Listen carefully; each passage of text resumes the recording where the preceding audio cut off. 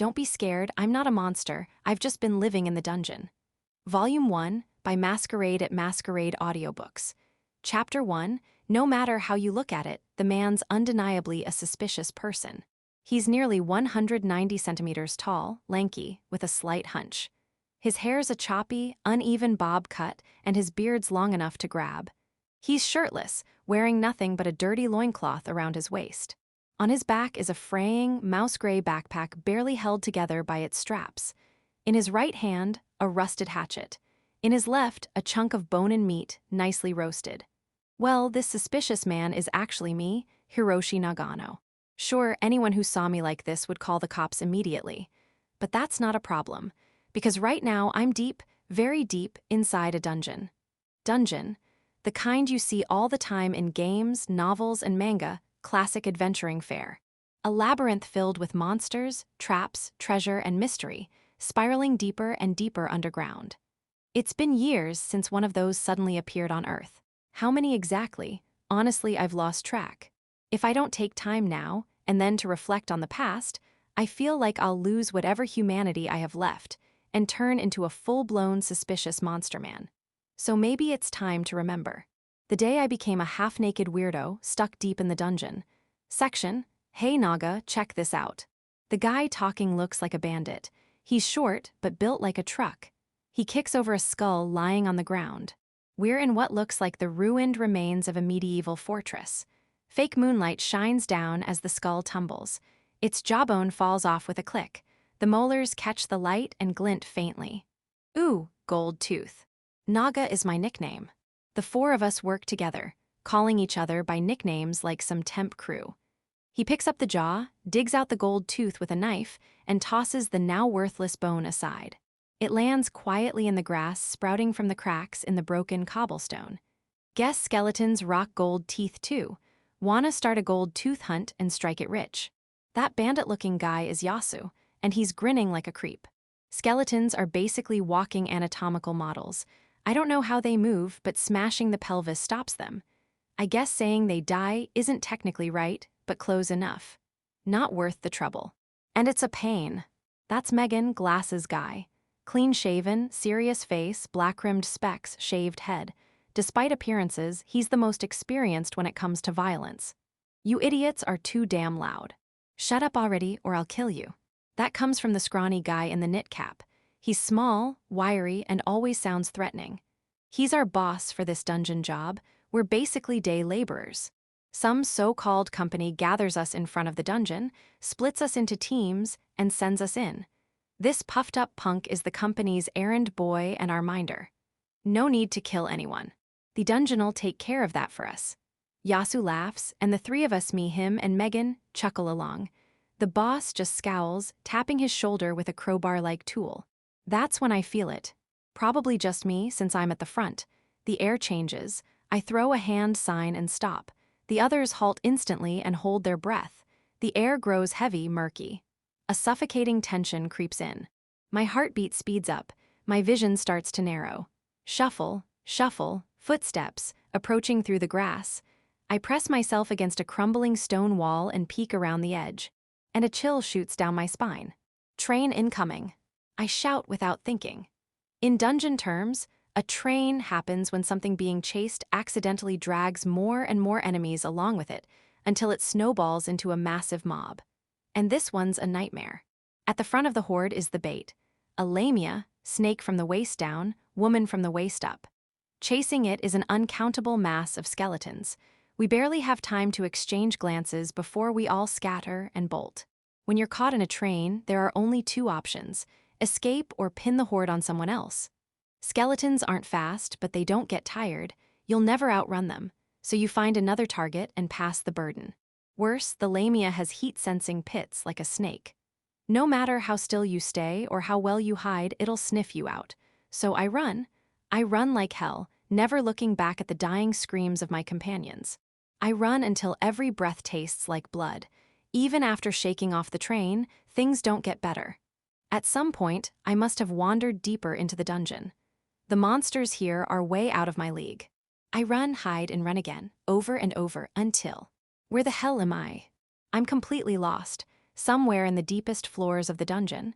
Section, it's been a nightmare ever since. I ended up in a floor, straight out of a prehistoric movie. Gigantic, primeval plants growing everywhere. The dungeon starts like an indoor building on the first floor, but as you descend, it becomes more like the outdoors. Eventually, any trace of human construction disappears entirely, replaced by nature. I've no idea how deep this floor is, but not everything about it is bad. In the upper floors, food and water are hard to come by. Most monsters there are undead, zombies, skeletons, that sort.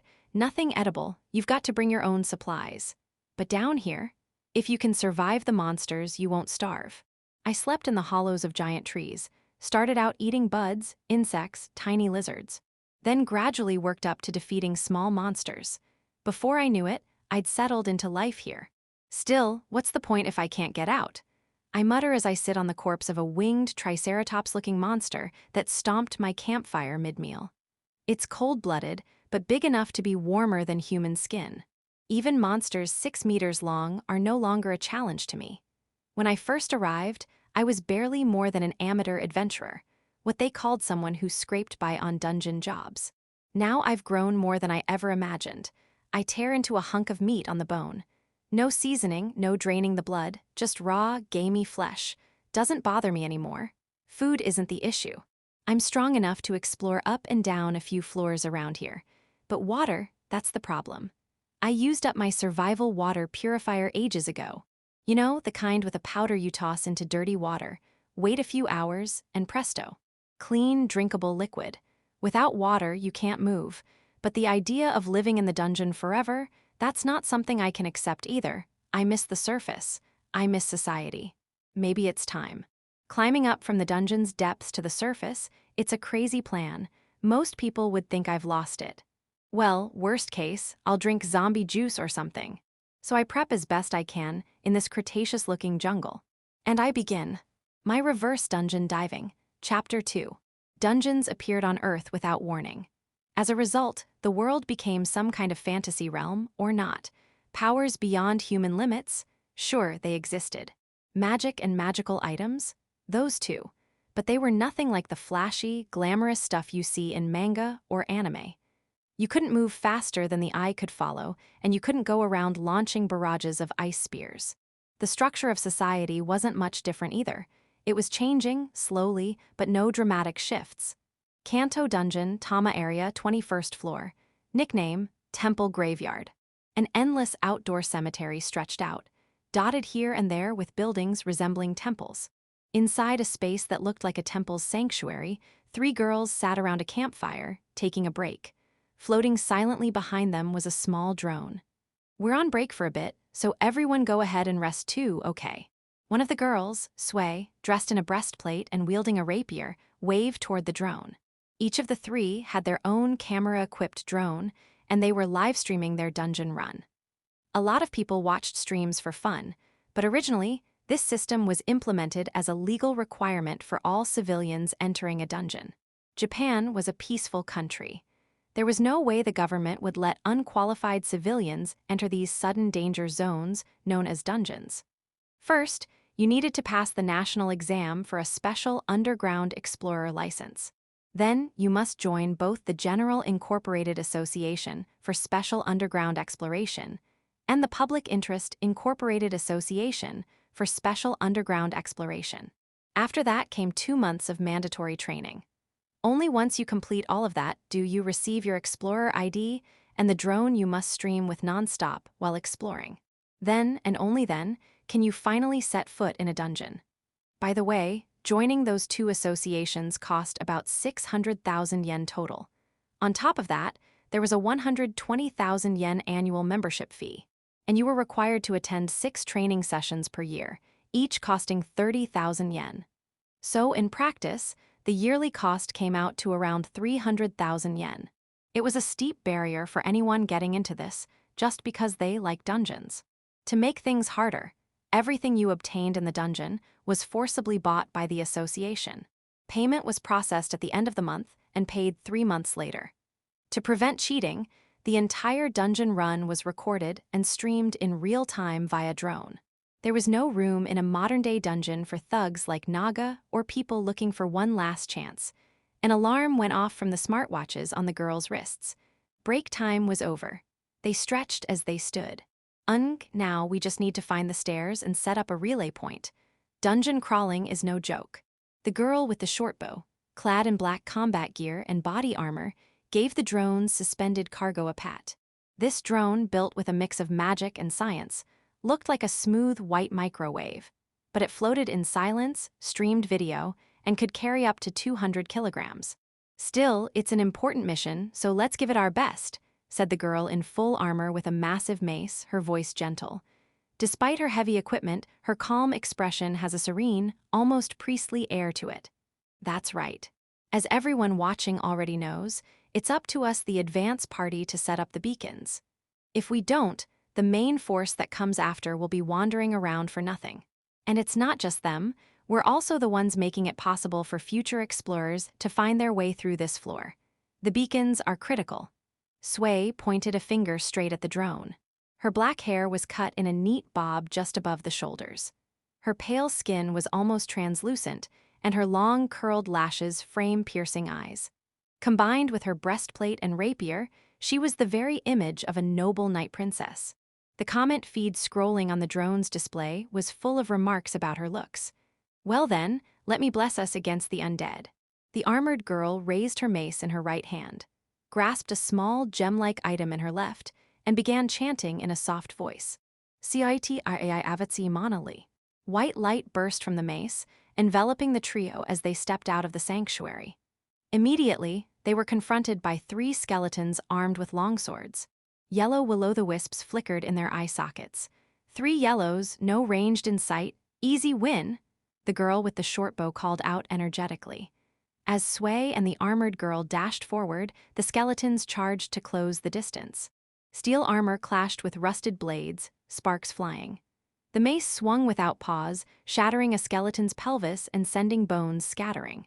Sway ducked under a thrust aimed at her face, kicked one skeleton away, and drove her sword's tip into another's pelvis. More bones crumbled. Before the one she kicked could stand, Sway raised her left palm. Afire o Maroshi. Her ring glowed, and a fireball formed in her palm. The baseball-sized fireball shot out and struck the skeleton's pelvis dead-on, destroying it. Something's coming. Just as she exhaled in relief, the shortbow girl shouted sharply. Moonlight dimmed. A cold wind blew. Before them appeared a robed skeleton that looked like a decrepit mage. It carried a hand axe in its right hand and a gnarled wooden staff in its left.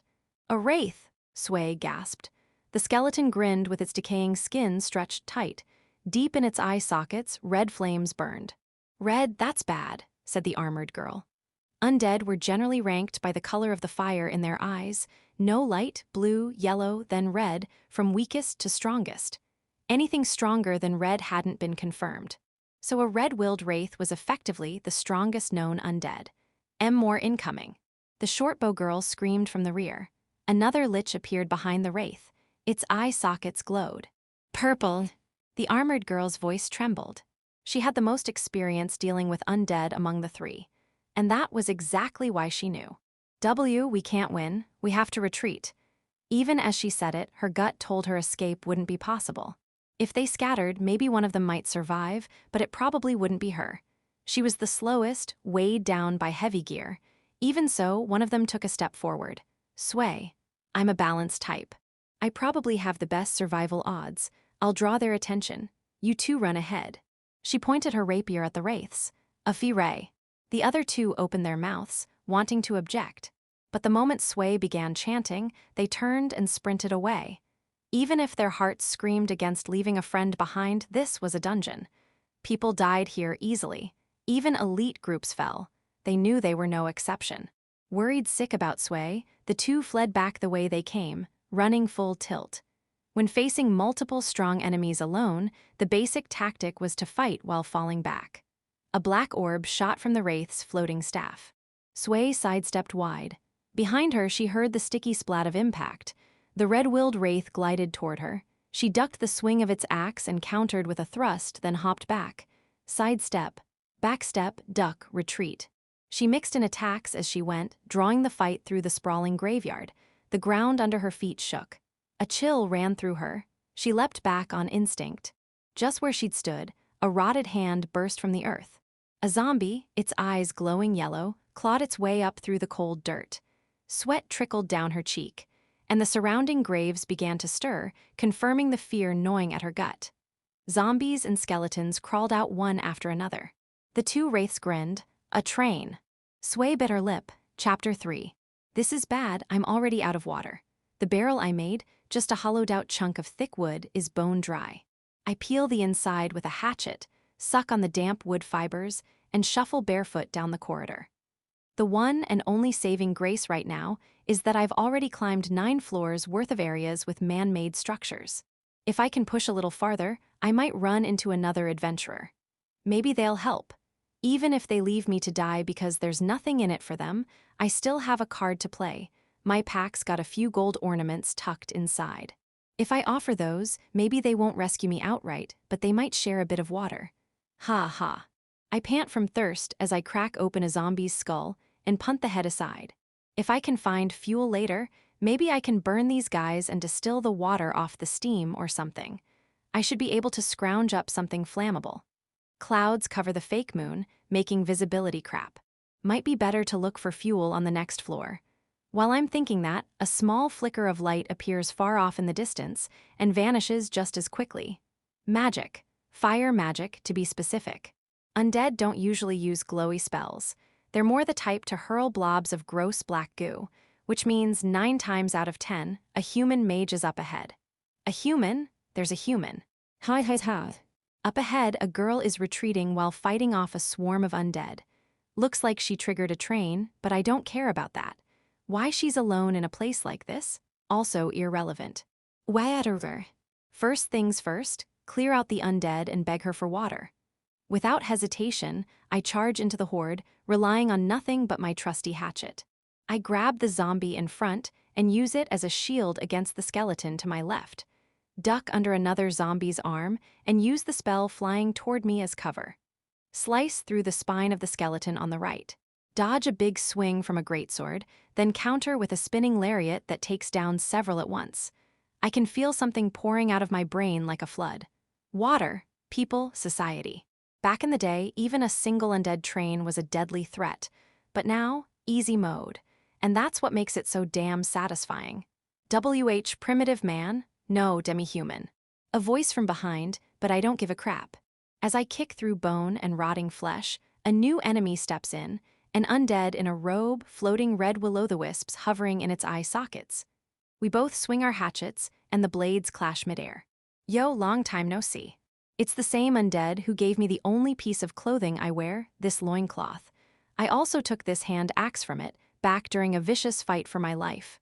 But now, I grab a nearby skeleton's ribcage and hurl it like a frisbee. The robed bastard slices it away in annoyance, and I lop off its wrist in that opening. I snatch the dropped axe out of the air and dual-wield it with my rusty axe, slashing straight through the robe. It tries to raise its staff, exposing a knee. Bam, I smash its kneecap with the stolen axe. I let go of the weapon embedded deep in its leg and kick the bastard away while it's reeling. It flies back, swallowed by the horde of undead, and disappears in seconds. Told you, easy mode. At this point, the outcome's clear. Lesson number 1 from years of dungeon crawling: trains suck, but their numbers are also their weakness. If you cripple their legs, the others trample them to death. No matter how tough a monster is, it can't survive endless stomping. A flicker of purple light zips across the edge of my vision. A second robed bastard sneaks up on the girl. What a coward. Hey, that's my water, asshole. I leap off a dazed zombie's head and dive through the air. My full power swing lands square on the robed undead skull. Crack. Gross sound. My right hand suddenly feels light. I watch the axe head spin off into the air. You're kidding me. The robed bastard turns toward me, purple flames dancing in its eye sockets. It swings its staff at close range. I duck on instinct. Above me, something long and thin writhes. A black snake slithers out of its skull mouth. Got him it, this is gonna be a pain. It might look like a snake, but it's just that gooey black crap again. That stuff is basically cursed gunk in spell form. Like oil-based ink, it clings tight, and wherever it touches, it shuts down all sensation. Take a hit to the shoulder and you lose your whole arm. Get tagged on the neck and you lose sight, hearing, and smell. And if it sticks to you long enough, it drains your stamina until you collapse from exhaustion. I punch a skeleton nearby and steal its longsword, then cut down 2 zombies behind me in a single swing. The robed bastard charges with a hatchet, but I dodge with a backstep and ram the longsword straight into its mouth. Chew on that, squid face. I leap off a zombie behind me and dropkick the sword's hilt. There's that familiar crunch of bone shattering. The robed bastard reaches for me, then goes limp, and the ghost fire in its eyes dies out. That one felt like a boss. If so, all that's left is cleanup. I grab the hand axe it dropped and go to town on the remaining trash mobs. When I snap back to reality, only the girl and I are still standing. Even if they're weak, fighting through a massive undead train still takes a toll. Breathing hard, I stumble over to her. Wait, what? She instinctively steps back, clearly on guard. Whoa, water. Hi. Please, give me water. Guess I've finally hit my limit. My legs give out and I crash headfirst onto the cold ground. Section, for real, a caveman, I thought he was a monster, reported, stop looking at us. Water tastes so good. I guzzle from the bottle she gave me, watching text scroll across the drone's flat surface. After I passed out, the girl strapped me to the drone and dragged me into a temple. She shared her supplies, including water. I'm already on my second 2-liter bottle. She calls out from about 3 meters away. Yeah. Thank you so much for earlier. She bows, well past 90 degrees, almost 120 degrees. Polite kid. Nah, I should be thanking you. Thought I was seriously gonna die without water. Honestly, I was way closer to death than she was. Still, if she feels grateful, all the better for me. You heading straight back to the surface after this? Yes, that's the plan. Hiroshi Nagano, call me Naga. Ah, thank you, my name's Sway. You can call me that. What about you, Naga-san? I want to head back too. If you're okay with it, I'd really appreciate it if you could take me with you. Sure, I don't mind. Hell yes, finally, I can get back to the surface. Red flag, don't do it. Rude AF after begging for water, traveling together. He reeks, I bet. Life is more important than water, just sayin'. As I get choked up with emotion, a flood of text scrolls across the drone. I was just staring blankly before, but now that I think about it, what even is this thing? By the way, what's this? The air goes cold. I mean, haha, back when I first entered the dungeon, stuff like this wasn't around yet, so haha. I try to laugh it off. Oh, a poacher. Wasn't around, how long ago was that? Reported, the girl's expression hardens. This drone is a required device for all licensed special underground explorers. I figured you didn't have one, but not even knowing about it. Who are you? Her voice is sharp and ice cold. Chapter 4. The sudden suspicion makes me clutch my head. It's been quite a few years, so sure, things must have changed. But I never imagined something this cutting-edge looking would become a normal part of everyday life, like a driver's license or something. Judging by the comments I saw, I figured it was just some fancy new gear used by streamers or content creators. And the girl standing in front of me, Sway, was it? She looks like she's from a good family, wearing that Princess Knight sort of outfit. Honestly, I thought she was just some rich kid playing dress-up. Okay, look, I get why you're suspicious, but please just hear me out calmly. I first entered the dungeon around the year 2025. Back then, there were no legal requirements or obligations or anything like that. The laws hadn't caught up yet. And that's true. Dungeons really did just start sprouting up randomly all over the world. They looked like small black buildings, about the size of a convenience store, made of some mysterious material. They'd pop up out of nowhere, sometimes wrecking existing buildings, sometimes right in the middle of places like Shibuya's Scramble Crossing, plunging everything into chaos. With no proper regulations in place, some dungeons in urban areas were watched over by the police or military, while in the countryside, they'd just get fenced off with cheap wire mesh. The government and lawmakers couldn't keep up. But even without clear rules, information from overseas spread fast about the valuable stuff you could find inside. If it's not restricted, that means it's legal, simple as that. So people like me, who had failed job hunts or middle-aged guys who couldn't find day labor anymore thanks to changes in labor laws, all rushed into the dungeons like it was a gold rush. 2025. That's 25 years ago. Wait, 25. That means it's 2050 now? Holy crap, I'm like a real-life Urashima Taro. Wait, is a third of my life now officially wasted in the dungeon? I was 23 when I went in, so does that make me 48? No way that's true. Can't really tell his age just by looking. He's primitive enough that it's weirdly believable lol. No one could survive 25 years in a dungeon. I mean, he is practically a caveman. Sway watches me freak out and lets out a deep sigh. If what you're saying is true or not, the police can confirm it once we're outside. And since you helped me earlier, I'll guide you to the surface. But please, don't get any closer than you are now. Just guiding me is more than enough. Also, I probably stink like crazy. I've been rinsing off blood in underground water pools, and that's about it. No cloth to scrub with, and those places aren't exactly safe enough to lounge around in.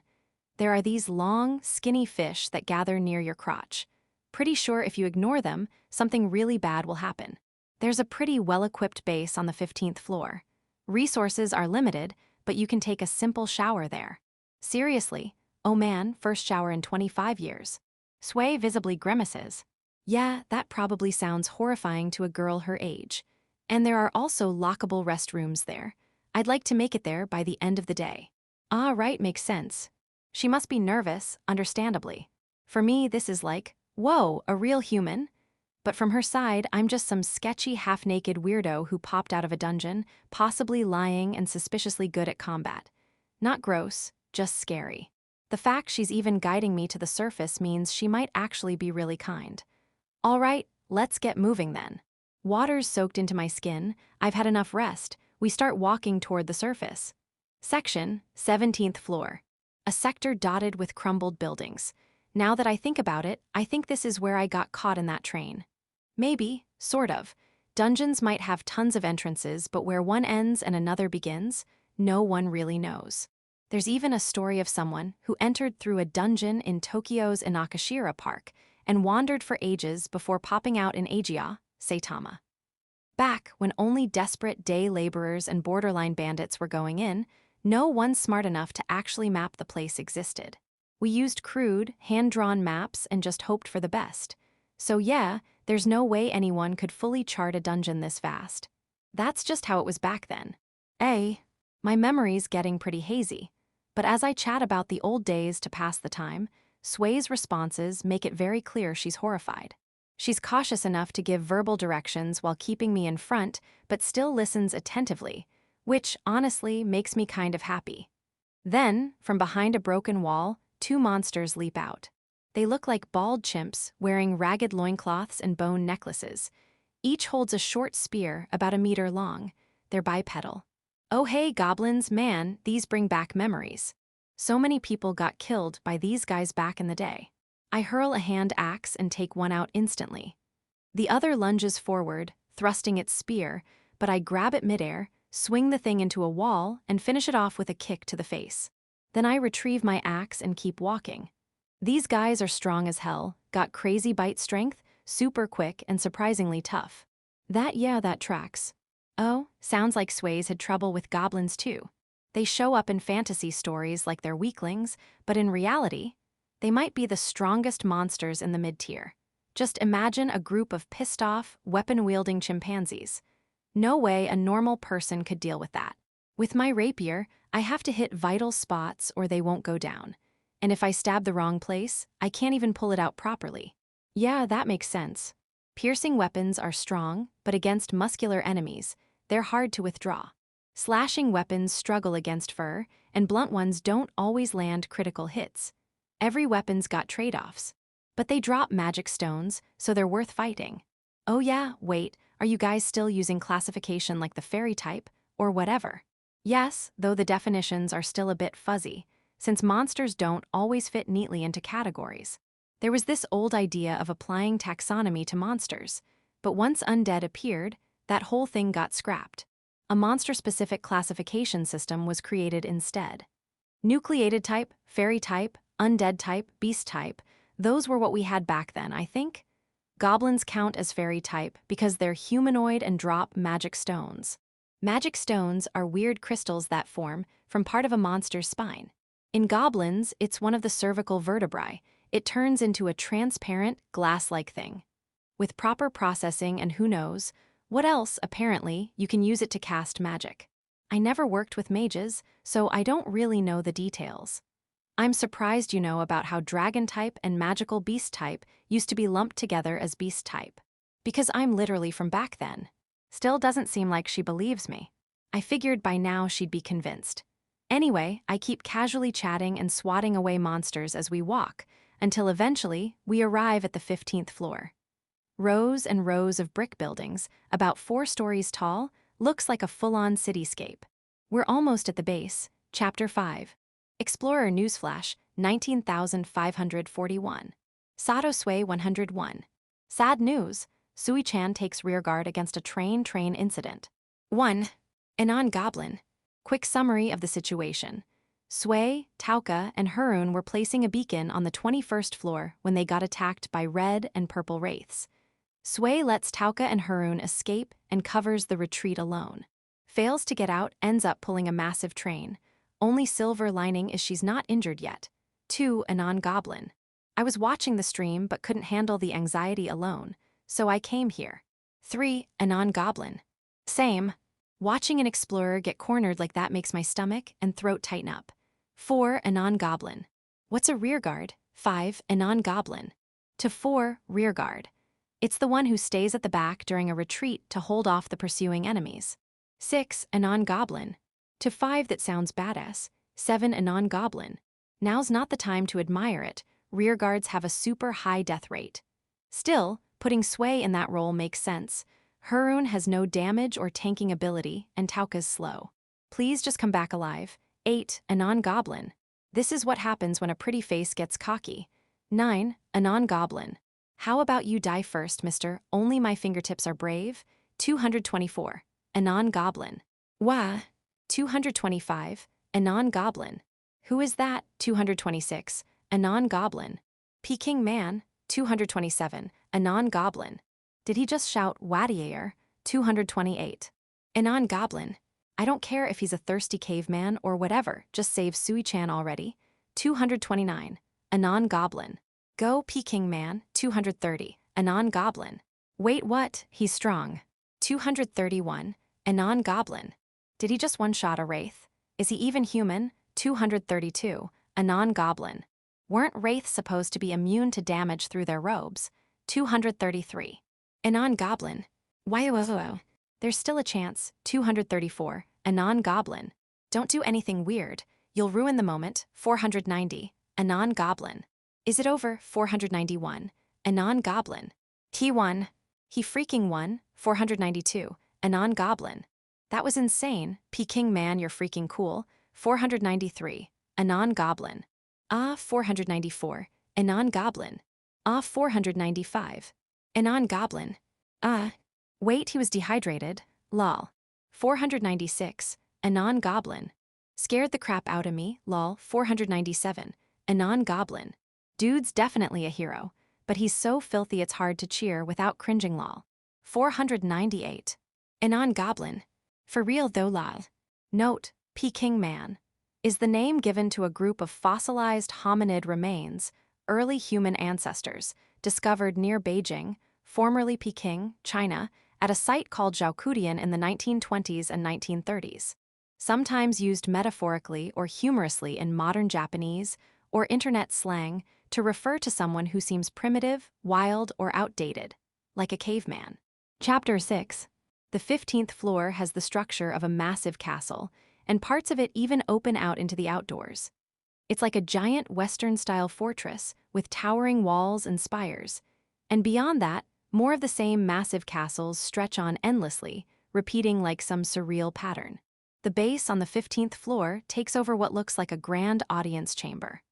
The entrance is reinforced with iron plating, and the hallway leading up to it is lined with sliding iron gates and barbed wire, like a makeshift barricade.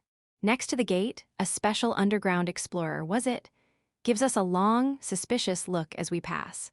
Inside, the place is divided up with walls made of tiled panels, forming separate rooms for different functions. Near the entrance, it looks like the waiting area of a government office, rows of benches lined up neatly. There seems to be a storage room stocked with water and rations too.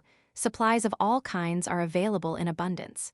Setting up a base this big and well-equipped must have cost a fortune. We made it. I can't believe I'm alive. Sway collapses onto one of the benches, clearly overwhelmed with relief. Can't blame her. She still looks like a teenager, and she was out there, alone, fighting for her life against a train. And even after I stepped in, she was stuck with me, a filthy, half-naked, suspicious stranger who practically screams danger. She must be drained to the bone, physically and mentally. A young man and woman passing by glance over and recoil a bit when they spot us. Oh, hey, good timing. You too. Could you tell me where to find a shower? And maybe clothes if you've got any. Yeah, I'll show you. The guy answers, looking a little hesitant. Why the hell are you dressed like that? And you reek. Got lost and couldn't find my way out. Ended up living in the dungeon for way too long. That's why I look like this. Damn, talk about bad luck. It's a miracle you're still alive. You really owe Sui-chan big for bringing you back. Here, these are the undergarments, and those over there are the standard-issue combat uniforms. Pick out shoes that fit. Toothbrushes here, razors here, towels there. Showers are this way. Everything's a plain khaki color. Once I get changed, I'm gonna look like a walking pile of khaki, but it's still way better than being half naked. Up until now, I've been in survival mode, but now that I'm somewhere civilized, I'm starting to feel a bit self-conscious.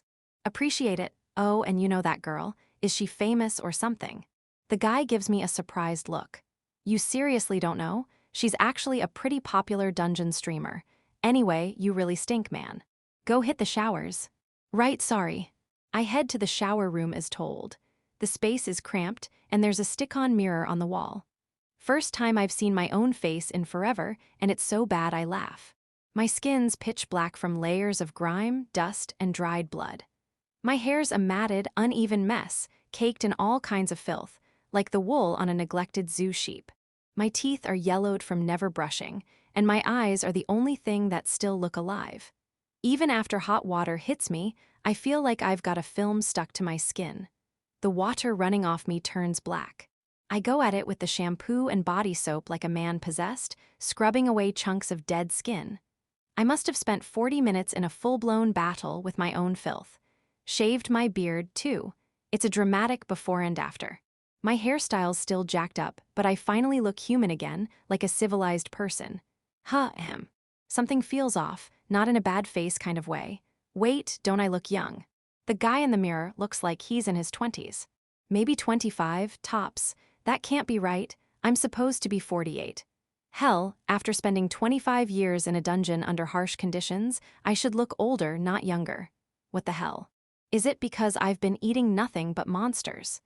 After 25 years in the dungeon, there are way too many possible explanations.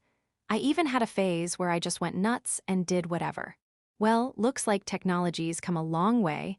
I'm sure I'll figure out the reason once I'm back on the surface. I shake off the pointless thoughts and slide into my first set of clothes in ages, then head back to the entrance. Hey, sorry to keep you waiting. I'm all cleaned up now. Sway's dozing off on a bench, eyes half closed. When she finally looks at me, she freezes for a few seconds, then mumbles in a thin voice. Who are you? It's me.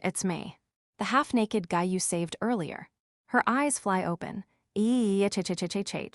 So loud. Also, dang, she's got long eyelashes. And those teeth, super white. I should totally get whitening done once I make some cash on the surface. No way. That's a lie. No way that's you. It's true, I swear. Nobody else has a hairstyle this weird. I didn't even notice your hair before. You were practically naked. And if that is you, then everything you said earlier was a lie. She's completely flustered, all her words jumbled up, but I get what she's trying to say. No, I really am 48. Oh, want to see my license? You can even show it on stream if you want. Not like I've got anything left to hide or protect. Everything I had's probably been force-closed by now. I've definitely been evicted, and my bank accounts must be frozen from inactivity. All my IDs are expired, and I've got no valid ID to renew the expired ones. Rent, phone bills, electricity, water, probably all left behind with only debt. Maybe the statute of limitations cleared some of that, but still. Right now, I'm basically a man with nothing left to lose. Ha ha ha. It's not funny. I pull out my wallet from the bottom of my backpack, the one piece of civilization I still have. Nylon's amazing, honestly. Both the bag and the wallet are barely hanging on, but still usable. I ask her to adjust the drone's angle so the stream can see my hands. The chat fills up with comments doubting me. Well, feast your eyes, everyone. First up, my driver's license. Maybe it's because it was tucked away in both the bag and wallet, but the cards actually look okay. Probably demagnetized or useless for scans, but still intact. This is my insurance card. Didn't bother getting a My Number card, it was a pain. These are my bank and credit cards. And this one's a card loan. Do those still exist? They got regulated out of existence like 5 years ago. Peking Man was in debt. That company went bankrupt. Congrats on the Great Escape Law. Hi. Well, thanks for everything. I clasp my hands together and say a little prayer for the soul of my dearly departed loan card. And these are just store membership cards. Most things were switching to apps back then, so all I've really got are point cards from a dry cleaner and a bento shop. Oh, and this here, this old smartphone. Probably a collector's item by now, huh? I pull out my orange phone 12, an outdated model even back in the day. It's all beat up from years of rough living, but the shape's still recognizable. Is this for real? Kinda elaborate for a fake out. Could be a parent's old stuff, maybe. That license photo legit looks like Peking Man. This prank's way too committed. This ain't just commitment, it's obsession. They still don't fully believe me. I don't have to convince them, but Sway keeps glancing at the comments, looking unsure. It's kind of frustrating, being doubted like this. There's gotta be something else, something that confirms I'm really me. Wait, I think I've got something better. Chapter 7, Stop It. Please, I'm begging you, stop. Is this today's terrorism broadcast location? I thought I came to watch a cute girl kick ass. Did I click the wrong channel? This is peak creep of the year. We were wrong, please forgive us. The comment section is pure chaos. What's being shown right now is a full-screen close-up of the inside of my mouth. You know how in disasters or fires, they identify bodies using dental records? That thought popped into my head, and I asked Sway, hey, do people not really have silver or gold fillings anymore? Silver fillings? Apparently, modern dental treatments use materials with the same composition as artificial teeth. Even people who had silver fillings in the past can get them replaced with insurance, so silver fillings themselves are on their way out, just another relic of the past. Times sure have changed. Anyway, I'm from the rough side of town, so yeah, I've got some good all-silver fillings. And I showed them off to the livestream viewers. Looks like that convinced them, and they're genuinely regretting their doubts. But still, you just look way too young. Maybe because she's still reeling from the shock, Sway's speaking more casually now. Not that I mind, we did save each other's lives. I'm not totally sure either. Maybe it's 'cause I ate a dragon. It's totally that. Or maybe 'cause I ate a lamia. Mermaid adjacent, you know. And there's that legend about mermaids, right? Let's stop eating people-shaped things, okay. Speaking of long lifespans, I've also eaten an elf. No idea if real-life elves are actually long-lived, though. NOOOOO. What's the problem? Real-life elves are proper dungeon monsters, too. Sure, they look human, but when cornered, their jaws split open all the way up to their necks. Oh, and I just remembered. I touched a glowing magic circle etched into a stone tablet once, and this light or something got sucked into my chest. That's totally it. But I also once found this crown with 10 demon fingers wrapped around it, and I tried it on. Ugh, that one probably shaved years off your life. And there was this goblet in what looked like a cathedral. I drank from it. Tasted absolutely awful. That's definitely it. Oh, I also smashed this jewel that glowed in 7 colors on the inside, and then this light spiraled up into the sky, and I heard a voice go, "Thank you, child of man. That is totally a holy presence." All right, and there was this super fancy sword, jammed into a stone pedestal deep in the forest. I pulled it out, and then I heard a voice. Was that a holy sword? Are you a hero? It said, "O wicked one, return the sword and be gone," so I put it back. Anything but the wicked one. Sway's practically wheezing now, trying to catch her breath. Okay, yeah, maybe I went a little overboard, but no need to go that hard on the commentary. Bro's been on too many adventures. Let's just say he's immortal now. Lifespan, 10 billion years. Big fat lie, lol. Oh, wicked one, lol. At least he did put the sword back. Great, now I'm wide awake. Sway holds her head in her hands. Poor girl. But hey, everything I said was true. While we're messing around like idiots, a sudden commotion breaks out near the entrance. Heavy boots stomp toward us. A group of men walk in, armed with assault rifles, decked out like a SWAT team. The dungeon's special unit from the police, maybe. By the way, in fantasy, whether guns work on monsters or not varies depending on the stories, but in real life, they absolutely do. Honestly, a gun is way more effective than swinging around swords or axes.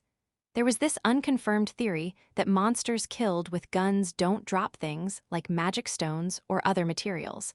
But it's not like everyone needs those all the time anyway. Anyway, the 6 men keep their rifles aimed at the ground but take up positions around us, forming a loose semicircle. One of them, probably the leader, sharp-eyed and authoritative, holds up a badge-like ID to Sway's stream camera. I'm Sergeant Tanabe of the Tokyo Metropolitan Police, Special Subterranean Crime Task Force. We've seen the live stream by Rank 4 Special Dungeon Explorer Sato Sway. Hiroshi Nagano-san, you're currently suspected of unauthorized entry into the special underground area and violation of the Firearms and Swords Control Act. This is voluntary, but we'd like your cooperation. That's a stiff, formal way of putting things. But if they really thought I was committing a crime, this wouldn't be a request, they'd be arresting me on the spot. I mean, I am technically caught in the act. Sway's gone pale next to me, but doesn't this mean the police kinda believe my story? I flash a friendly smile and say, I'd like to talk at the station, so please take me there. Sergeant Tanabe's face contorts into a clear look of Can't blame him. If a civilian they're escorting gets hurt or dies on the way, it becomes a huge liability. That means they're now stuck protecting me with everything they've got, all the way to the station. Understood. We'll guarantee your safety. But you'll need to surrender any weapons. Got it. I slowly place my hand axe on the ground, raise both hands, and then nudge it toward them with my foot. Tanabe eyes me suspiciously. You're oddly practiced at this. Had to do stuff like this a lot during my adventuring days. Even when dungeon regulations weren't as strict, trying to bring weapons in legally would still count as a firearms violation. Until people figured out how to kill monsters with rocks and steal their weapons, this kind of trouble was pretty common. One of the officers gives me a full body check, even inspects the contents of my backpack. When he sees the jewelry inside, Tanabe mutters, If you're not registered with the association, this'll be confiscated. Bastard. Turns out, these guys were stationed right above us at the Hachioji dungeon entrance. They got an emergency call from one of Sway's party members, checked the stream, and came down. Now that they've confirmed everyone's okay, and since I asked for an escort, they're taking us topside together. I lie back in a hammock rigged between 2 drones and smile at Sway. Hey, lucky us, we get a sleeper car for the ride back. You're way too chill, you could still get arrested, you know. Curled up with her knees to her chest, Sway pouts at me. Oh, sounds like someone's worried about me. I tease her, a bit touched by her concern. I wouldn't say worried exactly, it's just, after hearing your story and watching how you act, I don't think you're lying. Whoa, that's a serious tone. And she's back to using polite speech, guess she's regained her composure. This girl's actually a good egg, huh? I'm touched. Really. Say, Sui-chan, do your family and friends always worry about you? Are you suggesting I'm an easy-to-fool girl? Oof, she caught the subtext right away. Still, trusting some suspicious old guy you just met isn't exactly a wise move. Not that I mind her believing me, but still. Yeah, this interaction's getting to me. Haven't had a proper conversation in a while, guess I'm a little emotionally wound up. I mean, I don't want to get arrested, but it's not like I'm desperate to avoid it either. Sway and the surrounding officers all give me puzzled looks. I'll have a relatively clean space, flavored food, other humans around. No monsters to worry about, no need to sleep with one eye open, and I can even take a proper bath. Compared to living around, the 45th floor? It's paradise. The mood shifts. Everyone falls silent, their faces tightening. Wait, are they actually imagining how awful my life's been and sympathizing? Yeah. Sorry if I misheard. Go on.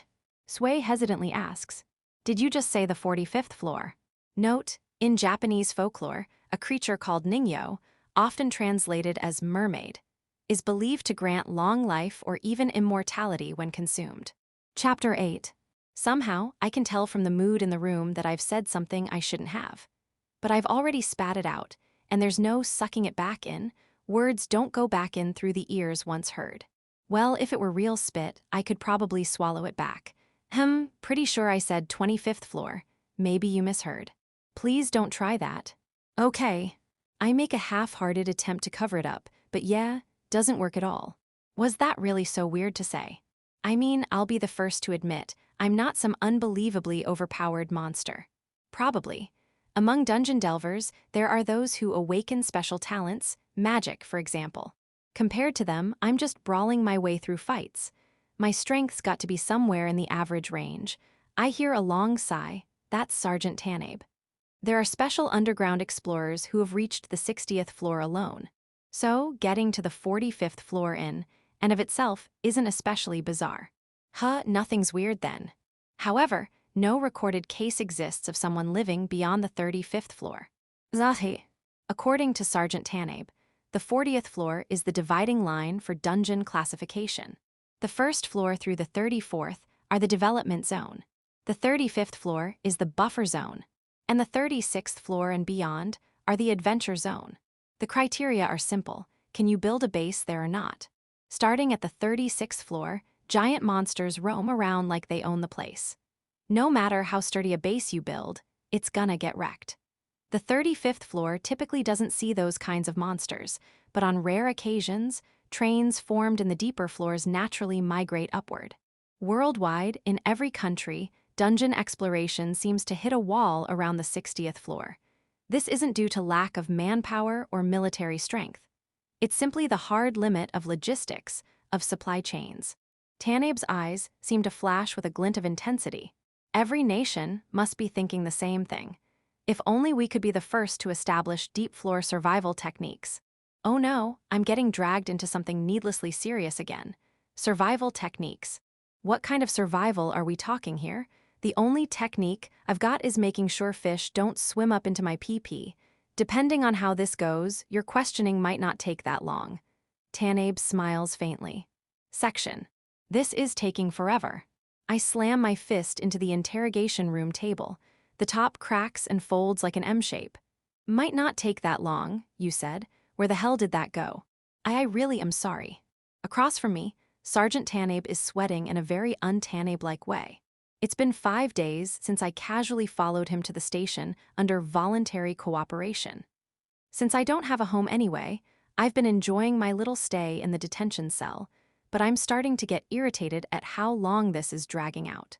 I skip straight past seeing how society's changed in 25 years, what the city looks like now, what people are up to come here, damn it. Wait, wasn't it me who asked to come to the station? Anyway, you've ID'd me. And by the laws back then, entering the dungeon wasn't illegal.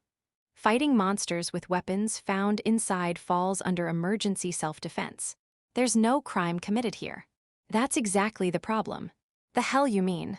There's no way we can just release someone who survived the 45th floor with no proper equipment, no job, no address, and no qualifications back into the city. Yeah, that's a problem. Legal or not, it's obviously a bad idea. It's basically like letting a dungeon monster loose on the surface. Also, now that I think about it, my clothes right now are from that special underground explorer association or whatever. If I cause trouble, they'll get dragged down too. That said, since you're here voluntarily, if you choose to leave, we don't actually have the authority to stop you. That's true. In fact, the only reason I've been mooching off the cops this long is because it's voluntary. No place to go anyway, so I've been taking it easy, but maybe it's time to move on. Being homeless doesn't mean life's over. In the big cities, shelters are often full, and it's hard to access welfare programs properly. But if you grit your teeth and walk out to a smaller municipality, there's a decent chance you'll get into a shelter and start receiving benefits fairly quickly. Even before full approval for welfare, you can usually get a small daily advance, like 2,000 yen or so. Well, I guess I'll head out. Never really liked cops anyway. You do look like that kind of guy. Tanabe chuckles. Huh, so the robot can joke. Just wait a bit. I'll contact both associations. If nothing comes of it, you're free to go. The police will have done their part. Got it. Now then, what do I even do after this? From what I've seen, no one's using smartphones anymore. Everyone's operating hologram displays from something like a smart watch. Society's probably even more digitized than it was before. Without a modern device, I might not be able to function at all. And if security's tighter than ever, I can't just steal something and start using it. Do I get help from some kind, soul to get back on my feet? While I'm running through my flawless crime plan, Tanabe comes back. Sorry for the wait. What's with that face like you've personally slaughtered 40 million people? Hey, I'm not Stalin, so what's the word? Someone's coming to get you. Sounds like the association's going to set up a living arrangement for you. Good thing, yeah. Sweet, guess I'm officially someone's pet now. Stray dogs have been eradicated worldwide. Rabies too. These days, only owned dogs exist. So only controlled dogs are wanted, huh? I don't like that, but I can't say I don't understand it. If my life had gone well, I probably would have welcomed a society like that with open arms. Right around job hunting season, the banking system crashed, triggering a financial crisis that left Japan in a years-long recession. The government tried to fix it with monetary easing and massive public works, but all I could get was gig labor at construction sites. Before I knew it, my life spiraled, and I ended up becoming an adventurer. And here I am now. If things had gone differently, maybe I'd be wearing a tie, working a steady job, married with kids. That version of me probably wouldn't bat an eye at having a leash put around his neck. A young officer enters and whispers something to Tanabe. Your ride's here. Let's go. Finally, sweet, sweet freedom. Sniff. Thanks for everything, Pops. Let's not meet again. After the usual banter, I finally walk out of the station. The next day, right, left, center, clatter, clatter, clatter. Center, right, left, clatter, clatter, clatter. I'm playing pachinko. Even in 2050, pachinko is still alive and well, apparently. Hell yeah. Chapter 9. With the appearance of special underground explorers, people with physical abilities beyond that of the average person. The concept of timing your stop has completely vanished from pachinko machines. Now it's just pure chance, spinning according to whatever odds the store sets. Kinda sad, really. Though, if you'd said it was all luck to begin with, I wouldn't have argued. For someone like me, who used to do a lot of scouting and recon, this place is practically an assault of noise. A full-on flood of sound. Loud as hell. But the overwhelming sense of being back in everyday life after spending so long in a constant state of alert hits hard. I've gotten a haircut, feeling fresh, and I just blasted through a rush mode on the pachinko machine. Vibes are good. Once my winning streak ends, I trade in the tokens for special prize items and get them bought out at a second-hand shop, mysteriously located right next to the pachinko parlor. The cash gets loaded as e-money straight onto my smartwatch. The housing and device issues got resolved yesterday, handled by someone from the associations. As of yesterday, I'm officially considered a newly hired employee of the associations. They gave me a work-issued smartwatch, and the apartment I live in is a unit they rent in their name and sublet to me. For day-to-day living expenses, they're planning to buy my dungeon experience reports at a decent price, so they let me take an advance on that. Call it alchemy-level financing. It's legal, I think. By the way, this subletting thing, that's what people call re-renting. The landlord rents to the associations, and they rent to me. Even if I fall behind on rent or mess up the place, the association still pays up, so the landlord takes no damage. It's all possible thanks to the association's credibility. My smartwatch buzzes, incoming call. It's the branch chief of the association's Tama area, cool and elegant, stone-cold beauty type, kinda like her. Hello. What are you doing right now? Me, out on a walk. Would it be safe to assume your studies for the Special Underground Explorer license are going smoothly? I'm struggling, honestly. Not feeling great health-wise, you know. Yeah, right now, I have to get that license. My status as an association's employee is basically just a way to keep me on a leash and give me legal identity. They're not expecting me to do any actual work. They've said, you don't need to do anything. Just hurry up and get qualified so you can start exploring again. Yet you're out on a walk. A bit of light exercise is good for recovery. I also got checked out at a hospital to see how staying in the dungeon for so long had affected me. Modern medicine's crazy advanced now. Blood test, stool test, and some full-body scan I didn't even understand. That was it. They had the results ready in under 30 minutes. I look extremely healthy, but turns out I've caught one disease. Just one, and that is. Indeed, you have to live a little healthier, or the parasite will get you. Isai. I drank untreated water, ate raw fruit. Didn't go as far as raw meat, but it was probably the unfiltered water. I got a parasite in me. Being from the dungeon, the parasite is a completely unknown species. Apparently it latches onto my nervous system, so removing it is near impossible. Gross. But for the record, this parasite has absolutely nothing to do with why I'm struggling to study. It's just hard. This exam covers 25 years worth of legislation, real-world procedures, associations rules, and knowledge of dungeon environments and monsters. It's about a third as intense as the administrative scrivener exam. Just a while ago, I was running around swinging an axe stark naked, damn it. Give me a break. Actually, come to think of it, the fact that Sway passed this exam like it's nothing is kind of insane. The exam's mostly multiple choice and remote, right? Well, yes. Then I'll give today's time slot a shot. The associations do not recommend relying purely on luck to pass. And given the number of questions, the odds of that working are practically zero. Just hit a 1 in 750 earlier. Yeah, when I sat down at a random pachinko machine and checked the specs, the odds for the first hit were brutal. Made that jackpot feel like a miracle. Well, I'll let you know when the exam results are in. Later that evening, I somehow managed to pass the exam purely on luck. Holy crap, I'm amazing. I get to skip the first official training thanks to prior field experience, though I'll still have to attend the 6 annual seminars with no exceptions. This rule was originally meant for former self-defense force folks becoming explorers post-retirement, but I meet the conditions, so it applies to me too. And so, just like that, I officially debut as a special underground explorer. Hell yeah, goodbye unemployment. And immediately, I get slammed with a 600,000 yen bill for association's membership fees and go totally broke. What the hell, man? In the city, no money means no food. So what do? Simple, I go back to the dungeon. Apparently, the bases inside dungeons are funded by the associations. Part of those absurd membership fees goes toward that too. They also buy whatever explorers bring back, resell it, and use the profit to keep the place running.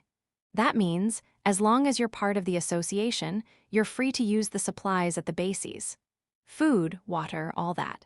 Pretty sweet deal, right? I pick up a few cheap supplies at the 100 yen shop, then head off to the dungeon. Tama area, East Kagane entrance to the Kanto dungeon. This entrance sprouted right through what used to be an apartment building, 5 minutes walk from the station. I stand there, dressed in a khaki combat outfit, with a tiny drone dangling a single pouch. My weapon is a 100 yen kitchen knife, 6 centimeters long. Some might call this setup reckless, but local sourcing is my specialty. I enter the square, tofu block-shaped building surrounding the dungeon entrance. I tap the drone at reception and a screen pops up like a game's status menu. The staff scans it and I'm cleared to enter. No nerves, no fear, but no real nostalgia or emotion either. I'm way more calm than I expected. And just like that, I descend the stairs and begin my dungeon dive. Chapter 10. Explorer Newsflash, 19,628. Sato Sui 103. Sad news, Sui-chan's lifesaver turns out to be a poacher Peking man. 1. Anon Goblin. No way he entered the dungeon in 2025. That's gotta be fake. 2. Anon Goblin. Can you even enter a dungeon without a permit? Explorer Newsflash, 19,628.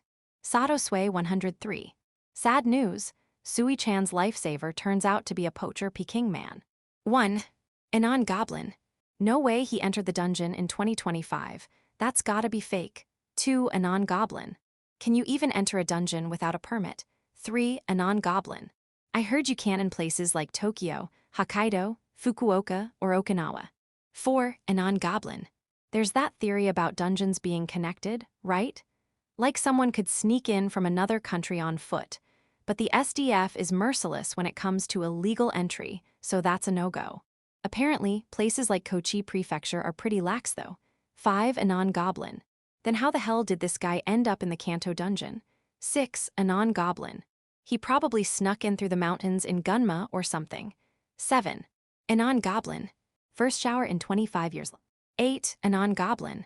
Feels like just being near him would make you sick. Basic reaction. 9. Anon Goblin. Is Sui-chan gonna be okay hanging around someone like this? 10. Anon Goblin. Socially definitely not. 303. Anon Goblin. Old school dungeon exploring was so brutal it's hilarious. 304. Anon Goblin. Even the neighborhoods around dungeons were sketchy back then. 305. Anon Goblin. Back then, people thought monsters would come out of the dungeon and attack. Most normal folks moved away, so hobos ended up squatting in the empty houses. My granny used to say it was a real mess. 306. Anon Goblin. 307. Anon Goblin. Did he really just take out our kins that easily? 308. Anon Goblin. Our kins who have wiped out countless seasoned explorers like it's nothing. 309. Anon Goblin. To 308 that actually happened, so stop it. 310. Anon Goblin. Biggest change since dungeons showed up, goblins went from weaklings to top-tier enemies. 830. Anon Goblin. Close-up of his mouth, disgusting deadpan. 831. Anon Goblin. He ate a dragon. 832. Anon Goblin. Wait, did this guy beat a dragon? 833. Anon Goblin. If he can eat lamias and elves, humans are probably fair game too. 834. Anon Goblin. Even a legit Peking man probably wouldn't eat an elf. 835. Anon Goblin. Last time a dragon got taken down was by that rich heir duo, the Kishuan siblings, right? 836. Anon Goblin. Guess Sui-chan's on the menu next, creepy grin. 837. Anon Goblin. To 835 yep. Dragons hardly show up to begin with. 849. Anon Goblin. Peking man was actually a hero, delusional take. 850. Anon Goblin. Wicked one fits him way too well. 851. Anon Goblin. Still, there's no hard evidence behind the whole Peking man story. 852. Anon Goblin. Fun as entertainment, but not something to take at face value. 853. Anon Goblin. 854. Anon Goblin. Here come the cops. 855. Anon Goblin. Dude's too smooth at pulling that criminal move lol. 856. Anon Goblin. Later Peking man, we won't forget you. 857. Anon Peking man. A lot happened, but honestly I'm just glad Sui-chan's safe. Chapter 11. First floor. Now that I think about it, it's been a while since I've explored these early floors. First floor to fifth are home to kobolds and dwarves. Both are fairy-type demi-human monsters. Slimes do show up too, but they usually stay hidden in cracks along the walls, so I don't really count them. Humans are strange creatures. Our offensive organs aren't fangs, but hands. Our senses rely on our eyes, and both are located high up on our bodies. Most animals tend to hunt creatures smaller than themselves. They're built to fight while looking down on their prey. But humans, we struggle with enemies that are below waist height. We're better suited to fighting things at eye level or even above us. That said, opponents larger than us usually means stronger opponents, which means, naturally, the easiest enemies for humans to fight are other humans. Weird, isn't it?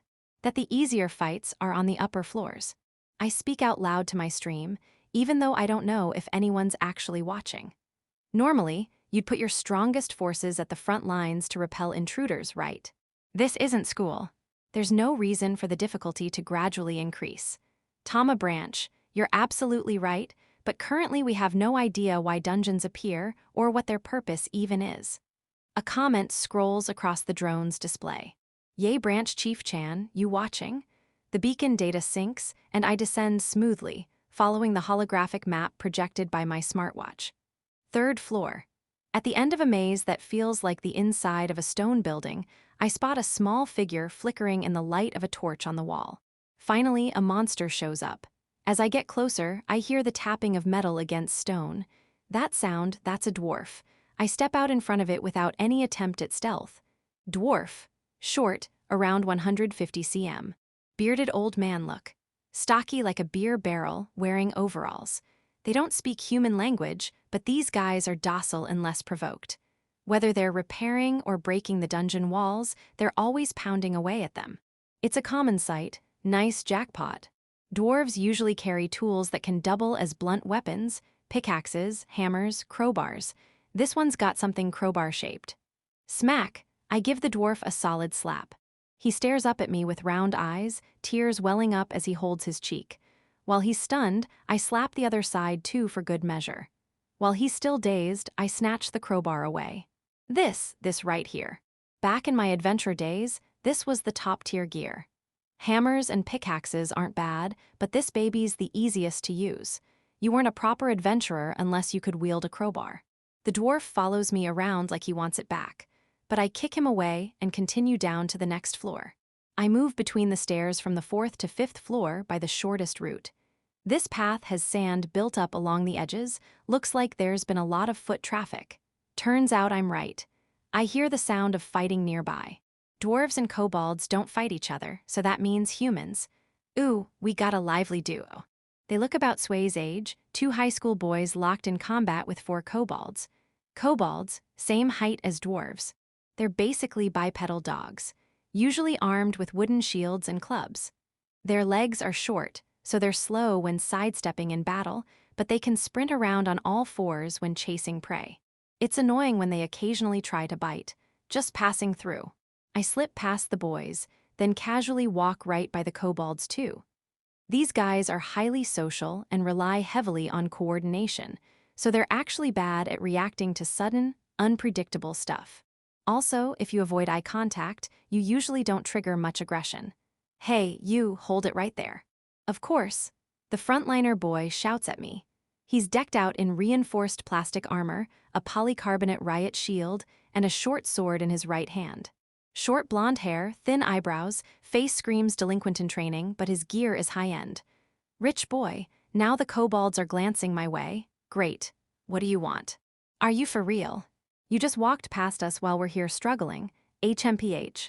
His sword suddenly cleaves a kobold's head clean off, spraying blood everywhere.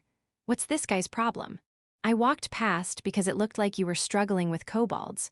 Or what, were you secretly hoping I'd help? His face twists. Tama Branch, please avoid conflict with other special underground explorers. I didn't pick a fight, Branch Chief Chan, just picked up the one that fell. The guy in the back thrusts his spear and finishes off another kobold. With their numbers down, the remaining 2 start to get aggressive. Why are you coming for me?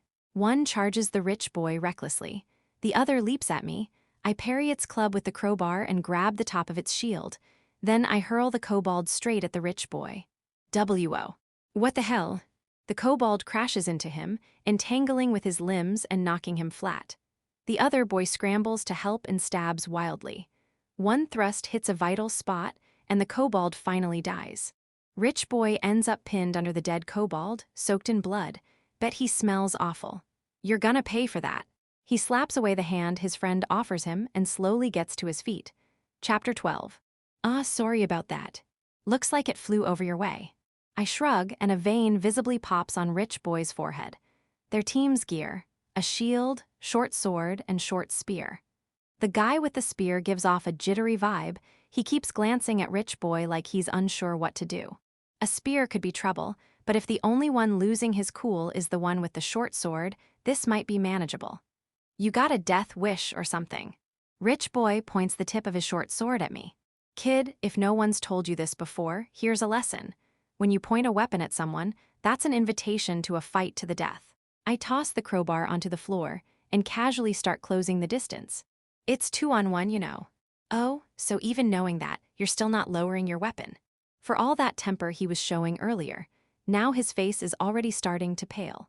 Still, the fact that he keeps his sword raised, either that takes guts or he's just slow on the uptake. Tama Branch, that's enough. Fighting between explorers is prohibited. Oh, thanks for the comment, Branch Chief Chan. My smartwatch buzzes, probably the Chief Chan again. I ignore both and reach out to gently pinch Rich Boy's blade aside, smiling sweetly as I do. Then I stick a finger into his mouth. Gah. I yank his jaw straight downward with a clack, and his jaw dislocates easily. Don't worry, it doesn't hurt much. Yasu had TMJ, and his jaw used to pop out just from yawning. If you're not used to it, popping it back in by yourself can be a bit of a pain, though. I don't know all the ins and outs of modern explorer etiquette, but you don't point a sword at strangers in the dungeon. If we're busy fighting each other, we'll just end up as snacks for a nucleated type. Nucleated type, slimes, golems, and the like. They're monsters that move pseudo-physical bodies using tendrils branching out from a central nucleus, what they call the core. The slimes in this area ooze around, manipulating their jelly-like bodies with those tendrils. Nucleated type are the dungeon's cleanup crew. They devour trash, corpses, and anything that looks like it might become a corpse. Maybe they caught the scent of blood. Jelly-like slime is already starting to seep out from the gaps in the walls. I can't understand a word you're saying. If your jaw's out, pop it back in yourself. I'm not quite on Yasu's level, but my jaws come out a few times too. All it takes is a good hit to the face from a demi-human's club or a dragon's tail. Hook your fingers behind your molars and push outward. Loosens up the joint, and you can pop it back in pretty easy. Probably not great medically speaking, but as far as dungeon first aid goes, it's a pretty standard trick. Wait, don't tell me these modern explorers are diving into dungeons without even knowing this kind of thing. All that studying they've done, and they're this unbalanced? Stuff like this is way more important for survival down here. Feeling a little bad for picking on someone so clueless, I help pop his jaw back into place. Rich boy clutches his face and stares at me, clearly terrified. What the hell are you? I let out an exaggerated sigh. If you want a friendly interaction, start by introducing yourself. Don't pick a fight with someone whose intentions you don't know. Don't make demands of someone whose goals you don't understand. That rule applies everywhere, but in the dungeon, it's life or death. Actually, scratch that. Might be even more dangerous in modern Japanese society. I once saw some drunk guy picking a fight in a bar in Shinjuku. Slurring, going all you know who I am. I'm a CEO, until he found out the guy he was yelling at was a senior executive at the bank that financed his company.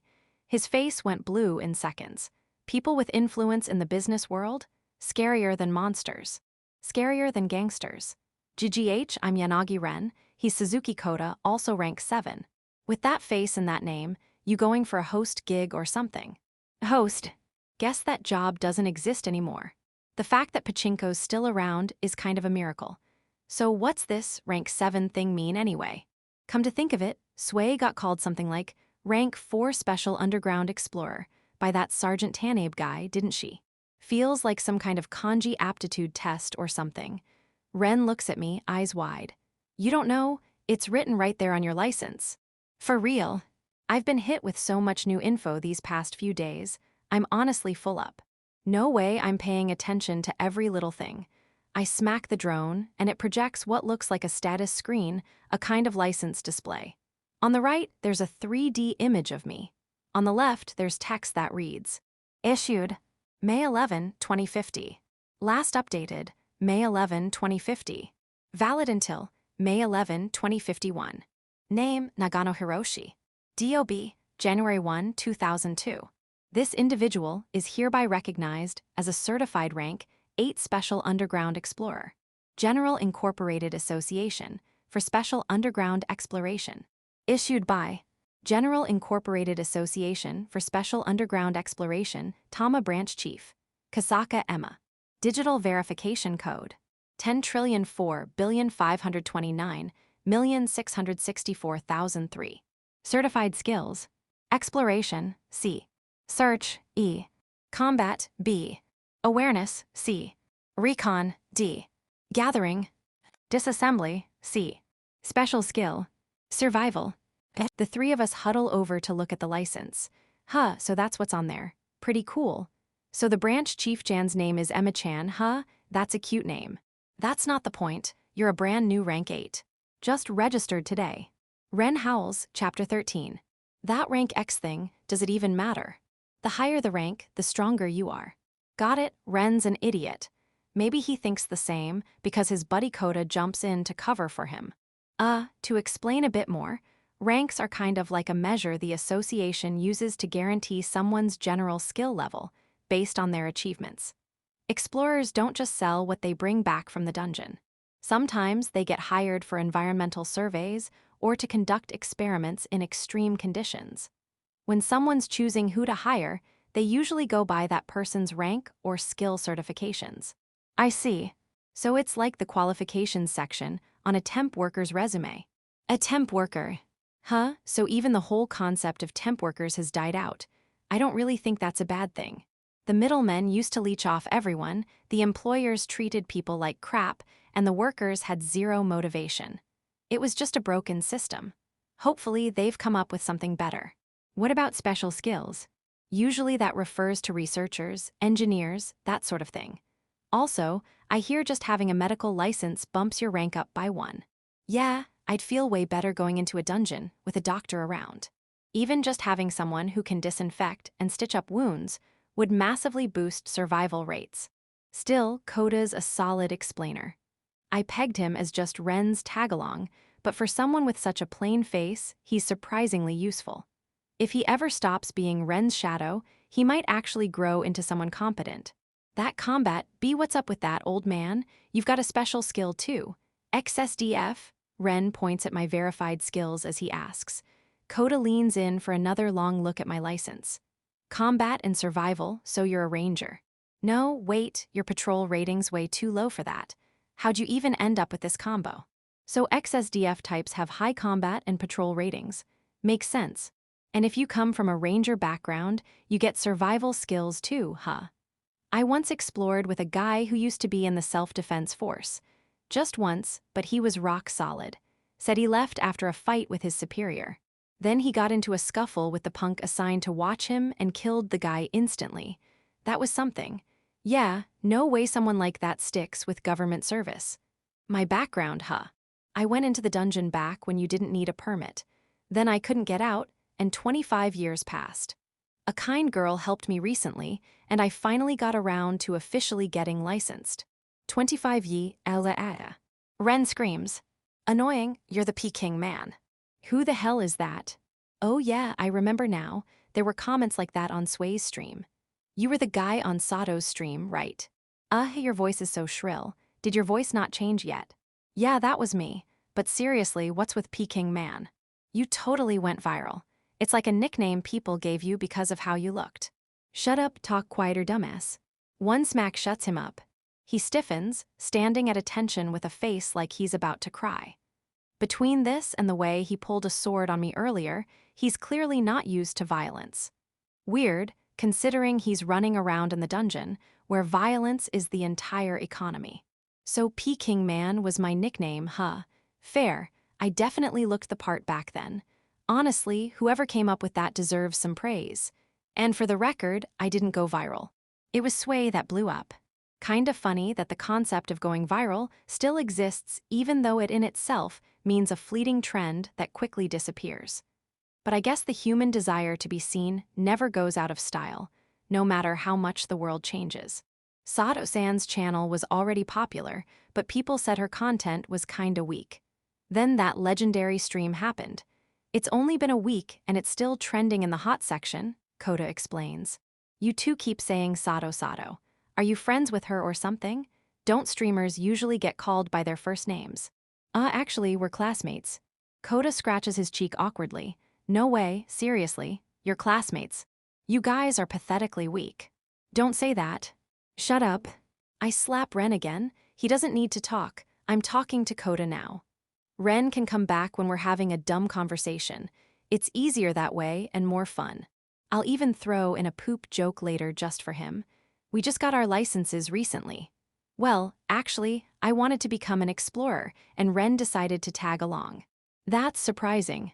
Coda's pale and skinny, with clean but not fashionable clothes. His mouth kind of droops like he's got no energy. He looks serious, but nothing about him stands out. Hard to believe he's the one leading this duo. We've known each other since we were kids. It's rare for Coda to ask for something like this, so I wanted to support him. Not a bad guy, this Ren. Sweet story and all, but let's be honest. When guys say stuff like that, it doesn't hit the same. If you really want to support him, maybe don't go picking fights with other explorers. Sorry. Good, at least he's honest. It happens a lot. First time you swing a weapon, you get all full of yourself. Most don't live long enough to regret it. Ren's lucky. There's no point chatting with them forever, so I cut the conversation short and pry the magic stone from the kobold I killed. The stone's lodged at the tip of the tail. The rest of the body I leave behind. As I head deeper down, the two of them follow, tossing the severed tail into a container suspended by a drone. Chapter 14. These guys look like they'll get themselves killed before they even reach the base on the 15th floor. But it's not like I'm obligated to tell them to turn back. They're apparently Sway's classmates, but even if they die, it's not like I'll be losing sleep over it. Hell, the last time I worked with a team, 3 of them died. You won't last long in the dungeon if you let every death weigh on you. I push forward, smashing through kobolds with the crowbar, and reach the 7th floor. This is where the air starts to change, chemically speaking. Basically, it starts to smell different. Changes in dungeon scent are important. They're a major clue about what kind of monsters or environmental shifts you're about to face. I remember some northern guy once said, "It smells like a snowy day," and I thought he was full of it until a snow golem actually showed up. That surprised even me. Moving slowly from the front, like an old man with a bad back, comes a bandage-wrapped corpse. A mummy. Its main difference from a zombie is that it isn't rotting. In fact, it even gives off a nice scent, probably from herbs used as preservatives. ORHH. Ren jumps in all excited, probably thinking the slow movement means it's weak. But his short sword barely sinks into the mummy's shoulder before it stops cold. He swings again and again, trying to land a hit, but it's useless. What the hell? This thing's hard as a rock. Well, duh, it's a mummy. Basically, a giant slab of beef jerky. If you think of it as a human-sized beef jerky tightly wrapped in dried, crusty bandages, of course it's not gonna be easy to cut unless you know what you're doing. Move. You're in the way. Ren steps back. At least he follows instructions quickly, that's good. I swing the claw end of my crowbar straight into the side of the mummy's head. The tip crushes into its skull with a sickening thud. It spasms once, then collapses. Say what you will, but just like with a regular human, the head's always the weak point. Whether you jam something into the eye socket or just crack the whole skull open, taking out the head gets the job done fast. The annoying thing about undead is that unless they're carrying gear, you get nothing from killing them. Human corpses aren't exactly valuable. People die all the time on the surface. No need to collect bodies down here. Sometimes mummies wear burial trinkets, but they're usually low-grade jade, agate, or topaz. You won't find a buyer for that kind of junk. Smash the head. Next time, you two handle the mummies. Got it, yes, sir. Works out well for me. I get to slack off, and they gain experience. Win-win, we reach the 9th floor. The smell changes again. On top of the kobold musk and mummy herbs, there's now a clear scent of rot in the air. SLSHH, SLSHH, the sound of something wet being dragged echoes from all directions. Looks like even the rookies know what's coming. Their faces go pale. That's not good. If you want to survive in the dungeon, you need to build a tolerance for gore. On the shortest route to the 10th floor, something lurches into view in the dim corridor, a flesh golem. It looks like 5 skinned human bodies, roughly mashed together and molded into one lump. Using its dangling limbs like makeshift legs, it crawls forward like a giant caterpillar. Wherever it goes, it leaves a trail of blood and meat scraps.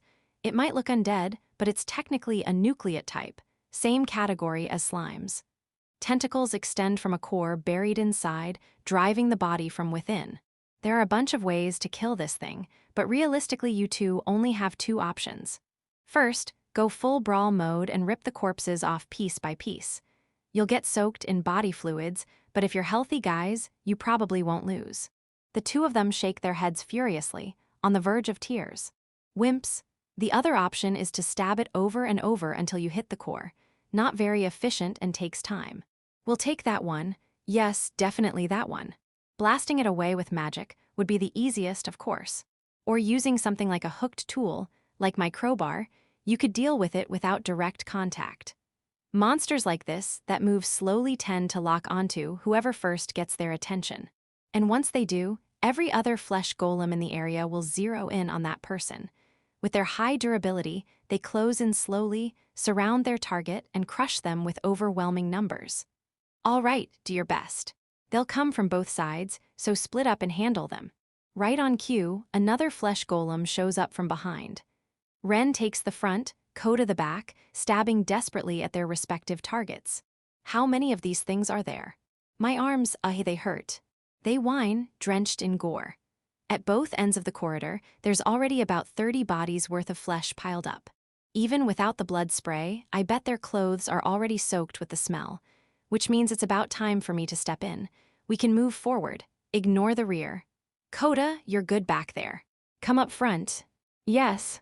He yells back, voice cracking from the strain, but he sounds like a guy who's giving it his all. Ren, fall back. Roger. I gather up the two rookies and position them behind me. A pile of flesh begins to writhe all at once. Like someone dropping a magnet into iron filings, the chunks shift chaotically, compress, and merge into one massive lump. Crushed bones click together, forming a loose spiral carapace. Minced meat fills the gaps, shaping into a giant, rotten snail. We used to call that thing a tartar golem back in my adventuring days. Ever heard of it? The rookies, pale as ever, shake their heads. Figures they've got no idea. Looks to be about 4 meters tall. Not bad. VVVVVVVVVVVVVVVV. Tentacles sprout from every part of the tartar golem, vibrating in intimidation. Chapter 15. I figured this would happen. If you take too long taking down flesh golems, this is what you get. These things are nucleated types. Taking your sweet time to chip away at them is basically the same as feeding the surviving flesh golems new material. The longer it drags on, the more those tentacles from the core absorb flesh and form into one giant mass. By the way, no idea how it works, but once a flesh golem turns into a tartar golem, the meat actually gets a little fresher. Makes no damn sense. You'd think it'd start rotting since the process takes time. I give the crowbar a quick spin in my hand to check the grip. No room for slip-ups from here on out. Before it closes the distance, I rush in myself. Other golems are going to come from behind too, no doubt about that. I want to secure as much space for us as I can.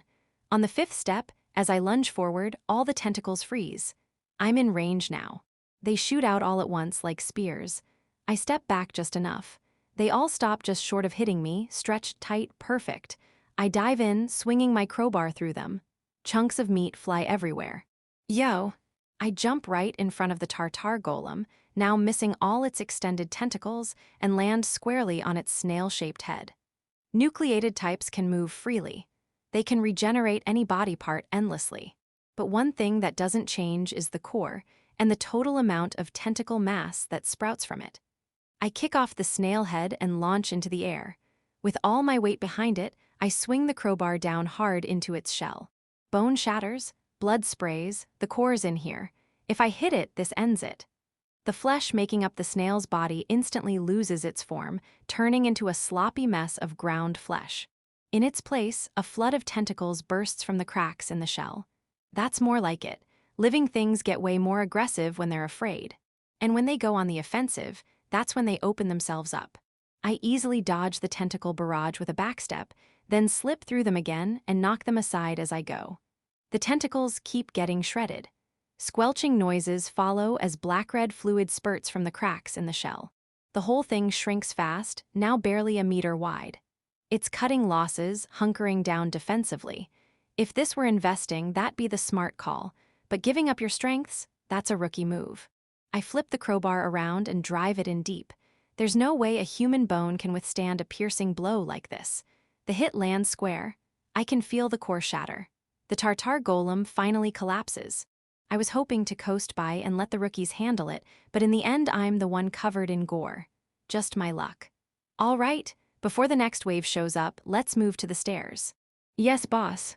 Who's your boss? I break into a jog, and the rookies follow right behind, not even flinching at the blood and guts they're splashing through. Boss, you're seriously strong. You've got to be like rank 2 or 3 at least, right? Any SDF soldier with a grenade could pull off the same thing. Maybe it's not the dreamiest answer, but that's how it is. And yet, their eyes still sparkle like I just performed a miracle. Still, being able to do what a grenade does with just your own limbs, that's amazing. Getting praised that directly feels weirdly embarrassing. I just mutter, yeah, I guess. After that, I rotate the rookies in and out of fights, stepping in whenever things start dragging. We make it down to the 15th floor. Every time we take out a monster, Ren turns around as if looking for praise, and I smack him upside the head. He's taken 4 hits so far. On floor 15, the monsters are gone, probably because this is where a lot of explorers gather. We head straight for the base.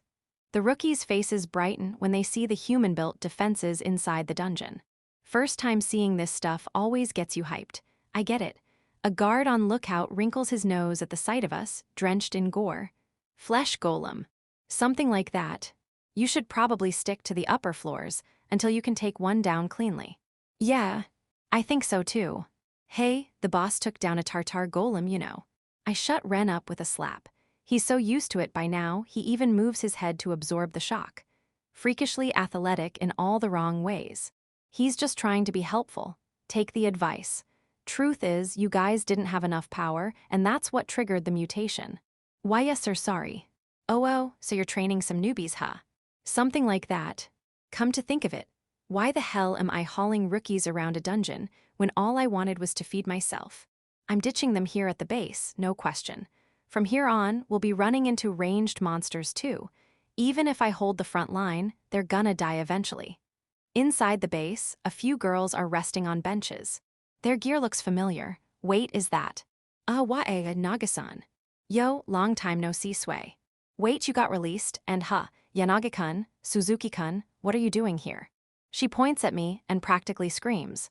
Okay, no need to act like you've just run into a killer clown in a dark alley. Yeah, a lot's happened, Kauta says with a nervous laugh, scratching his head. In contrast, dumbass Ren puffs out his chest with a smug grin. We've become the boss's apprentices. We'll be stronger in no time and totally leave you in the dust. I smack the idiot on the back of the head. His head bounces forward with a nice thunk, and he ends up bowing automatically. I never agreed to take on apprentices. Once you've rested here, you're heading back. Wyatt, no way. These two were struggling against kobolds on the upper floors. After a quick chat, they followed me all the way here. I looked after them this far, but any further's a death sentence. We part ways here. Sway and her group look confused. Thank you so much for everything. You're right, we'll head back from here, Kauta says, bowing deeply before dragging the idiot off toward the showers. I turn back to Sway and the other 2 girls. Chapter 16. I'm glad we met again here in the dungeon. Thanks to you, I was able to return to human society. I bow my head. No. I should be the one thanking you. You saved me. We owe you as well. We almost lost one of our own. Sway and her friends bow their heads, so I guess that makes us even. And since you've also saved my life, you don't need to be so formal with me, Sway. The other 2, though, still gotta mind your manners. I say it with a half-joking smile, and the girls respond with vague, strained smiles in return. Did that weird them out a little? Apparently, the 2 I haven't met before already know who I am. Looks like they watched Sway's stream after they pulled out of the train. Meanwhile, I know nothing about them, so I have Sway introduce them. The one in the black combat suit that looks like a rubber wetsuit, armed with a short bow and a dagger, clearly a scout type, is Harem. She's petite and slim, with messy short hair and large almond-shaped eyes that give off a feline vibe. She specializes in recon, scouting, and patrols, just like her appearance suggests. The other one, clad in full plate armor and wielding a mace, basically a walking tank, is Tauka. Her long, pale pink-gold hair is pretty flashy, but her narrow, sleepy eyes give her a calm, relaxed look. She's built for frontline combat with that heavy armor, and apparently she can also use support and healing magic. Kind of like a battle cleric from old-school games. Once we finish introductions, I hit the bath, change clothes, and scavenge for food. It's all retort pouches, huh? Well, not like you can store fresh veggies in a dungeon. I grab a pouch of mixed rice and head back to a bench when Sway calls out to me. Naga-san, what are you planning to do next? Haven't thought that far. I'm broke, so I figured I'd come here and get a meal. You dive into the dungeon just to eat? Tauka chuckles wryly. Is that so weird? In the end, whether it's a job or your environment, it all boils down to eating to live, young lady. If you don't have any requests lined up, why not come with us for a bit? Sway invites me. I was already planning to dive deep enough to make some decent money, so I might as well. After picking up those two rookies, I realized something. The reason I've been acting out of character might just be because I'm lonely. If I'm going to pick up strays again, better to team up with someone whose skills I know. You pulled off that retreat beautifully. I'd feel safer with you around. Harun, Tauka, you two okay with it? Of course we are. We get to see the famous Peking man in action, live and in person. We already discussed it over here. I'm perfectly fine with it as well. Please take care of us. And just like that, it's settled. Here comes Peking man. We don't need a guy. Can't even recognize him now that he's cleaned up. Get dirty again, please. We're really gonna get to see Peking man dungeon crawling? I'm worried for Sway and the girls. Gonna find Peking man's stream. He gave his real name, so it should be easy. The comments seem positive too. After a quick equipment check, role assignment, and exploration schedule discussion, we each move to the resting area and spend the night at the base. My smartwatch says it's 5 a.m. we head out. Up to the 30th floor, it's always kind of dim, so the time of day doesn't really matter. But for maintaining our health, a proper rhythm is still important. 20th floor. Unlike when I was dragging around those two rookies, today's exploration is going smoothly. I pry a bronze bracelet off a skeleton's arm and toss it into the box suspended beneath my drone. It clinks loudly against the other metal junk already inside. Why are you picking up all that junk? Sway looks at me, puzzled. Copper sells pretty well, right? Among copper alloys, gunmetal bronze was in demand for a while. Not anymore. I mean, you can sell it, sure, but I've never seen anyone dungeon dive just for that. Then what do people bring back?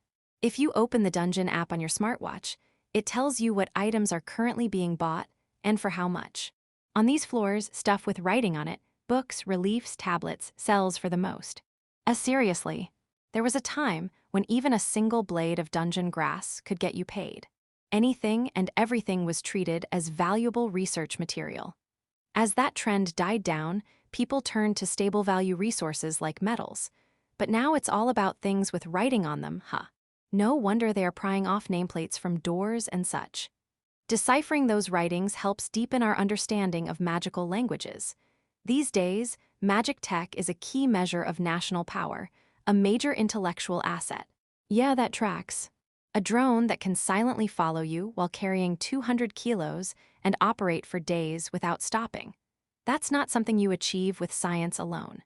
The fact that they can mass distribute those, magic tech really is something else. But if using magic requires understanding magical language, does that mean monsters are intelligent? Thwip, the twang of a short bowstring echoes. I spin around just in time to see an arrow from Harun, on lookout, smash straight through a skeleton's pelvis. 3 skeletons, 2 skeleton fighters, 1 skeleton champion. The will-o-wisps are red. This might be bad. A stream of glowing wisps slithers out from the ruins of what looks like a collapsed stable. Same old skeletons, plus heavily armored ones with long spears, and a huge, 2.5-meter-tall skeleton wearing a pickle hub-like helmet with a horn on top. Wait, didn't Harun call out their lineup before they even came into view? Was that some kind of magic scan? Yep, I'll explain later.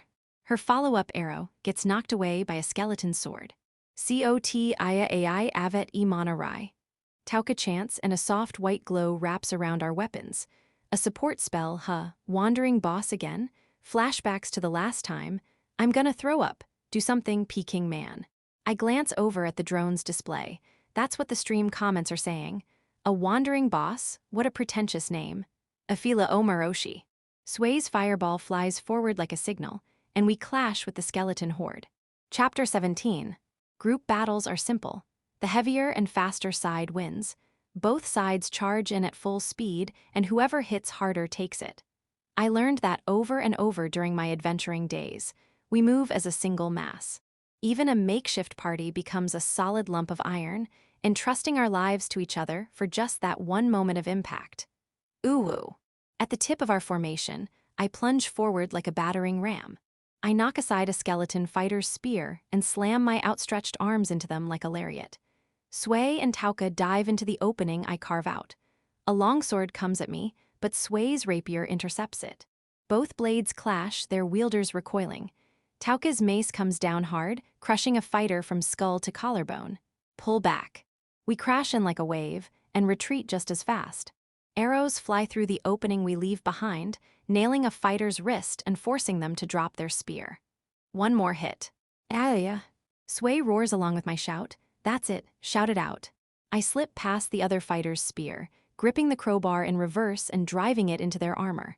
A sharp metallic scream echoes. The fighter is knocked back violently, must be the effect of the buff. Despite being undead and supposedly numb to pain, it drops to its knees. Tauka takes a skeleton's horizontal slash full-on with her armor, then smashes it apart with a counterattack. At the same time, Sway's blade slices through another skeleton's spine. The top and bottom halves flop on the ground, writhing and twitching. Pull back. I swat aside a downward skeleton slash with my crowbar and retreat at full speed. One skeleton champion and one skeleton are still in fighting condition. 2 fighters and 1 skeleton are temporarily out of commission. Skeletons are fragile, but unless you destroy their pelvis, they regenerate over time. If we drag this out, they'll just keep coming back into the fight. Sway, take on the skeleton one-on-one. Got it. Tauka, finish them off. Understood. Harem, back me up. We're taking down the champion. Leave it to me. Once we've broken their formation with our charge, it's cleanup time. We finish the half-dead and swarm the rest with numbers. Hey there, boss. Not a good look, hanging back like that. Even bones can harbor rage, it seems. The will-o-wisps burning in the skeleton champion's eyes flares with violent intensity. Time for a fresh analysis.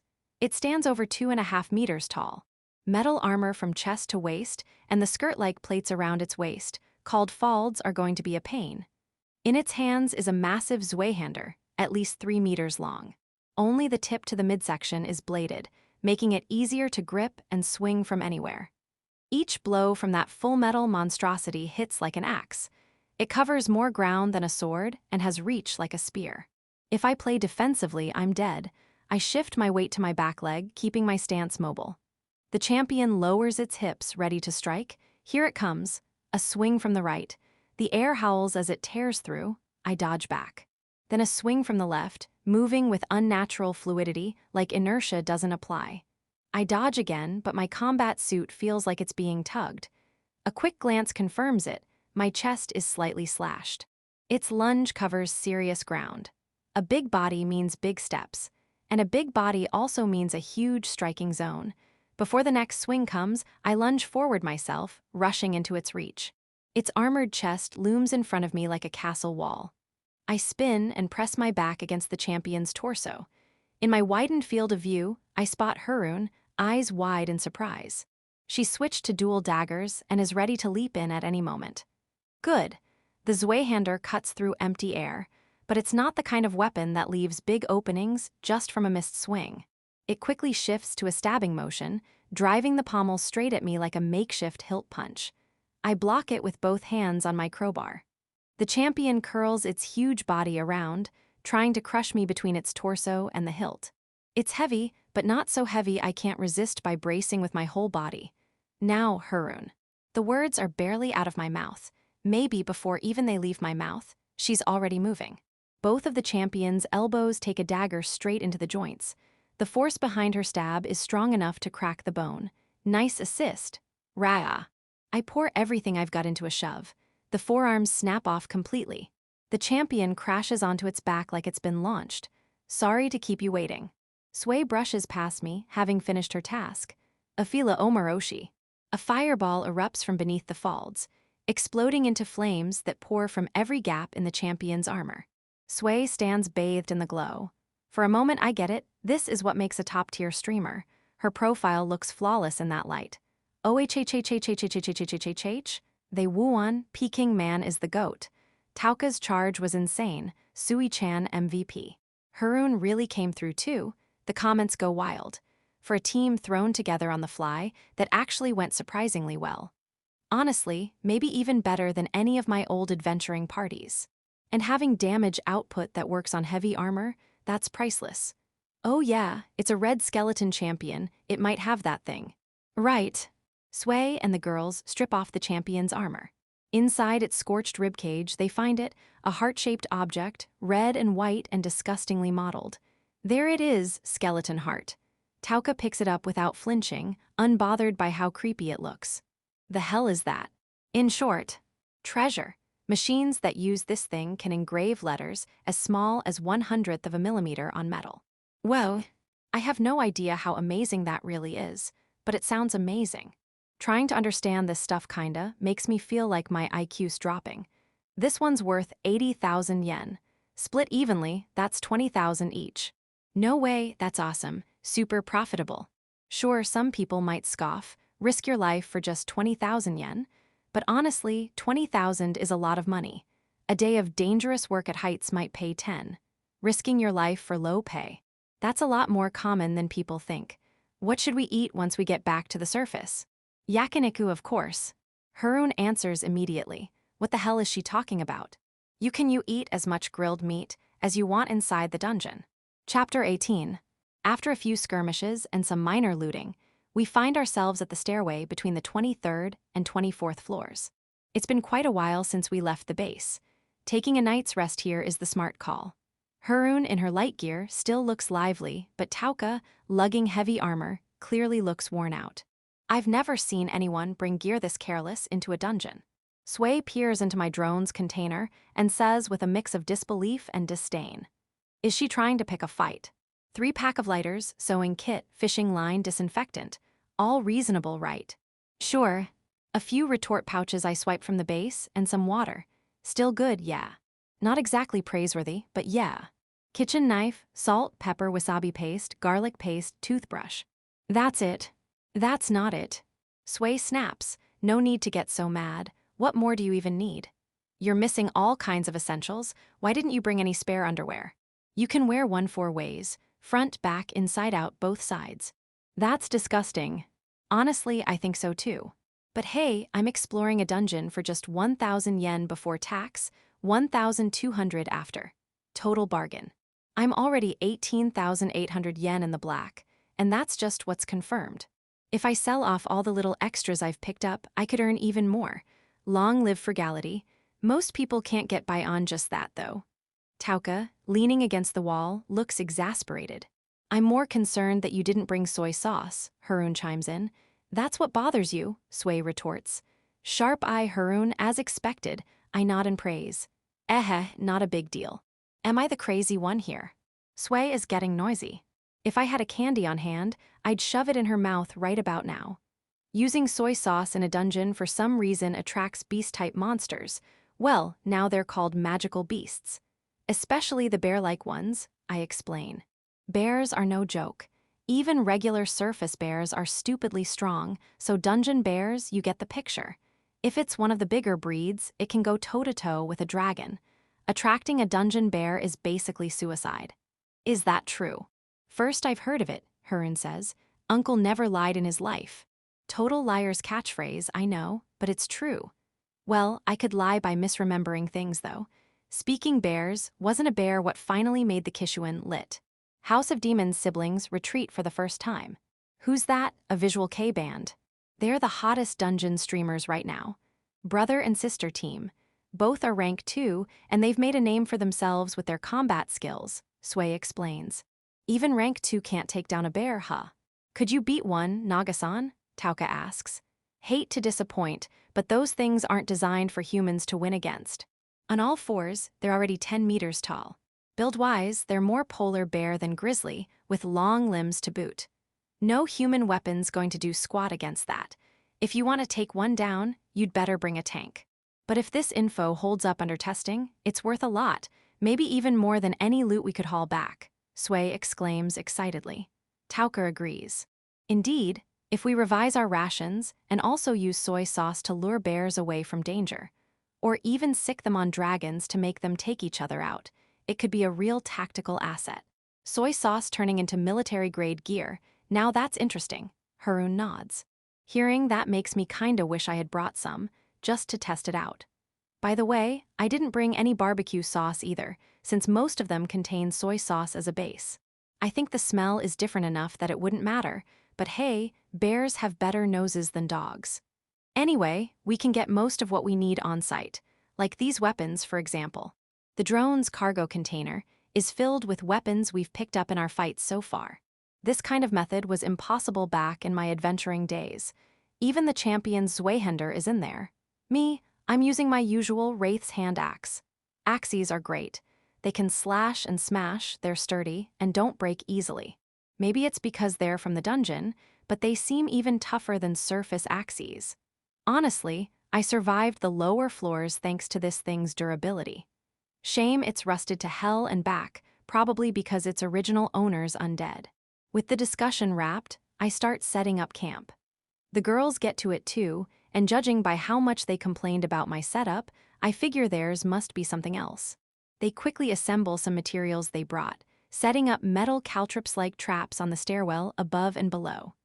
They attach sensors so that if anything appears near the stairs, an alarm will go off. Then they pitch a tent with proper mats inside and even put together a portable toilet using some plastic-like sheet material. Feels more like a well-furnished campground than a dungeon bivouac. Meanwhile, I just break down a nearby gallows for firewood, get a fire going, throw Wraith's robe over myself, and lie down. Sway and the others look kinda uncomfortable about it, but thankfully, none of them suggest I join them in their tent. Poor guy, LOL. That's what you get for underestimating the dungeon. Try acting like a civilized person. How the hell has this guy survived this long? It's not even confirmed he really spent 25 years in the dungeon. Lying by the fire suits him too well, lol. These guys are annoying. And come on, it's been 25 years. Can't LOL be extinct already? I sit up, smack the drone once, and shut the comments off. Chapter 19. Combat on the 24th and 25th floors goes smoothly. Sway and Harun handle ranged attacks, while Tauka and I hold the front line. If any monsters retaliate from a distance, Harun breaks off to intercept. No trouble at all. It's almost boring, I say, yawning as I rub the corner of my mouth. My stubble's getting long. When I press my fingertip against my chin, I feel the coarse bristles bend with a tiny snap. Not for long, Sway says, pointing her rapier at a pitch-black structure made of that mysterious material. It's a staircase connecting dungeon floors. Doesn't that thing look weird to you? There are usually two types of staircases. In the upper floors, they look like ordinary indoor stairs, just made from weird-looking materials. Deeper down, they tend to be cube-shaped buildings, like giant blocks of tofu, with an entrance gaping open on one side. But the one in front of us now is completely different, a set of stairs descending directly into the ground, surrounded by twisted stone pillars. That kind of ominous design usually means a boss staircase, Tauka says. Oh, a boss fight. They're really strong, so we normally avoid stairs like this. But this time, we've been hired to scout out boss staircases. Huh, so there are requests like that. Back when I ran into the deep floors, I didn't use stairs like these. With the dungeon being this big, it has stairs everywhere. Some of them must lead to boss fights like this. So, the boss is just hanging out on the stairs, or what? It's not that ridiculous. If that were the case, you could just pour gasoline down the stairs and call it a day. The stairs lead to a door, and beyond that is a big room where the boss waits. I guess you could call it the 25.5th floor, Sway explains. Sounds like a video game. Their lack of reaction might be a generational thing, or maybe these kids just don't play games like that. Still, it stings a little. Uncle's feeling a bit lonely over here. The 25th floor of the Kanto dungeon, outdoor undead environment, will be the first to fight a boss under these conditions. Let's stay sharp, Tauka says. It probably won't be stronger than the deep-floor dragons, but it's best to approach the unknown with due caution. Monsters with one-shot surprise gimmicks aren't that rare. And if it's a boss, there's no telling what we'll run into. We need to play this smart. This is one of those times I kind of wish I had a shield. Even a wooden one would be nice. Should have stolen a kobold's. Just as I'm thinking that, Tauka pulls a tower shield from her drone-mounted container. It's huge, shaped kind of like a baked yatsuhashi. No fair. Even Sway pulls out a small shield, a heater-type one shaped like an upside-down shogi piece. Looks like something the green-clad hero from a certain princess-saving game would carry. Apparently, it's just Harun and me without shields. I give her a look of camaraderie, and she backs away teary-eyed, stammering, "W, what is it? Come on, We don't know what kind of boss we're up against, so going all-out melee like usual isn't the best idea. I tuck my hand axe into my belt and grab a spear instead. Spears are great. Humans managed to take down mammoths thanks to them. They were humanity's first answer to enemies they couldn't possibly beat with their bare hands, the original giant slayer weapon. The boss room door is huge, a double door big enough for a small car to pass through. It's made of the same mysterious material as the stairs and swing open automatically as we approach. The space inside is strange. A hemispherical room about 50 meters in diameter, with walls and floors made from smooth, white stone. Something about the brightness feels off. I squint and realize the stone itself is faintly glowing. No boss in sight, I say. They say it appears once you reach the center. You saw that on a stream or something. Yeah. I keep the exchange short with Sway. When I glance back at the drone, it's pulled back so far I can't even read the comments. Looks like it's keeping its distance so it won't get caught in the fight. If it's smart enough to do that on its own, that's seriously impressive. I'll cast support buffs now, Tauka announces, raising her mace. Tiga rai ai tete maroshi, ryoti amaitu. An orange light shoots into our chests, forming tiny orbs of light that melt into us and spread through our bodies. I can't pinpoint exactly what's different, but I feel stronger. Like that rare kind of day when you clench your fist and think, man, I've got energy today. It slightly boosts physical resilience and also provides euphoria, pain suppression, and reduced bleeding. Some people even feel a bit stronger. It's just a minor boost, really. Minor, my ass. Once you hit adulthood, the days you feel completely fine start to disappear. You cast that on someone who's really aging. They'd cry tears of joy. Hee hee, is that so? Tauka laughs, probably thinking I'm joking. I've stayed young because my aging got frozen somehow, but back when I was an adventurer, all the older guys were always complaining. Sore shoulders, chronic fatigue, blurry vision, the works. Riding the wave of strength that's flooding through me, I make my way to the center of the boss room. Then the ground shakes. Maybe a magnitude 4, I brace myself. Right in front of us, a cube made of the same stone as the floor rises from the ground. Looks to be about 4 meters on each side. Thoom, a heavy sound. No mistaking the source, cracks are forming along the cube's surface. Shards of stone crumble and fall. Well damn, that's a big gift. The moment I crack that joke, the stone explodes. Chapter 20. Explorer News, 17,114. Peking Man 19. Good news, Peking Man's stream has been found, dead channel. 1. Anon Cobalt. Here's the link, woof. 2. Anon Cobalt. Nice find, I'm subscribing. 3. Anon Cobalt. Wait, this guy got released. 4. Anon Cobalt. Pretty sure he was never arrested to begin with. 5. Anon Cobalt. Die, you clout-chasing leech trying to mooch off Sui-chan's popularity. 6. Anon Cobalt. To 5. Peking Man probably doesn't even understand how streaming works. Woof. 21. Anon Cobalt. Knew it, they're gonna end up exploring together after all. 22. Anon Cobalt. Honestly kinda hyped. I've got the day off tomorrow so I'm watching the whole thing. 23. Anon Cobalt. I'm busy tomorrow so I'll just wait for the highlight notifs. Woof. 24. Anon Cobalt. Highlight notifications, not actually highlights, useless AI pics, spammy as hell. Just gonna wait for some human to clip the good parts, that's the best way. 25. Anon Cobalt. Went back to watch his first stream since it's Peking Man's debut. It's just non-stop violence, I was dying laughing. 26. Anon Cobalt. Got nothing better to do, might check it out too. 44. Anon Cobalt. Just watched it. That part with the flesh golem was insane, never even heard of a Tartar golem before. 45. Anon Cobalt. Tartar golems have been reported before. The problem is, the people who find them usually die. 46. Anon Cobalt. Streams where someone dies get taken down too.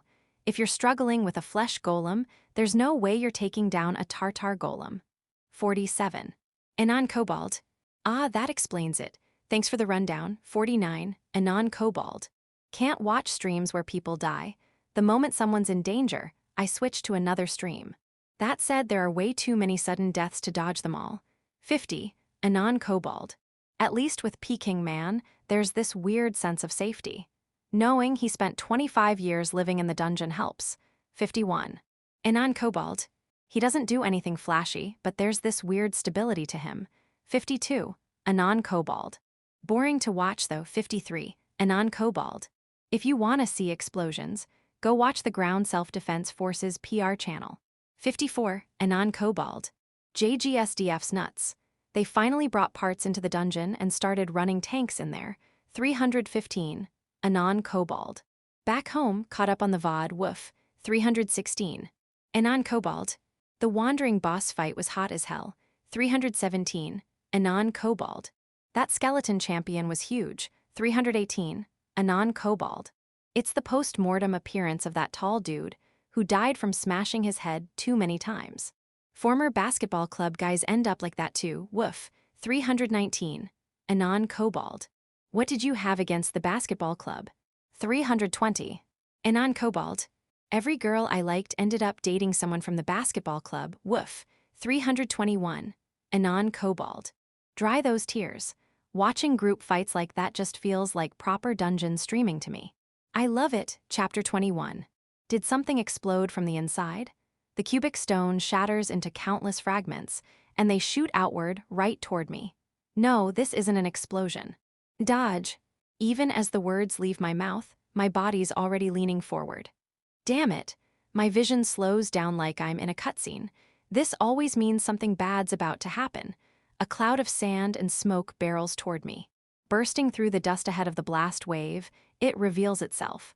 A jolt of danger stabs into my brain. Time stretches even further. A beak, a bird, no, got teeth. Scales, eyes looking at me. 2 legs, it jumps, no, it lunges. Even the thoughts forming in fragmented words fall behind as my body moves on instinct, chasing the best possible action. I step forward. My hips twist into my shoulders into my arms, and I hurl the spear in one seamless motion. The thing charging straight through the shattered cube sidesteps the spear flying for its face. It shifts to the side, the momentum broken, its legs forced to stop. The dust clears.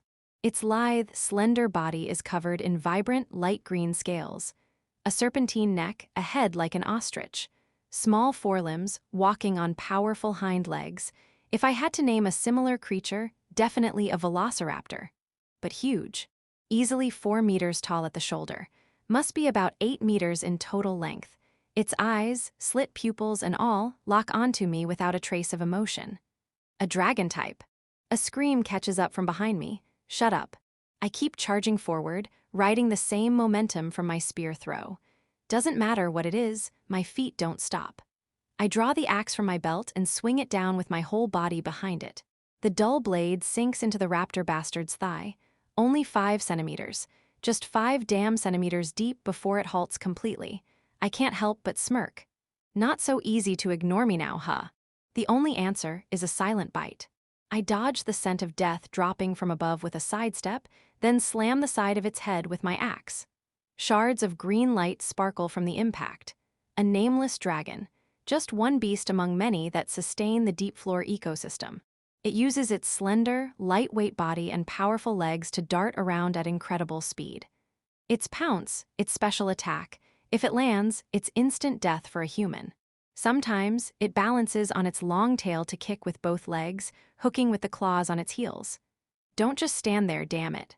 I don't need to look to know, the girls behind me are frozen in place, but that won't cut it. Not against a dragon type. If we let it run or jump, we're screwed. Get your shit together and engage now. There is life in the jaws of death. Even if you're 100 meters away, this thing's on you in 5 seconds flat. That's exactly why we can't let it get moving. You just have to pretend you don't see the death hanging by a thread and go all in. Hell, if there's distance, we won't be able to respond when it leaps. No way, no way, no way, no way. Despite her yelling, Harem leaps at the raptor. Her daggers don't pack enough punch. All they do is scrape its scales, but that's fine. Sway charges in after her. Heavy clanking sounds approach from behind. Tauka's arrived too. Tauka, take the front. You can block the bite with your shield. Got it. Sway, get behind it. Focus on dodging. Just keep chipping away at it. Chip what exactly? Anything that stands out. That long tail is like a poised spear, keeping us out of its danger zone.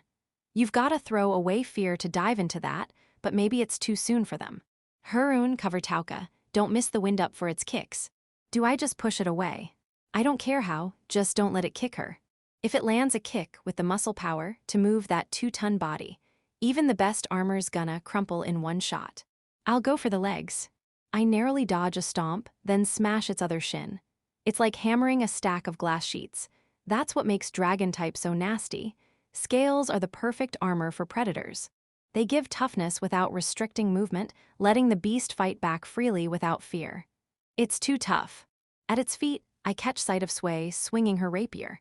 She's getting batted around by that wildly swishing tail. Looks like she's not doing any real damage, but the raptor's annoyed at least, whipping its tail like a cow swatting flies. It's actually kind of funny. Because you're using a rapier. Want my Zweihander instead? I can't use it. A dry chuckle escapes my throat. But yeah, our gear's hitting its limit. We're lacking power. Rapiers are built for killing people. Against something like this, they're far from optimal. Clashing sounds echo behind me. Tauka's holding her ground. Your focus is slipping. I channel my full weight into a powerful overhead swing, aiming for one of its toes. With a crack, one of the 3 digits snaps. The massive body wobbles, footing unsteady. Clack, clack, clack, clack, sounds like pebbles tapping together. It's coming from the raptor's throat. A musky, pungent scent wafts through the air, probably a warning odor. Smaller dragon type release this kind of scent when they start to feel cornered. Watch it, it's about to change tactics. The raptor suddenly stops. It raises its head, scanning around like it's searching for something. Then it turns, leaps with one great bound, and puts some distance between us. Clack, clack, clack, clack. From between its rows of jagged teeth, sparks begin to fall. Chapter 22. A breath attack. It must be instinct. Tauka raises her shield and lowers her stance. I immediately kick her sideways. The unexpected blow sends her flying, tumbling away. Kaya, what was that for? Harun, get her out of here. The raptor whips its neck like a lash and launches a fireball. I dive and roll to avoid it. The fireball bursts on impact like a water balloon, splashing flames in all directions. It's flammable liquid, don't let it touch you. It's basically a firebomb. The sticky fuel clings and keeps burning whatever it hits. The raptor rears its head again. A second helping, how generous. NNGH, she's too heavy. Harun's face is bright red as she drags Tauka away. Meanwhile, Sway steps forward. Taimi Shina Mopatsu si amai. She raises her left hand. Her ring flares with light. A pillar of light erupts in front of the raptor. Just as it's about to launch another fireball, its head slams straight into it. Thunk. With a dull thud, the light pillar shatters like mist. A flash spell that just creates an obstacle for a moment, but the impact knocks the flammable liquid from its mouth right onto itself. Flames engulf its face. Nice one, Sway. No idea if fire even works on dragon types, but that definitely blinds or overwhelms the senses. While it's flailing with its aim thrown off, I dart in through the flames and slam my axe into the same foot where I crushed its toes earlier. The raptor thrashes wildly in pain. For an instant, everything goes dark. Heat scorches across my forehead. Naga. Just a graze from the tail, I'm fine. The flames from its breath fizzled out, and the sudden change in brightness threw off my vision. The tail must have clipped me right then. Talk about bad timing. No concussion or anything, just a graze. Still, the bleeding's intense. Blood trickles into my eye, annoying.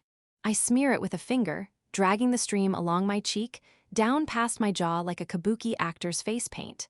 Now it flows clear and won't get in my eyes anymore. I glare up at the raptor. Its scaly, expressionless face somehow looks furious. It lunges to bite, but I deflect it with my axe. The raptor jerks back hard. Did that hurt it? No, something's wrong. A chill runs down my spine. It uses that recoil to shift its balance, now standing on its tail alone.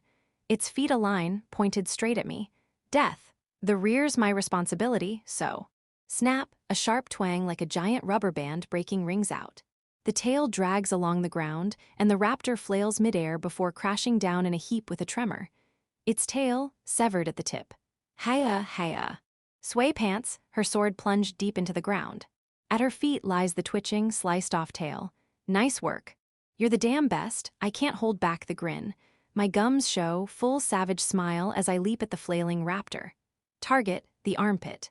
Every creature has some softness near the joints, and beneath the arm runs a major artery. Ooh, ooh, ooh, I scream from the pit of my gut. The axe arcs, a silver streak slicing through the air. My fingers buzz with shock as I deliver the cleanest, most powerful strike I've ever landed, right into its armpit. Crack! The axe handle snaps, but the blade sinks deep and blood gushes from the gap. The raptor's massive body writhes in agony. At 4 meters tall, this might seem like a small wound, but a vital one. Even humans die if you cut 5 centimeters into their neck. The raptor lifts its head and stares at me. Its scaly face betrays nothing. I can't read it. Clack! It sparks its ignition organ once, then collapses face down like it's finally given up. Did we win? Yeah. Tauka and Harun regroup with us. They don't seem burned or hurt, thank God. I pat Sway on the shoulder. She's still struggling to yank her rapier out of the stone floor. Hey, MVP. She looks into my eyes, then slowly shakes her head. It doesn't feel real, so this means we actually beat a dragon. That's right. Looks goofy, but it was definitely a dragon. You saw the breath attack. That's true. Wait, your wound okay? It looks fine, but doesn't even hurt now. Tauka's buff spells must be working. The bleeding's mostly stopped. No more drips from my chin. Buff magic really is amazing. While the 4 of us are casually chatting, the raptor lies still with its eyes closed. A massive pool of blood spreads beneath it, no sign of movement. I didn't really do anything this time. Harun mutters, glancing between her chipped dagger and the dead raptor. It happens. Scout types often get sidelined like that. And with that, the raptor's life finally flickers out. A rumble echoes through the room. From the spot where it first emerged, a staircase to the next floor rises up. Boss fight cleared. 4 drones glide toward us through the air. Their screens overflow with comments. Priority comments. Kishu and Yuzu, well done. 10,000 yen, 4.7 min ago. Congrats. Peking man is the strongest. Dragon down. Oh, they did it. Eat it. Hurry up and eat it. I knew you could do it. Most of it's cheers and hype. But what the hell is that? Sway glances at my drone and does a double take. Wait, Kishuan-san sent a donation. Oh, this is a donation. Kishuan-san, thank you for the generous dono. Is that what 10,000 yen? You're way too calm. That's Kishuan-san. The one who got wrecked by a bear. Priority comments. Kishuan Yuzu, well done. 10,000 yen, 4.5 min ago. Kishuan Yuzu, I'll remember this. 1,500 yen, 4.9 min ago. Uh-oh, he's dead. Welp, R.I.P. Peking man, I kinda believed in you maybe. Learn human interaction first. Lurk for 6 months, you idiot. Don't get cocky, you XXX. Chapter 23. Alright then, let's get to carving. I decide to ignore the comments now. Pissing off the person who threw donation was a mistake, sure, but I'm not here to suck up to the viewers. If I start worrying about stuff like that, I won't survive long in the dungeon. I'm not trying to become some kind of influencer. In my hand is a knife I got from the 100 yen store. You're really going to use that for carving? Sway asks. Of course I am. I figured out how to dismantle dragon types back when I was living in the deep floors. First, I start peeling the scales from the anus up toward the base of the throat. It's the same principle as fish. Wedge the blade into the gaps and lever the scales off. The base of each one is way tougher than a fish's, though, so I have to actually work the blade in and cut. It's basically like filleting a fish, just on a much rougher scale. Once you peel a straight line of scales, you just start opening it up from here. I slice away the skin with quick flicks of the blade. The subcutaneous fat underneath is relatively soft tissue, so this might actually be the easiest part. For the tail, I slip the skin off and peel it away in one big, slick pull. I lay the meat directly on the ground, no big deal. I'll trim off the fat before we eat anyway. By the time I finish peeling off all the skin, Sway's back to prying out her rapier, Tauka's started prepping camp, and at some point, Harun started helping me with the carving.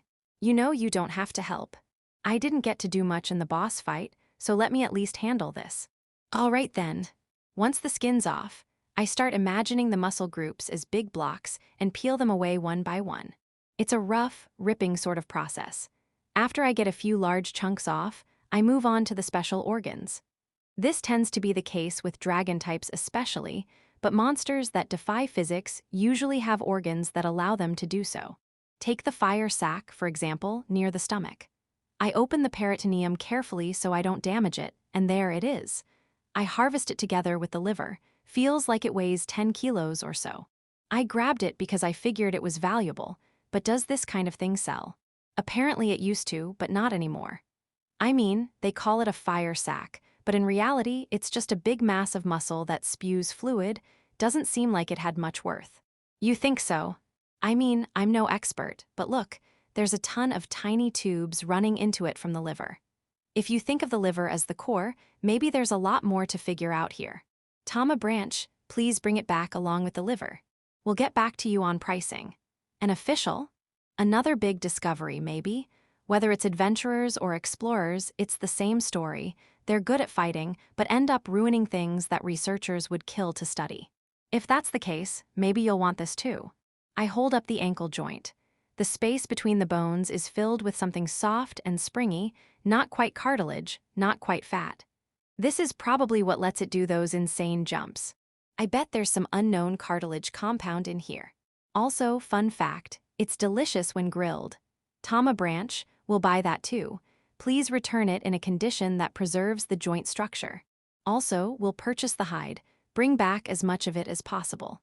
Dang, this one dragon's already gonna eat up the entire drone's cargo space. If we ever down something even bigger, we'll all have to divvy up the parts to bring it back. I portion out the meat, place it on the inside of the laid-out hide, trim it, and start slicing. That should do it. All right, let's cook and eat. Ah, I knew you were gonna say that. Sway sighs, letting go of her rapier with a resigned look. It's this huge, so it looks just like regular meat. Kind of perfect for survival training, it's beginner-friendly. We do have proper rations, you know. This is proper meat. That's true. It's not like I'm not curious about how dragon meat tastes. I'll have some. A passive yes, but a yes nonetheless. Bit by bit, I'll get her used to this. Before long, she'll be eating all sorts of things. I keep slicing the meat into thinner and thinner strips, then I pull out the big surprise. Zweihander. Sway looks confused. Harun, hold this in place for me. Tauka, set up that spiked frame thing over the fire.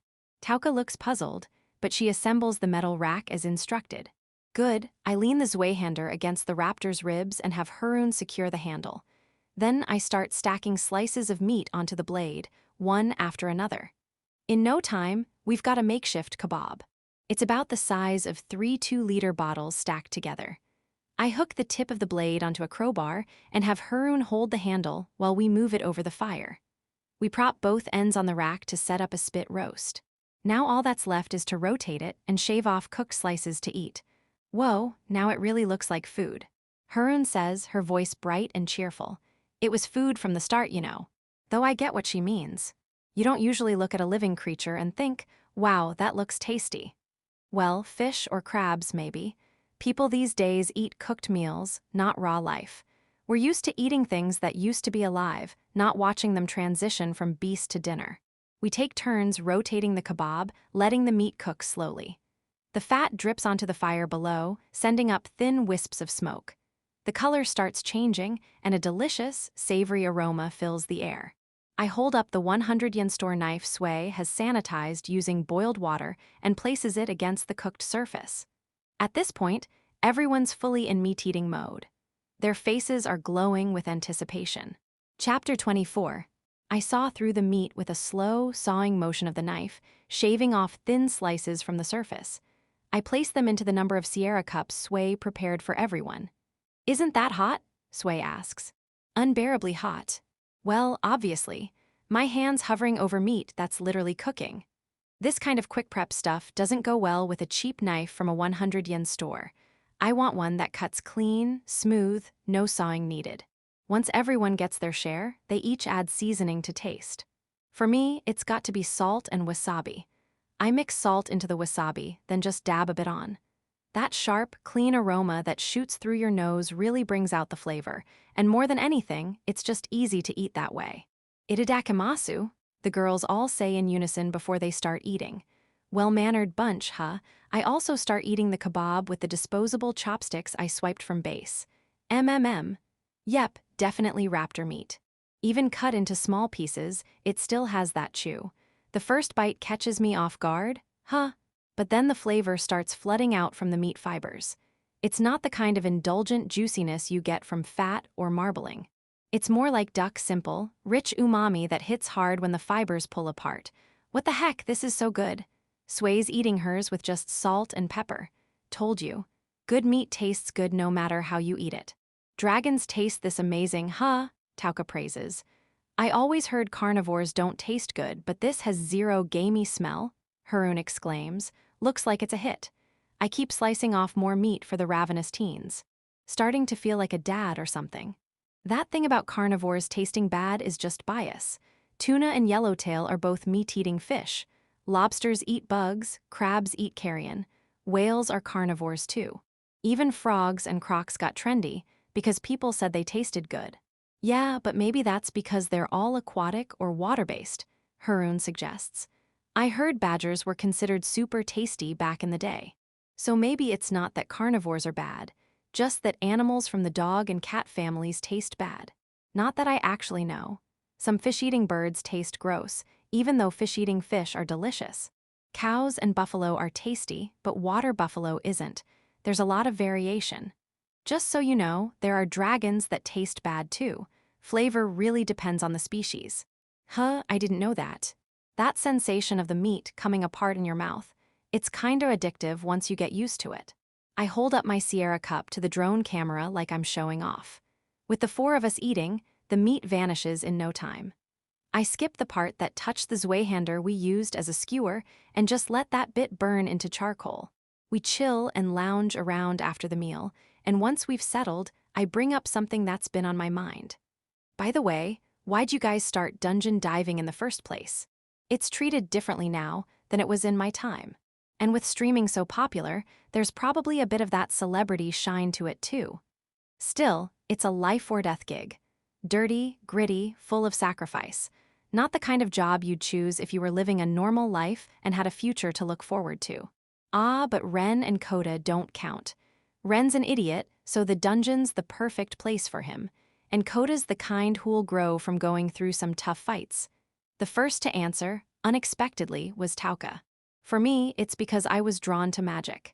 In all 300,000 years of human history, this concept never existed before. And I get to touch it head-on. It's like opening a brand new book, one page at a time, carefully, reverently. The excitement of satisfying that intellectual curiosity is what led me to become an explorer. Damn, that's a seriously solid reason. Can't argue with that. I never thought much about it myself, but there've always been people obsessed with magic. It's fantasy, of course it inspires dreams, not like I hate magic or anything. I'm curious about it, sure. It's just that when it comes to using it myself, I don't know, it feels unreliable.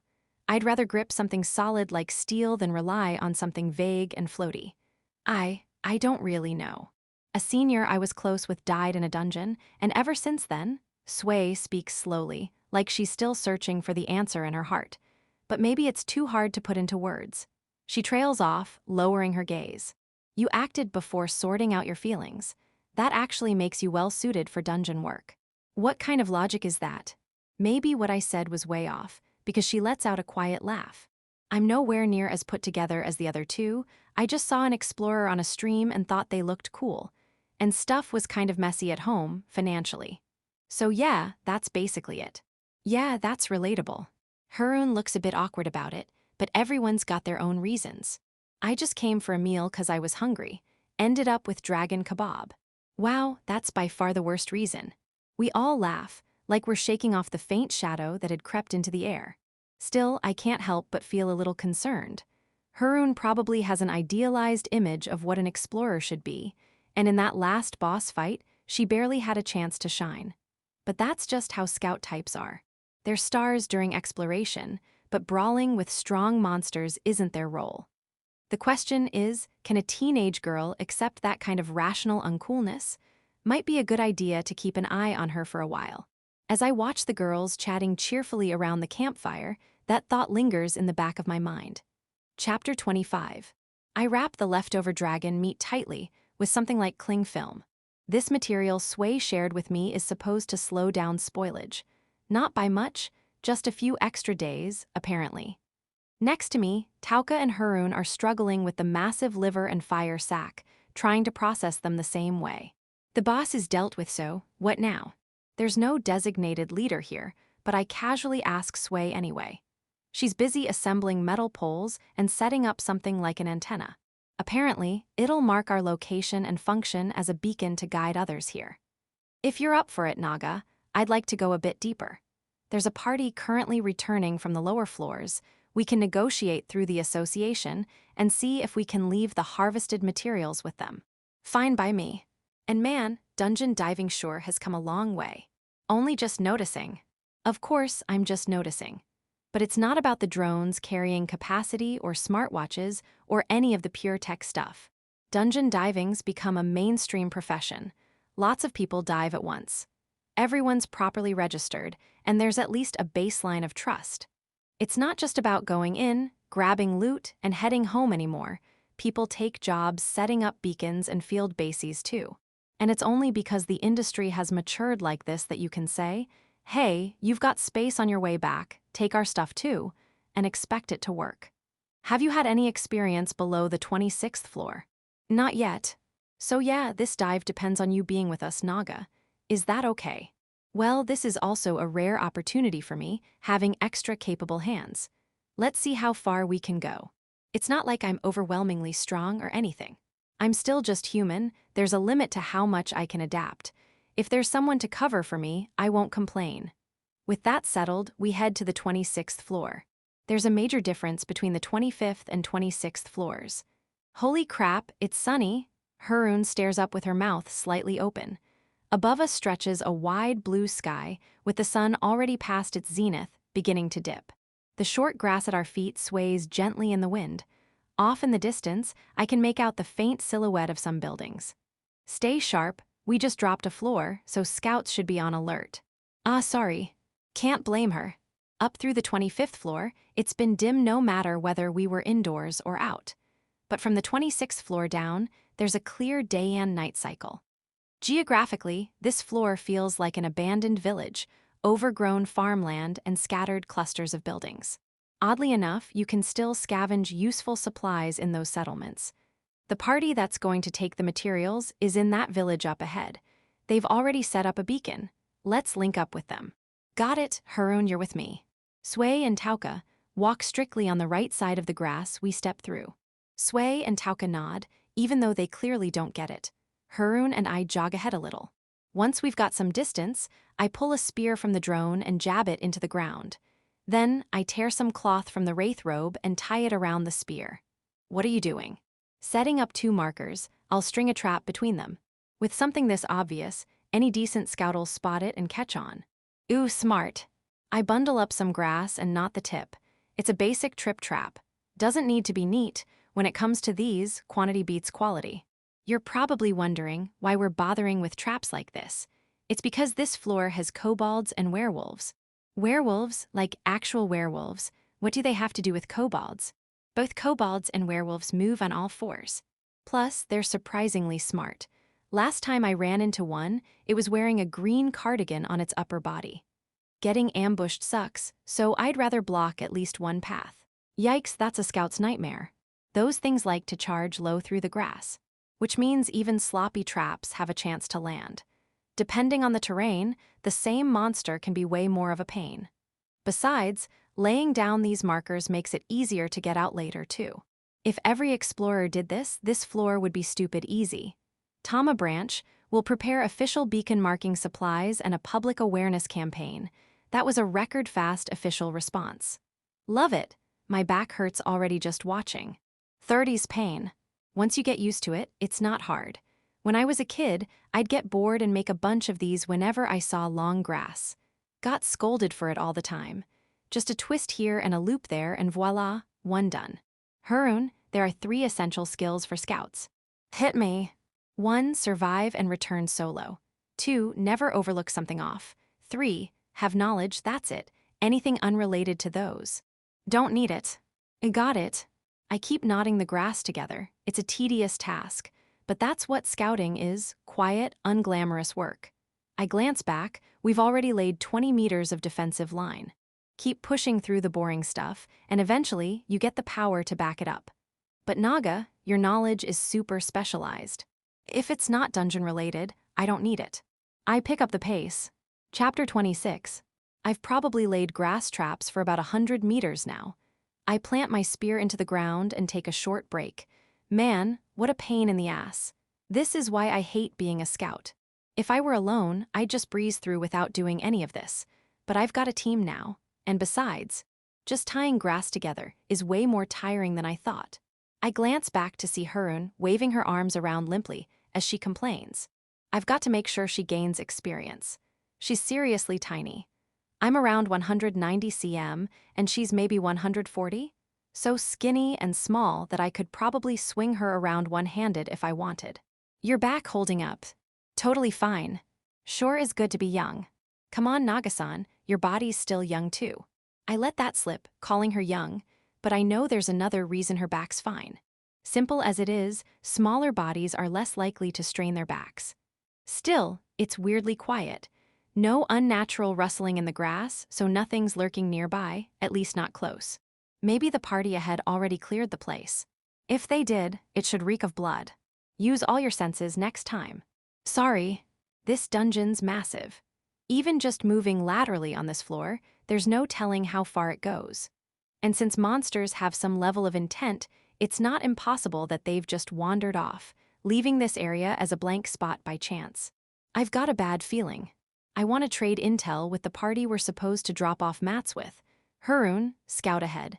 Let them know we've been laying traps and that it's too quiet.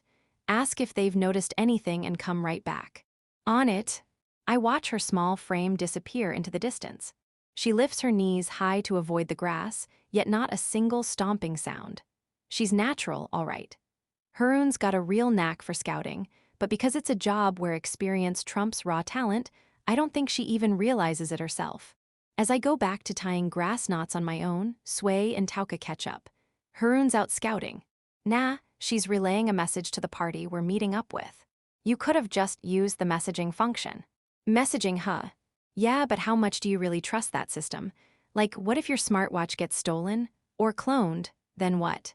I mean, it's not like anyone else can use it. Wait, Sway suddenly gasps. Yeah, you get it now. On floor 25, werewolves show up. And right then, a group comes running from the direction of the settlement, shouting loudly. We've got a problem. I turn to look and see 5 Harems, same face, same outfit, completely identical. Werewolves, shape-shifting beasts.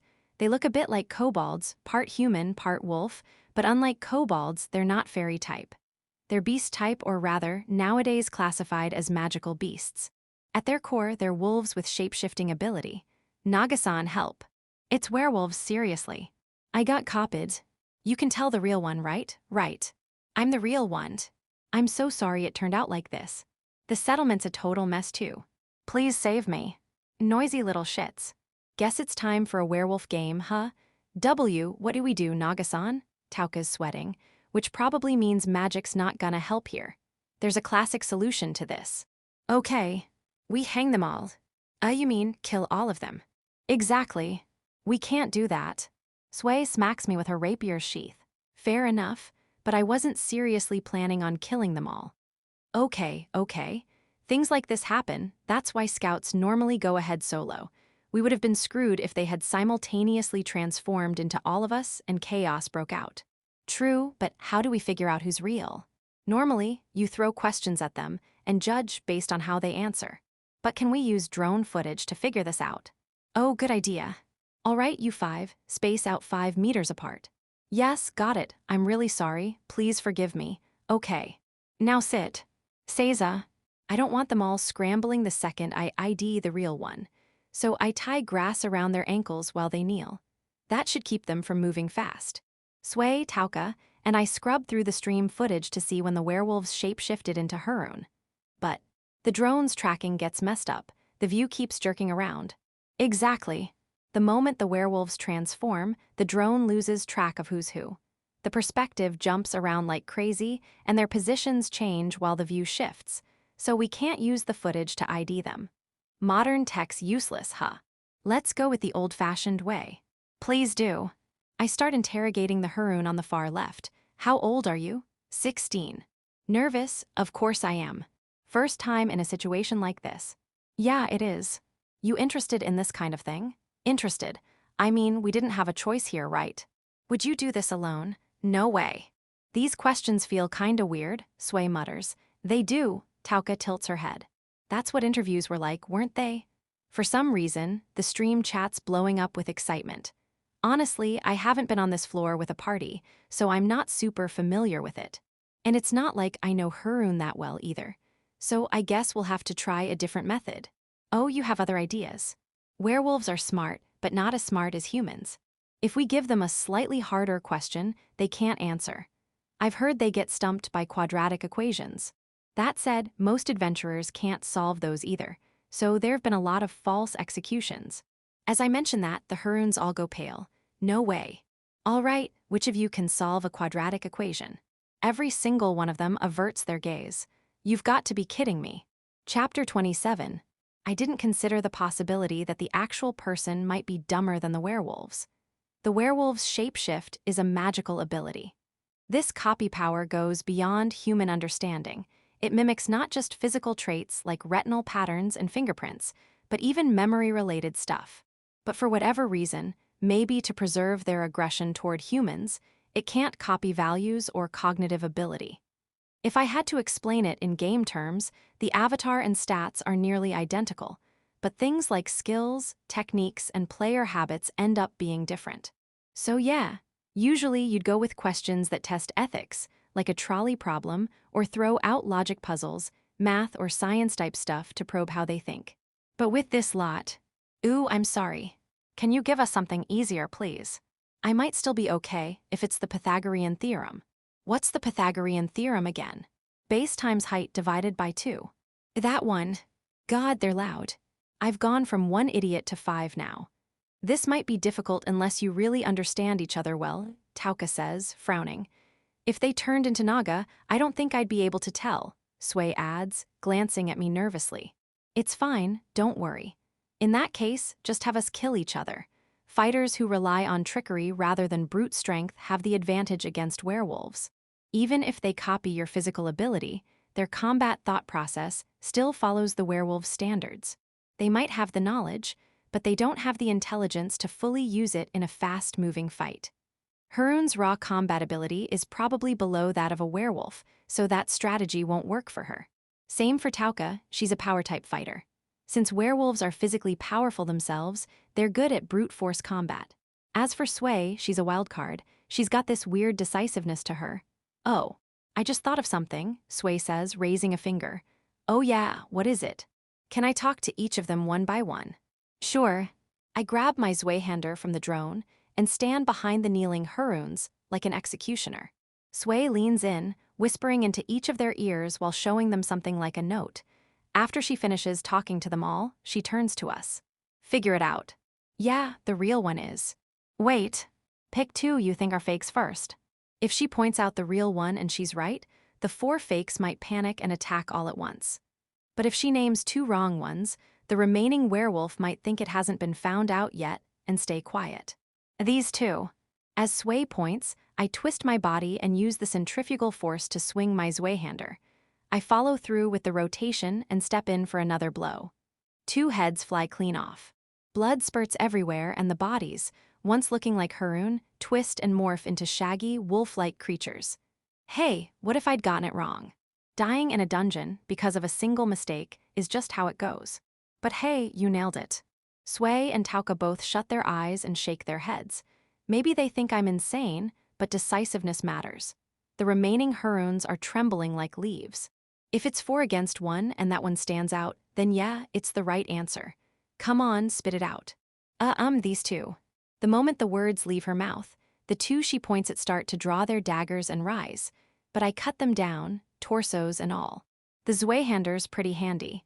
If I just let its weight pull me into motion, it moves faster than expected. Bullseye. The bodies that hit the ground are cleanly cleaved wolves. Yep. I feel bad for the Harun who's half crying and collapsed in fear. But if you keep hesitating, wondering, is that really the right call? In situations like this, you'll never be able to pull the trigger. If you're too scared of risk to make bold decisions, you shouldn't be in a dungeon. How'd you figure it out? I ask Sway, just to confirm. She glances at Harun, a bit hesitant to answer. I ask them, what's 1 plus 1 times 5? 4 of them said 6, and 1 of them said 10. Ah, so you found the one idiot instead. That's not what I... Sure it is, or would you prefer the ditzy one?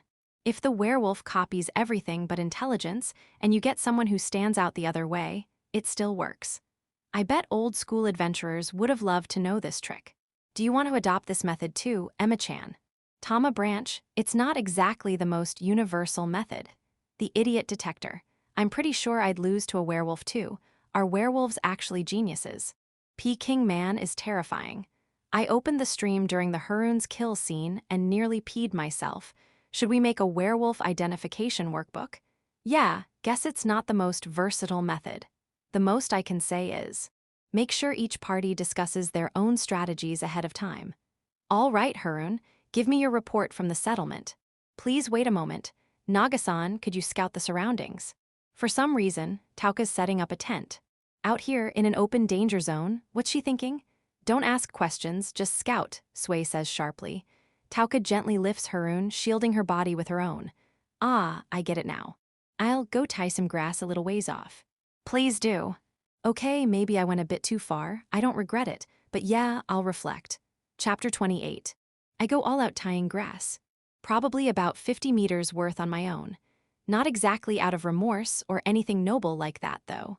Strangely enough, Harun steps out of the tent wearing a perfectly clean outfit. Why is she changing clothes out here in the middle of this open field? I have no idea. All right, now give us a proper report. From the stream footage, the camera got too messed up to see anything right after you entered the village. Why do you sound so normal about this? Harun grumbles. Then she starts recounting what she saw. The village has maybe 10 buildings, a well, and a stable, but none of them look used. The party we were supposed to meet was there, but instead of 5 people, there were apparently 10. They managed to identify and capture several of the werewolves, but it seems the others learned from that. They couldn't identify the rest of the werewolves, and now everyone's paranoid. That's not good. Are we going to help them? Sway asks with a thoughtful frown. I expected her to go, let's go save them. But hey, she's seeing things pretty clearly. I don't mind helping, I say. What about you, Harun? I could decide on my own, but today I'm in mentor mode. Gotta let someone who doesn't get many chances take the spotlight once in a while. If they got impersonated the moment they entered the village, that means aside from the werewolves disguised as party members, there are still others hiding out somewhere. So yeah, seems pretty dangerous. Agreed. But if we all stick together and don't give them the chance to shapeshift, I don't think we'll have too hard of a time either. So I think it's worth going to help. Also true. I glance over at Tauka, she simply nods. Just to be clear, I say, this floor has werewolves and kobolds. We still don't know why the kobolds have vanished. If anything weird happens, we fall back to the area with the grass traps. Everyone gives a firm nod. Traps are great. You can even use them as makeshift defensive positions. I retrieve the fishing line from the drone and start connecting everyone's gear with enough slack to keep movement easy. Be careful not to snap it. They'll probably copy the line too, but even werewolves shouldn't be able to replicate being physically tethered to us. Feels like they'll just cut it, Sway says. She's probably right, but even forcing the enemy to make that small extra effort is valuable. I load the dead werewolves' bodies onto the drones and head for the village. Section. Inside the village, a group dressed in similar camouflage uniforms loiters around the square near the well. Their gear looks like a pixelated mess of black and gray, digital camo designed for low-light environments, I guess. The atmosphere's awful. They're all watching each other like hawks. Hey, what's with doom and gloom? Even a school of fish would feel more friendly than this. What, who are you? As soon as I speak up, all those suspicious eyes lock cleanly onto me. That's a bit harsh. I mean, it's not like my beard's long enough to twist into a villain goatee or anything. He might look shady and weird, but he's not a bad person, probably. He's one of our party members. Sway jumps in to defend me. Could have phrased that better. Also, just say I'm not a bad person. No, probably about it. I brought him as reinforcements. We are the party that asked you to help transport materials. Harun and Tauka also come forward in my defense. Really now? I'm always on the front lines when it comes to monsters, but when it's talking to people, I get pushed to the back. That's not right. I heard you guys are playing werewolf games in here, so I came to help with the interrogation, I say. The group exchanges glances, clearly checking each other's reactions. Come on, 10 guys eyeing each other like it's confession time at a school trip. If none of you are werewolves, you'd want to prove your innocence, right? So anyone who resists, can we just call them a werewolf? Naga-san, no provoking people, Harun says. But hey, the backline's job is to deal damage too. One of the men, clearly fed up, steps forward with an irritated look. He lets out a deep sigh before speaking. Can't afford to let people take you lightly in this line of work, but I'm tired. If you can actually help, we'll take it. I'm Yumezato Senri, leader of this party. I'm a rank 3. The others are rank 4. Oh, I'm a bit impressed. He's asking for help, but not acting submissive. Most people wouldn't call this a good attitude, but in our kind of work, where strength matters, it's the right one. If people think you're weak, they stop giving you jobs. And when that happens, you're forced to take worse jobs, ones where you're basically selling your life and your teammates' lives for scraps. Besides, they're the ones hauling our mats. A fair partnership means supporting each other. All right, you go first. We'll use one of the nearby buildings. I bring the 2 Yamezatos into a decently sized rundown house. I tie each of them to chairs, hands behind their backs, and force them to sit at the table. So, what's your plan? I don't know you and you don't know me, Yamezato says, grimacing with that bold, rugged face of his. Honestly, he's kind of got a likable look. Probably the catcher type if he were in a baseball club. I take a severed werewolf head out of the drone's storage and slam it onto the table. There's a theory that werewolves are highly social monsters. Yeah, that tracks. They hunt in packs, coordinating with each other. And since they're intelligent, they can probably tell each other apart from outsiders, right? That sounds about right. But if you're trying to rattle them with a corpse, don't bother. They ignore their dead. Doesn't faze them. I see, so they really do ignore it. No concept of burial or anything, and even if there's fresh meat right in front of them, they won't touch it if it's one of their own. Hey, don't tell me. Both Yamezatos twitch at the corners of their mouths. Good, they catch on quick. Now, I'm going to have you 2 try my cooking. Chapter 29. It's not like we're actually sitting down for a proper meal. This is more like a test, a litmus test. I don't need to make that much. What matters more is keeping the shape recognizable. I mean, if someone served you human meat and it looked like thin-cut bacon, you might just manage to eat it. But if it's a whole roasted head, that's a hard no. Let's go with a stew. Paw stew. I grab an old cast-iron pot from the abandoned kitchen and set it on the stove. It looks ancient, but it's got a nice coating of black rust. It'll do just fine. Actually, I'm taking this thing with me when we're done. It's mine now. I start rendering the subcutaneous fat from the werewolf over low heat. Toss in some garlic paste from a tube to build up the aroma. Once the fat's bubbling and the meat scraps are sizzling, I throw in the severed werewolf hands, wrists and all. I've skinned them, but left the paw pads and claws intact. The feet sizzle and crackle in the oil as they fry. Once all 16 feet from the 4 werewolves are fried to a nice golden brown, I dump the oil off somewhere nearby. Who cares about pollution in a dungeon? Add just enough water to barely cover them. Then a rough shake of salt and pepper, nothing fancy. Simmer for about 10 minutes. No promises on the flavor. As long as it's barely edible for humans, it'll do. The frying should have taken out at least half the stench. All right. Eat. I place 1 werewolf paw in front of each Yamezato. It looks exactly like what it is, wobbly animal paw, no disguising that. Hell no. Forget it, werewolf or not, humans aren't supposed to eat this. They both back away. So you're both werewolves then. I grip my Zweihander halfway down the blade and raise it like a giant steak. Wait, what the hell? Fine, I'll eat it all right. Only one of them ends up eating. Ugh, it stinks. I stand there and watch, making sure he gets it down, even as he gags and forces himself to swallow. Well, I ask. It's tough, it's awful. The greasy stink clings to my tongue. Feels like I've got a dog kennel in my gut. He manages through watery eyes, glaring at me. All that effort, and it still turned out crap, or maybe because of the effort, it turned out barely edible. I see. Then I hope you won't be lonely without your twin brother anymore. I smash the other Yamezato's skull. Blood and brains splatter across the table as the werewolf's glassy-eyed head collapses face first. One of the stew paws slides into his gaping mouth on impact. Well, look at that. You can eat it.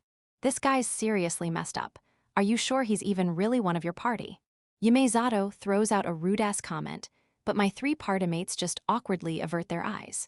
Hey, seriously? Anyway, this plan worked out. Let's quickly wrap this up. Update your morals. This method's got some solid versatility, I think.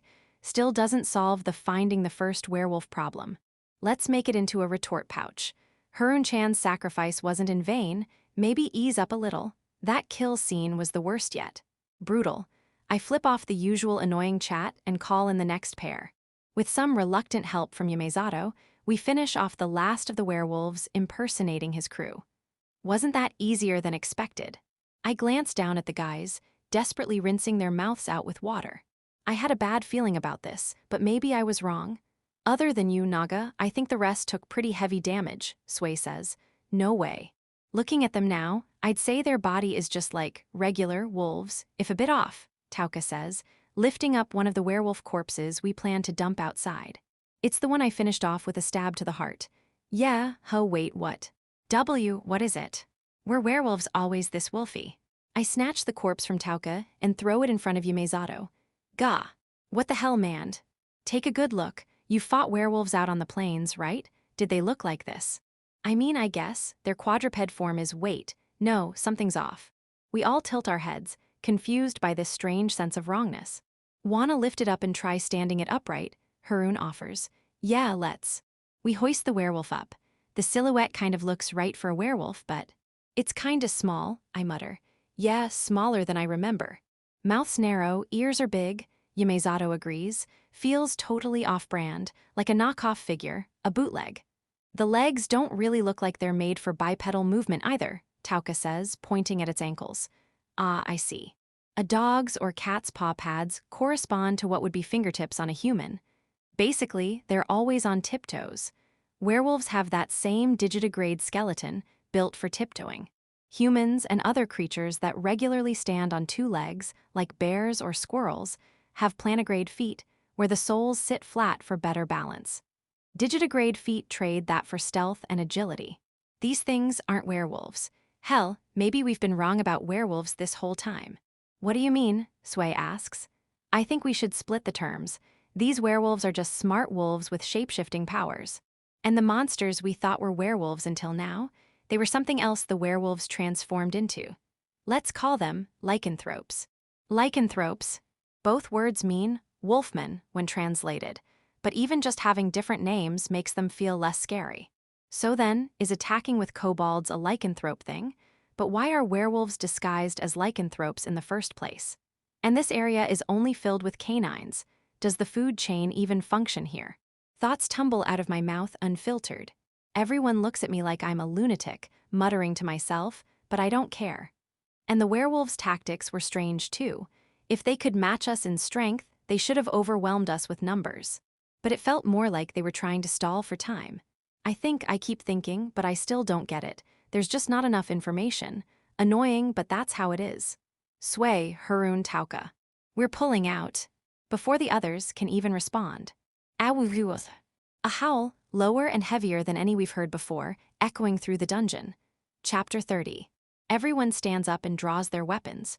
No one panics or freezes, as expected from people delving into the 26th floor. I check my smartwatch. It's 5 p.m. I have no clue about the dungeon's latitude or what season it is, but on this floor, the tilted sun should be casting a yellow glow along the edge of the sky right about now. Ideally, we want to fall back to the stairs before sunset. Harun, you take point and lead the way. Tauka, guard Harun. Sway, back them up. When we make contact, Yumezato's party moves up front. I'll take the rear. Yumezato's party is full melee. The leader, Yumezato, wields a longsword. The others carry a battle axe, a morning star, a spear, and a shovel. Every single one of them's equipped for close quarters. Wait a sec. A shovel? Yep, there's one. Strong convictions on that guy, huh? I cut the fishing line connecting me to Sway and the others. It'll only get in the way if we're splitting into front and rear. Sway gives me a slightly disgruntled look, but I wave her forward and send her ahead. Naga, was it? You sure about bringing up the rear?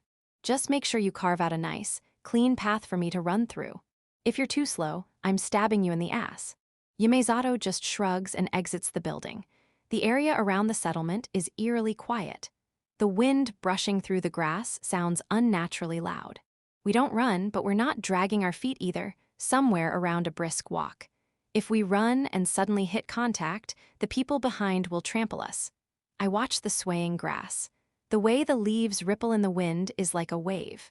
Any point where that flow breaks means trouble, something's there disrupting the movement. I glance back. Nothing. This sucks.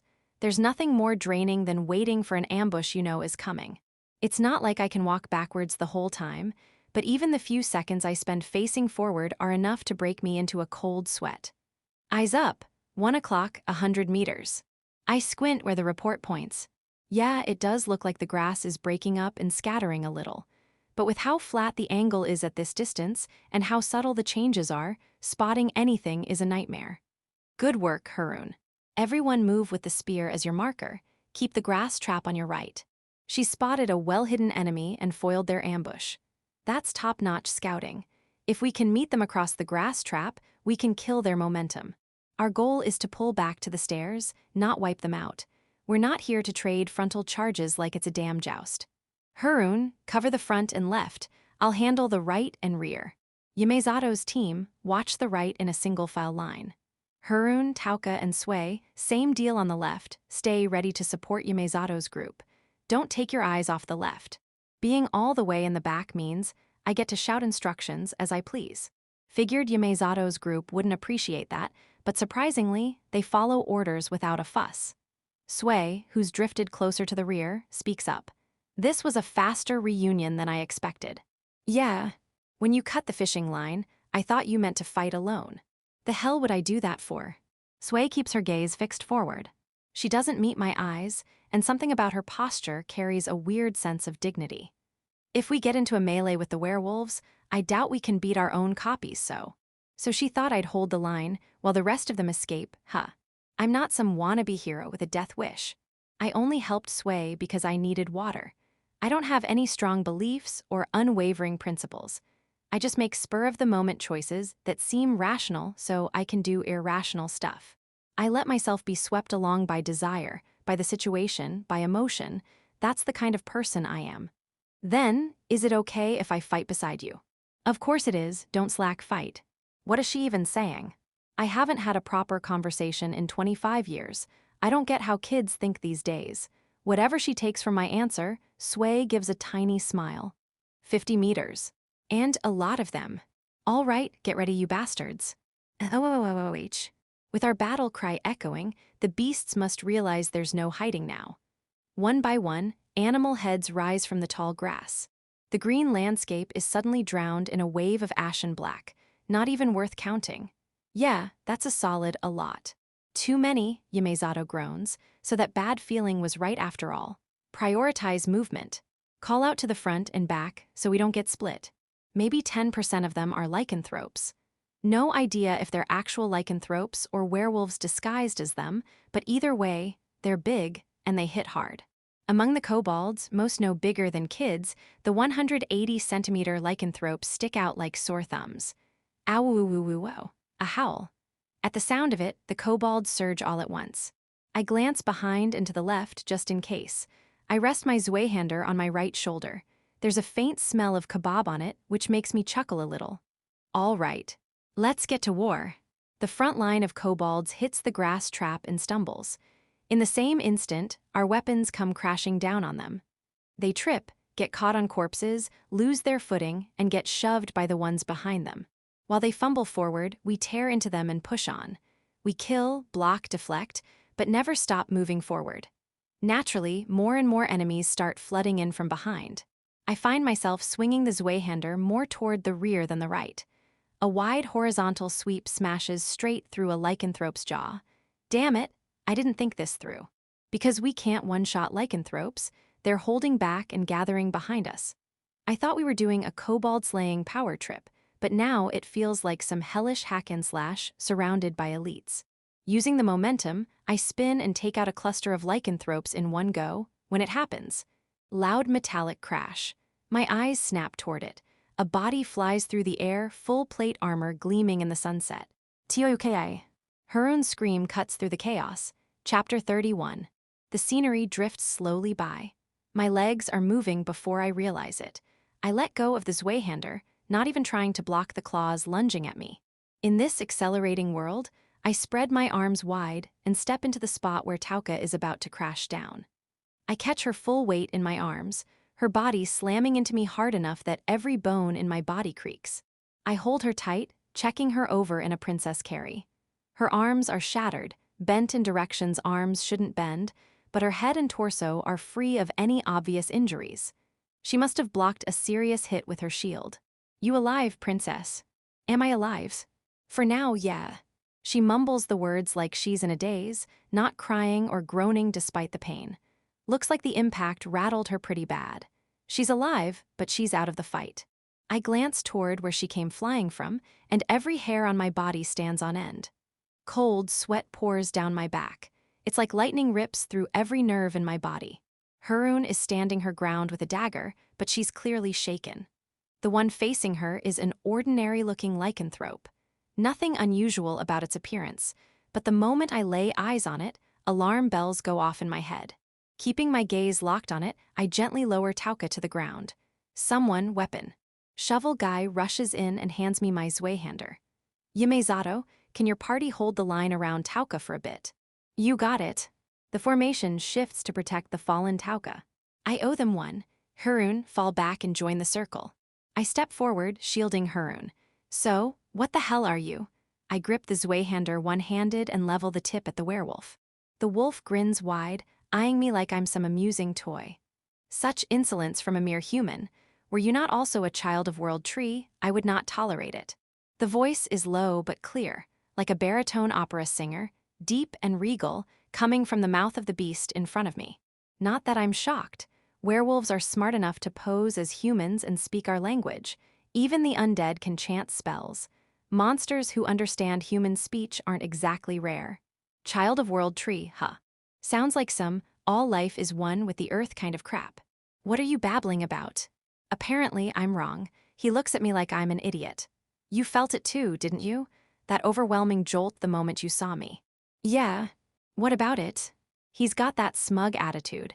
I'd love to kill him now, but I get the feeling he's about to spill something important. To consume, to grow stronger. That is what the seedling of the World Tree, embedded within you, compels. The werewolf charges in, slashing down with claws as long as daggers. I block with the Zweihander, damn, that's heavy.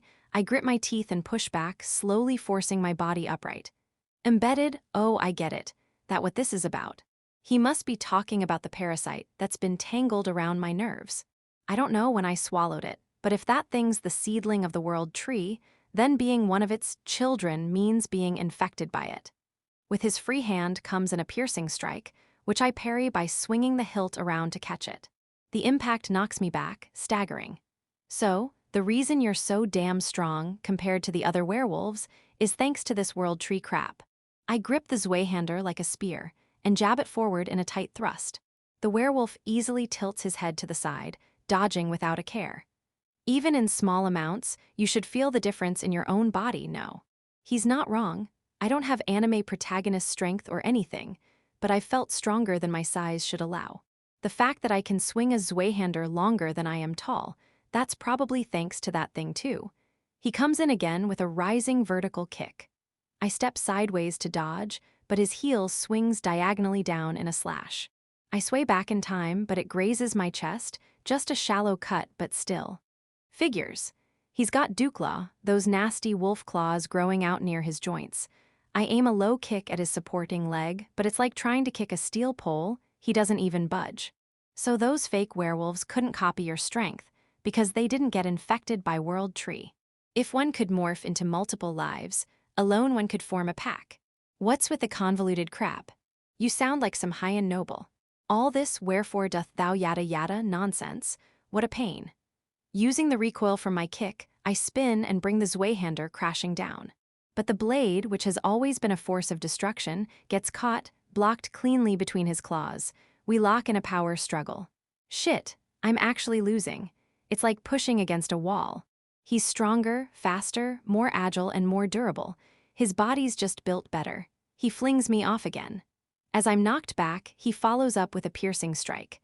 I manage to block it with the flat of the blade, but the force rolls me over. His weight presses down on my gut. He's completely mounted me. Grass brushes my cheek. Yeah, this feeling. This cold, helpless feeling of the earth beneath me. Like death is breathing on the back of my neck. You turned into this tough bastard because you ate a bunch of World Tree seedlings.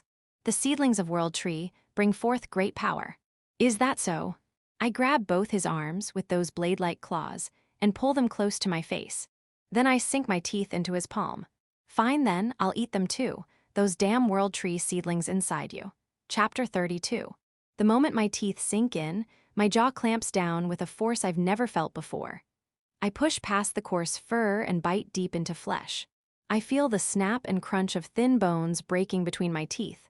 I shake my head and tear off a chunk of meat.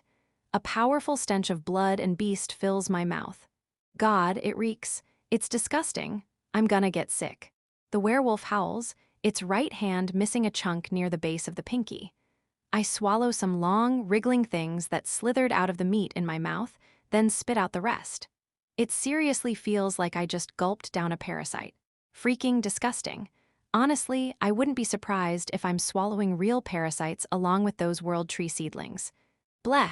Hey, wanna hear a food review? You've got quite the death wish, don't you? He tries to force his claws in deeper, even while I'm still gripping his arm. Tearing off a bit of his flesh didn't change the fact that he's still on top of me. The tips of his claws start to pierce the skin of my neck, tiny holes opening up one after another. Then suddenly, he stops. Boom. The werewolf's head jerks away, engulfed in a burst of flame. Taking advantage of the slack in his grip, I twist my body and roll him off to the side. I scramble to my feet and snatch up my Zweihander. Naga. You okay? Sway stands there with her left hand raised toward me. You really are the best, always saving me in the nick of time. No stance, no finesse, I just swing the Zweihander with brute force. The werewolf blocks with his arm, but his forearm goes spinning off from the elbow. If your enemy flinches, you hit them again. Basic grade school knowledge. You holding up over there. Everyone's fighting hard. I think they're okay. Good. Sway cuts down 3 kobolds as she passes through. I grab the severed arm and bring the bloody stump to my mouth. I drink down more of those damn World Tree seedlings. Naga, is that even safe? Pretty sure it's absolutely not. The werewolf snarls, lips curled back, fangs bared in fury. It's 2 against 1. Give it up, you're surrounded. Bet your mom's crying right now. You mock me. But don't get cocky just yet. His form starts to twist and blur. He's transforming? Hell no. I slash at him to stop it, but the blade bounces off with a sharp metallic clang. No way, Sway murmurs. Standing there now is me. The werewolf has taken my form and looks down at the Zweihander in his hands with curiosity. Fascinating. Human hands really do seem made to wield weapons. Yeah, well, I've been gripping sticks for 100,000 years. You're looking at craftsmanship on another level. And of course, the transformation healed all his wounds. Total cheat. Worst part is, I'm the hardest form for me to fight. You've been talking crap about humans all this time, but now you take on a human shape. Where's your pride? I have none, he says without hesitation. I lead the werewolves. I will bring them to the surface. For that cause, pride means nothing. He slowly spins the Zweihander above his head. I start spinning mine in the opposite direction. Is that sorrow I see in his eyes?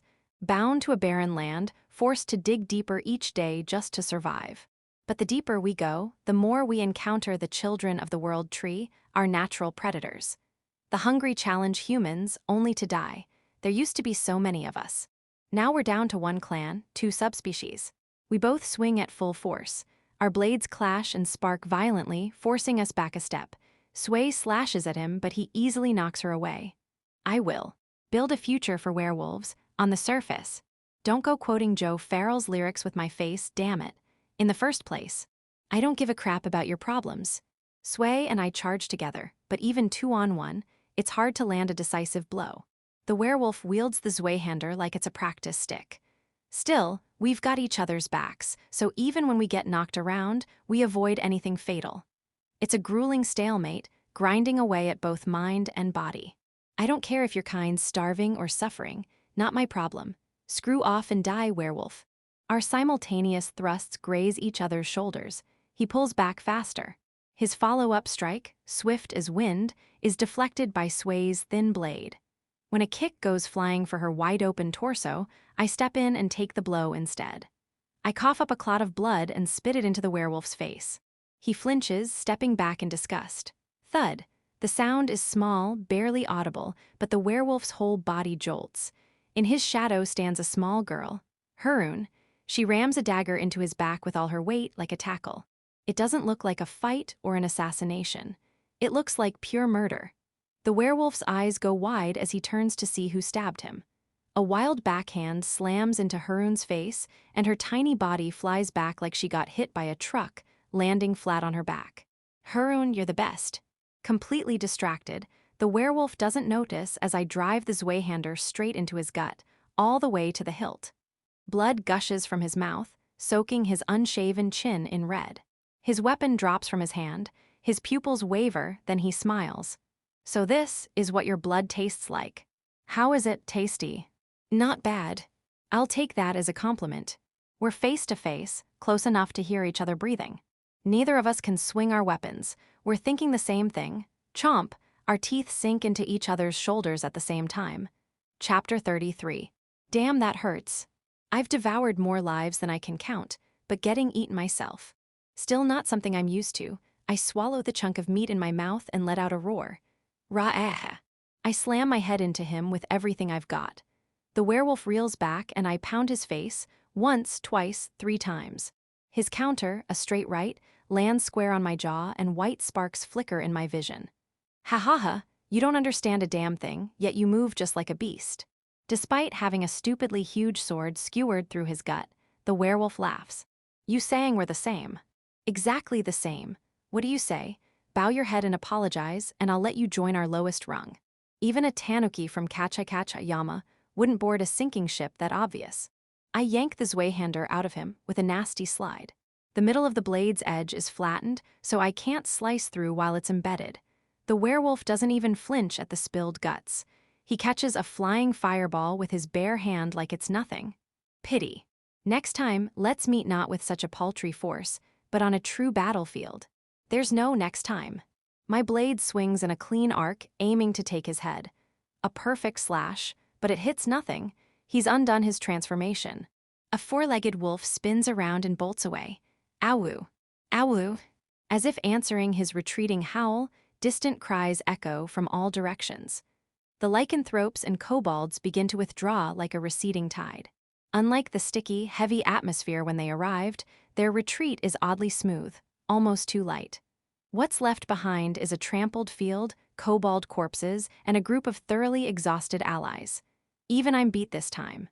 Dragging the Zweihander behind me, I make my way to where Harem is lying down. Not bad. She lets out a weird noise from flat on her back, but she's alive at least. You broken. MMDDGHKKLLFF. What the hell are you saying? The werewolf spoke better human than she does right now. Blood in your throat. Sway crouches down to peer into her face. Harem gives a small nod.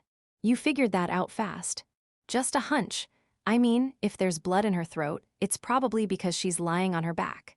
Harem suddenly sits up, and a thin trickle of blood drips from her nose. Oh, I'm all better now. You're such an idiot. She actually seems fine, considering she took a solid hit to the face. Her nose isn't bent or weird-looking either. A busted nose on a pretty girl is rough to look at.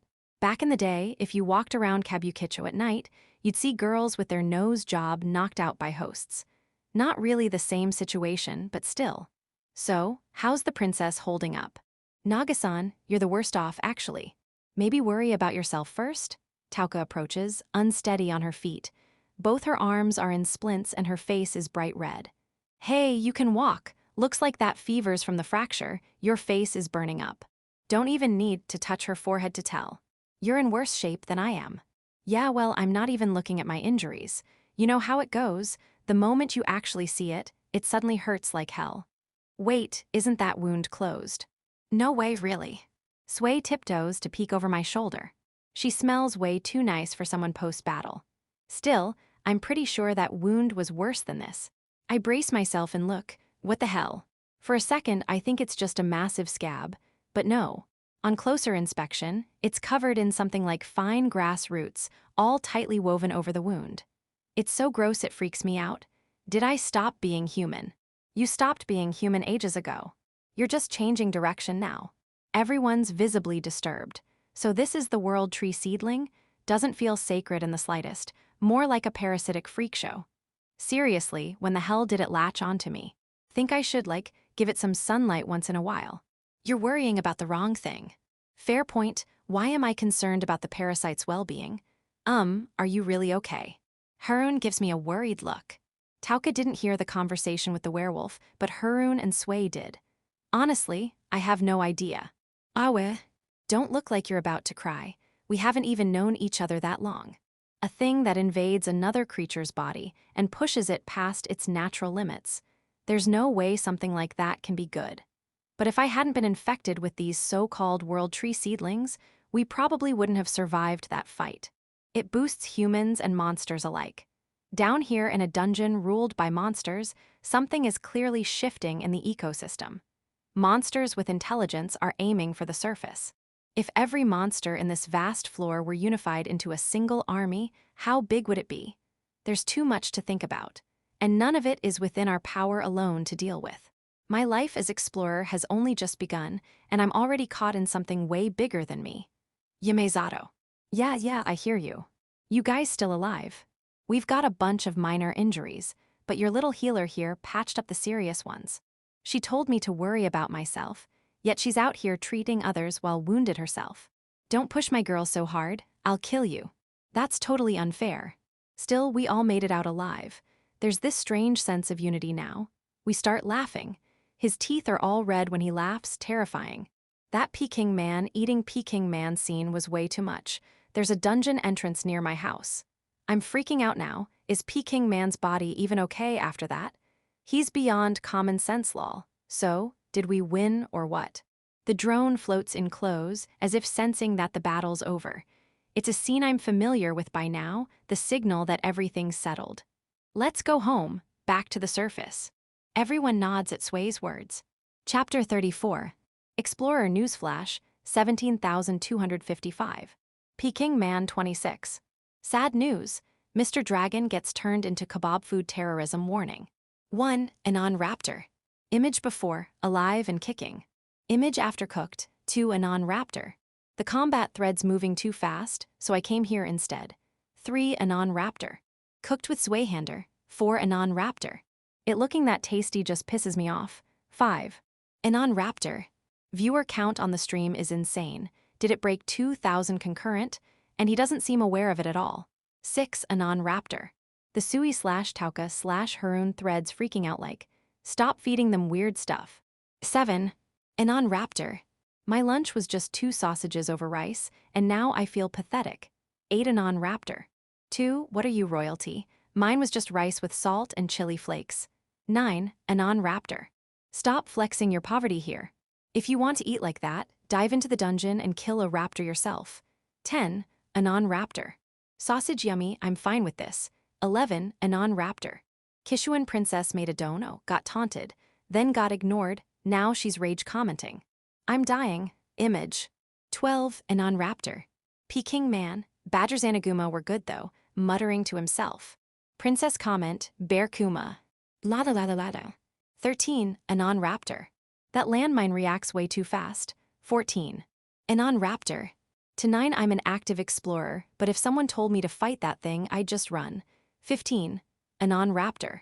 To 14, boss fights are for the top explorers, it can't be helped. Also, Peking man's just too tough. 88. Anon Raptor. Low-key, Peking man's stream drops some actually useful info. 89. Anon Raptor. Even Kishuan Yuzu's watching. Maybe the high rankers are keeping an eye on him too.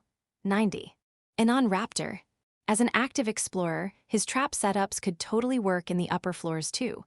Honestly, it's more like applied base building than anything. 91. Anon Raptor. I really wish he'd stop bossing her and Chan around. Pretty sure she hates it. 92. Anon Raptor. To 91, someone pretending to be a Raptor fan, but actually a virgin simp snuck in, huh? 93. Anon Raptor. Even unicorns, kind of like simps, spawn in this run, huh? Like there's any chance of romance with Peking Man. 94. Anon Raptor. To 93, honestly, that's the only reason I can watch it in peace. 95. Anon Raptor. Where do werewolves and kobolds even get their clothes and gear? 96. Anon Raptor. If you're asking that, none of the supplies found in dungeons make sense. 97. Anon Raptor. To 91, wasn't there a news report that the British Army found a goblin city? 98. Anon Raptor. No progress on the investigation, though. They can't even take it with airstrikes. Military can't do squat in dungeons. 99. Anon Raptor. To 90, as a fellow scout, I want to apprentice under Peking Man. 100. Anon Raptor. To 99, you'd probably get smacked for no reason and quit in tears. 170. Anon Raptor. Harun Chan. 171. Anon Raptor. Phew. Poor thing. 172. Anon Raptor. To 171, don't sound so satisfied about it. 173. Anon Raptor. The way Peking Man just casually executes people kinda freaked me out. 174. Anon Raptor. There's something bloodier about him than the other explorers. Even with 3 girls in the party, the vibe's still nasty. 175. Anon Raptor. Maybe it's the dungeon setting, but Peking Man fits in too well. Sway and the others look more like modern people who time-traveled in by accident. 222. Anon Raptor. YAMAZ2. 223. Anon Raptor. Even I wouldn't eat a werewolf, seriously. 224. Anon Raptor. You are watching the man who ate an elf. 225. Anon Raptor. One day he's gonna eat a human, or make someone else eat one. 226. Anon Raptor.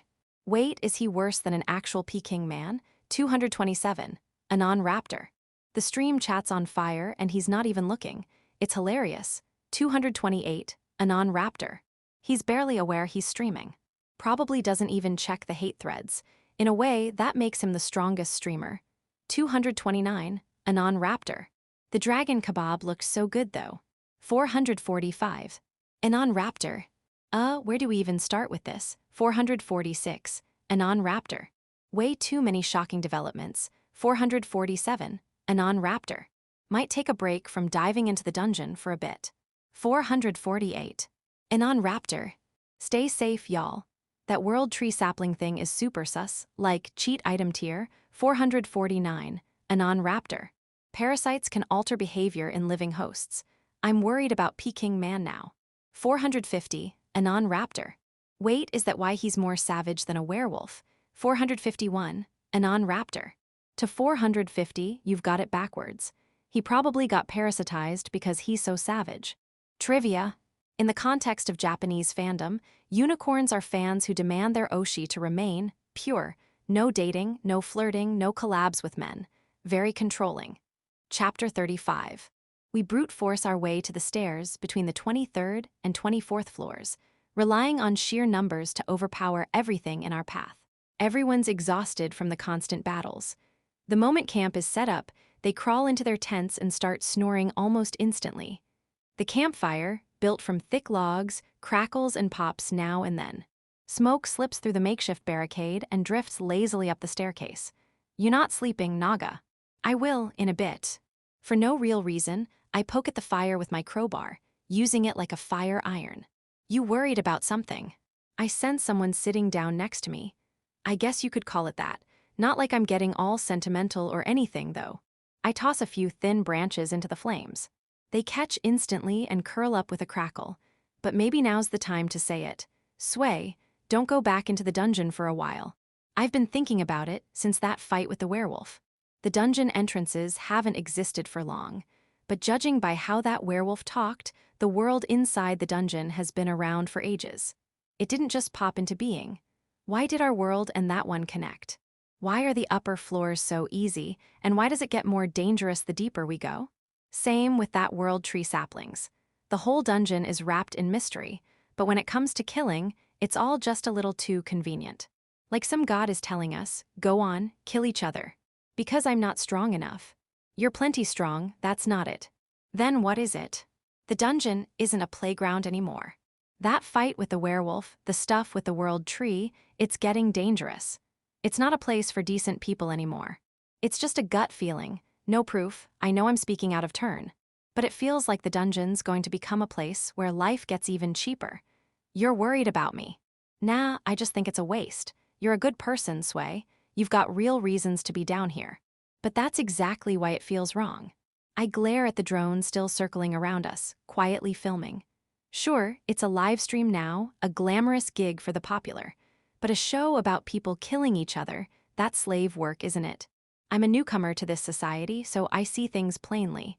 But even that's starting to slip. Fight monsters with a sword, explore unknown worlds, then return to the surface as a star. Sounds like a dream, right? But in that dream, was there really room for a kill-or-be-killed fight like the one with that werewolf? Harem stabbed the werewolf, right? Yeah, that was huge. Without it, we might have been done for. Probably. She made the most of being a scout, quick and precise. Just a small wound, but it turned the whole fight around. Yeah. Did it feel good to watch? Sway falls silent. Of course not. That wasn't a battle or a hunt. That was raw, conscious killing. Maybe the viewers watching from a distance didn't feel it. But Sway, who was right there, definitely did. Ironically, it wasn't the enemy who made Sway realize what killing feels like. It was her own. Because it was another girl her age, someone she's fought alongside, that moment hit home. I've got a feeling we're going to see more of that. So maybe it's time that the only ones doing this stuff are people who have nothing else but violence to live on. The thin sticks collapse into the fire, vanishing so completely I can't even tell where they were. Sway reaches for the pile of kindling beside me, grabs 3 sticks, and tosses them into the flames. Naga, this isn't like you. You sound like a grown-up. I am a grown-up, you know. I turn to look and catch my breath. Her eyes are clear and steady.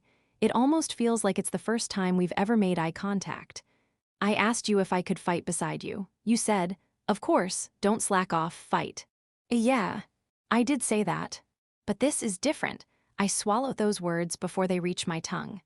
Saying that would be the real grown-up thing, the kind that makes kids roll their eyes. You get hurt a lot, don't you? Yeah, kinda. And you get pushed to your limits a lot too. I'm not exactly built for pure combat, you know. But you still fight in a way that protects the rest of us. Just like Tauka said, you don't take care of yourself. Wait, are you worried about me? I am, and don't brush it off with jokes. Her words are sharp. I shut up this time. Unspoken thoughts skim across the surface of my mind, refusing to form full sentences. You look suspicious, talk rough, do crazy stuff, eat weird things, and have some strange things living inside you. But even so, I still think you're a good person, and I'm grateful. If there's even a chance I can help you, then I want to keep fighting by your side. I'm not a good person, though. I'm just easily swayed. I went with the flow through school, failed job hunting, drifted through temp work, and ended up like this. Got used to dungeon life, became a proper brute. Now I'm just playing the role of guardian 'cause I happen to be older. It's not virtue, I don't have that in me, never had a spine to begin with. You've saved my life more than once, and I've saved yours too, haven't I? Yeah, you have. Don't bring up things I can't argue with. And we can keep doing that, right? Were you even listening to me? I was. You said it's not fun anymore. I don't know about Harun or Tauka, but if fights like that are going to keep happening, then especially then, I don't want you fighting alone. There's a faint intensity in her voice, almost like a touch of madness. All I can do is sigh, nothing else comes out. Yeah, got it. See, I give in again. Maybe I should have just told her she'd get in the way. Maybe I should have pushed her away. But when a girl more than 30 years younger says that, this is all I've got. The thin branches we tossed in burn bright, like they don't care what happens next. Section: Audiobook by Masquerade Audiobooks. Chapter 36. Did something happen yesterday? Plenty of things happened, obviously. Tauka and I are walking leisurely at the back of the group. Thanks to repeated healing spells, my broken arm is pretty much mended, but I'm still being kept out of combat to avoid another clean snap from the shock. Ah, no, I didn't mean that. It's just, Chad has been kind of rowdy since this morning. Ahem. Could it be that? Maybe some people got jealous because of the conversation I had with Sway yesterday. You remember that werewolf who could talk like a person? It's about that. I explained the gist of yesterday's battle and my exchange with Sway to Tauka, who had been away from the scene. I see, that explains it. I should hurry and get better too. Wait, hold up, are you planning to fight as well? Oh, not because I want to stand shoulder to shoulder with you, or anything like that. I just figured that sticking with you is the fastest way to uncover the truths behind dungeons and magic. Depending on how things go, I might need a world tree seedling myself. Tauka gives me a gentle, serene smile, the kind that would suit a saint. Honestly, she might be the most unhinged one of us all, fully locked in and ready for anything. But I may need to rethink how I fight from now on, she adds, glancing down at her arm. Her once fully armored arm has its shoulder-to-forearm segment removed. The joints got warped when her arm was broken. You're lacking in build, strength, and body weight. Now that the enemies are hitting harder, of course it's getting rougher. I realize that the hard way. It's not ideal, but I'll be using a powered exosuit. Wait, seriously. She's in this dungeon grinding out magic knowledge, and now she's just gonna bring in modern tech. Is that even allowed? Shouldn't a healer like her fall back and power up with some magical reinforcement or something? Isn't that the usual route? I already contacted home. It should be ready by our next dungeon attack. Knew it, you're a rich princess, huh? Don't your parents or family object to you diving into dungeons? Of course they object. And you just bulldoze through that. Yes, you could put it that way. No doubt she used her fists to convince them. The way she says it kinda gives me the creeps. I've always been a selfish girl, you know? Tauka raises her hand to her lips and lets out a refined little foo-foo-foo. Geez, when I think selfish younger girl, I imagine something way more adorable than this. You guys look like you're having fun. Harun slips out of the front ranks and drops back to join us. She moves so lightly, you'd never guess she was exhausted just yesterday. Sway told me the gist of it. I'm not backing out either, by the way. I scratch my head with a sigh. They're all like this, huh? Next time, it won't stop at a nosebleed. Running away just 'cause you're scared isn't cool. Right, she's the one who became an explorer out of pure admiration. I'm still not sure her developing in the direction of an assassin is a good thing, though. You're also damn stubborn. Hey, I wasn't complimenting you. Chatting like that, casually pushing forward and clearing out small fries or passing them off to Yamezato, we make our way back to the surface in one push. The surface entrance we finally reach is the same one Harun's and Yamezato's parties used to get in Tama area, Kanto Dungeon, Inakashira Park entrance. Apparently, the park's pond was completely filled in to build this entrance, erasing its old appearance entirely. Now it's a major dungeon facility, surrounded by buildings with an association reception and hospital inside. We head up the stairs toward the light spilling down from above, me in the lead. It's the same scene I saw last time, and yet, I feel no sentimentality. When I glance back, my companions are all following with the kind of face that says this is just business as usual. Maybe I've changed too, in just these past few days. And the moment we step through the gate, a blast of noise and light hits us like a wave, and my hand instinctively goes to the Zweihander. W-A-H-H. The roar of cheers drowns out individual voices, becoming one solid wall of sound. Cameras, crowds, drones with massive lenses, only once the harsh lights settle down can I actually make out what's what. From the crowd, Ren and Koda come running toward us. Boss. Yo, thanks for the welcome. So what's with the crowd? Sway's fans, Yamezato's haters. I don't have that many haters. Yamezato pouts, not cute at all. Nagano-san, good job on the exploration. Looks like all these people came because they've been watching your and Sato-san's streams and wanted to see you come out of the dungeon. Us too, we saw the stream and rushed over. Koda gives an awkward little laugh. Ah, I see. These guys are cheering us on because they watched our epic fights. Somehow that pisses me off. Shut up.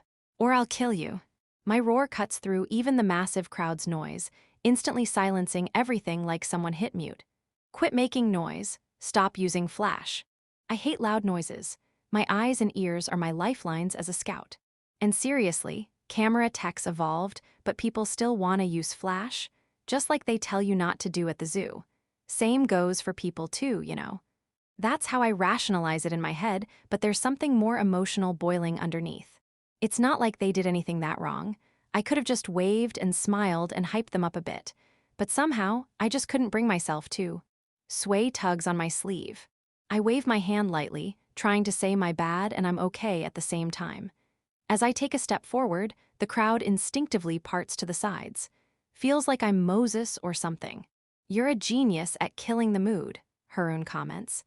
If people had shown just a bit more restraint, I could have flashed a big grin and danced around, glowing in 7 colors. That sounds way more terrifying. Her lazy remark snaps me out of it just a little. We head to reception, pushing past some drones. This the place for reporting and item selling and all that. Leap. At a cluttered counter covered in monitors and scanners, the middle-aged staff guy flinches at me. "I'll handle it." As Sway steps up, the man visibly relaxes. The contrast in treatment stings a little, but I leave the admin stuff to Sway and Yamezato. Someone approaches us from the outer edge of the crowd, a sharp-eyed woman with short, center-parted hair. Her cool gaze and sleek gray suit, white blouse, and thin black ribbon tie give off a crisp, businesslike aura. "Oh hey, it's Emma-chan. I do not recall giving permission for that nickname. Still, I'm glad you've returned safely. It's the head of the Tama branch, come to greet us in person. Not that I'm surprised. I figured she'd show." I would love to hear the details right away, but first, bath, clean clothes, rest, and medical care, I think. "Why are you holding a handkerchief to your nose?" "I'll have someone escort you right away." "Hey, seriously, why?" Chapter 37. After 2 days of tests and hospital observation, the only thing they manage to figure out is that they don't know anything. Also, apparently, my blood pressure's high. Seriously, screw that. I'm basically under house arrest in a private hospital room, spending all my free time writing reports and choking down bland hospital meals. When I'm finally released and go to see Emma-chan, the meeting ends in the most painfully businesslike exchange ever. Sway and the others are busy with something, and there's still some time until the next expedition. So with nothing else to do, I get nudged into trying out streaming. It feels stupid, honestly. But according to Emma-chan, the idea is to develop modern social skills through interacting with a broad audience. Once she puts it like that, I don't really have a reason to say no. 15th floor of a high-rise in Tokyo, one of many that have popped up all over the city. I'm currently living in a 1 LDK that the associations lent me. I sit on the living room floor and turn on the drone cam. Aight, is this working? Can't see the frame from this side. After messing around for a bit, I figure out that syncing it to the smartwatch unlocks a bunch of functions. Compared to the old PCs, it's way more intuitive to use. Is the stream live? What is this empty-ass room? A dungeon, ground floor. The comments start trickling in. Looks like I've got the setup right. I crack open a beer I bought from a local mobile vendor. It's in an aluminum can, surprising, honestly. Like, you're still around? Most containers these days are made of metal, apparently for better recycling efficiency. Would have been unthinkable back in the day. Convenience stores have seriously thinned out too.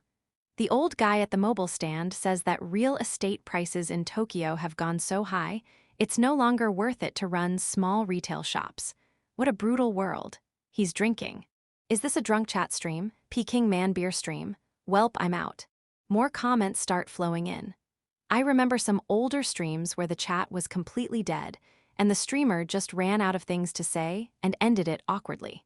Maybe thanks to Sway, I've got at least a bit of recognition, which makes this whole thing way easier. So yeah, our darling Tama branch chief insisted I stream. Didn't really have a choice. I don't have any particular topics, so just throw your questions at me.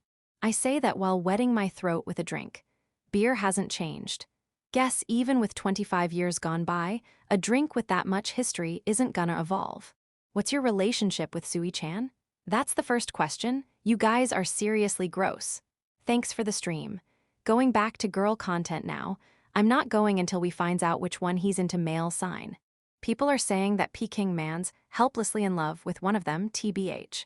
What, I'm not into anyone or whatever. You've seen everything in the streams. It's all archived. Go watch it. Next. What about your relationship with Harun-chan? You're annoying. I'll shut the stream down. Please no, don't troll here, you turd. Our bad. Please forgive our rudeness rubbing hands. Ask stuff you know if you watch the streams, or I'll track you down and show up at your house. Next, what exactly is that world tree sapling? I was watching live but didn't really get it. Oh, now that's a good question.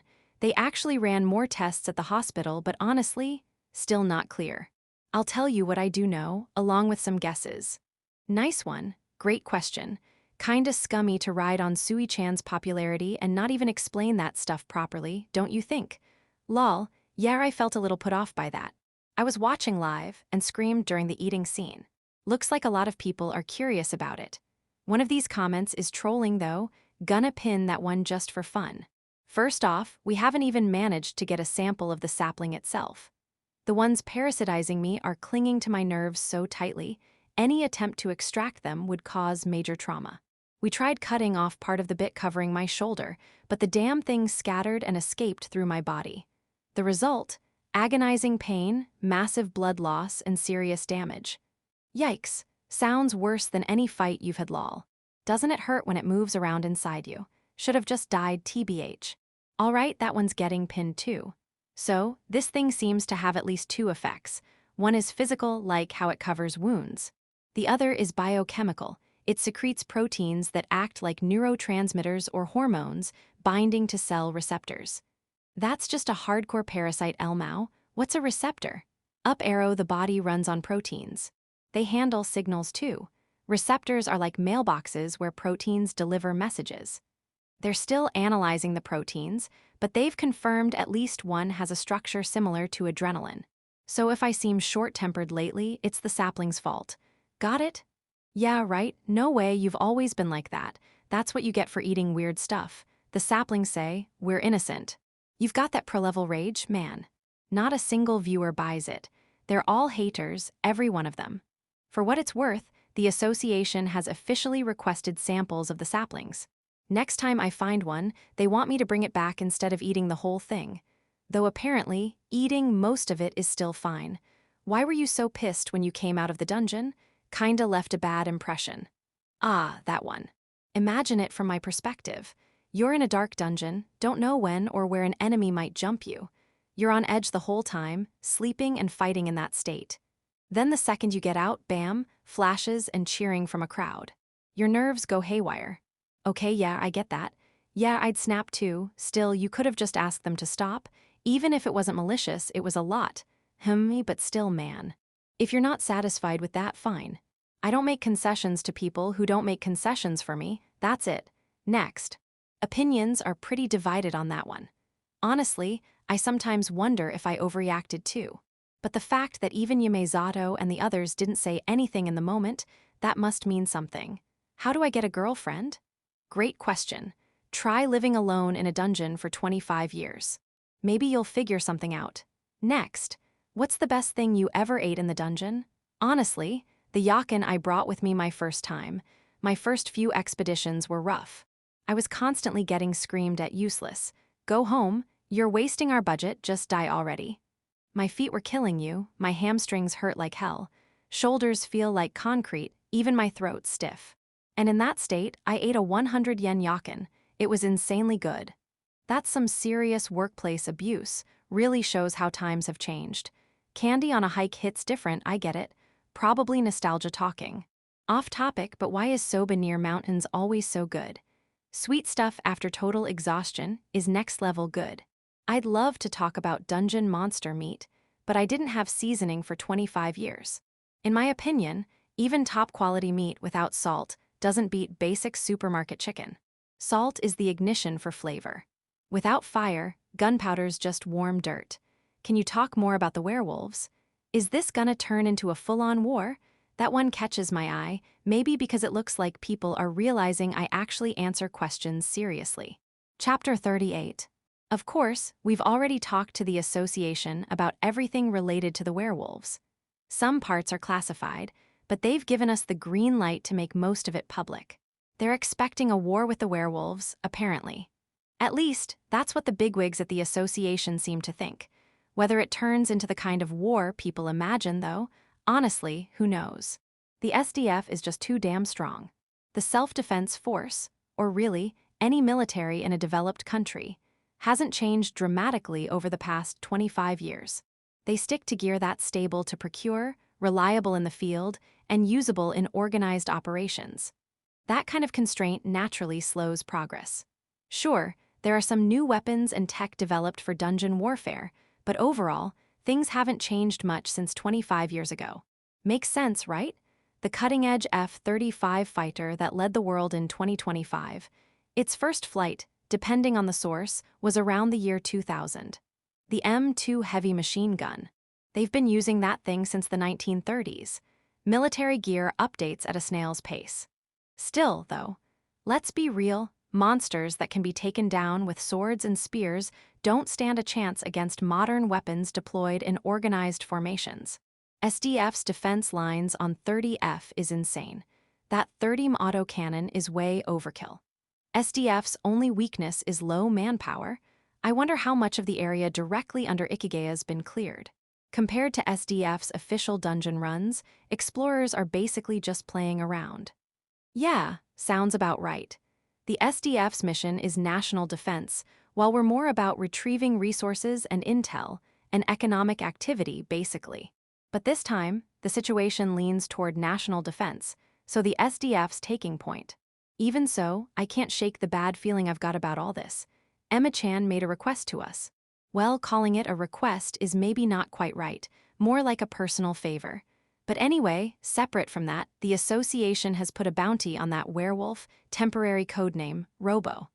Basically, it's an open assassination contract. First come, first served.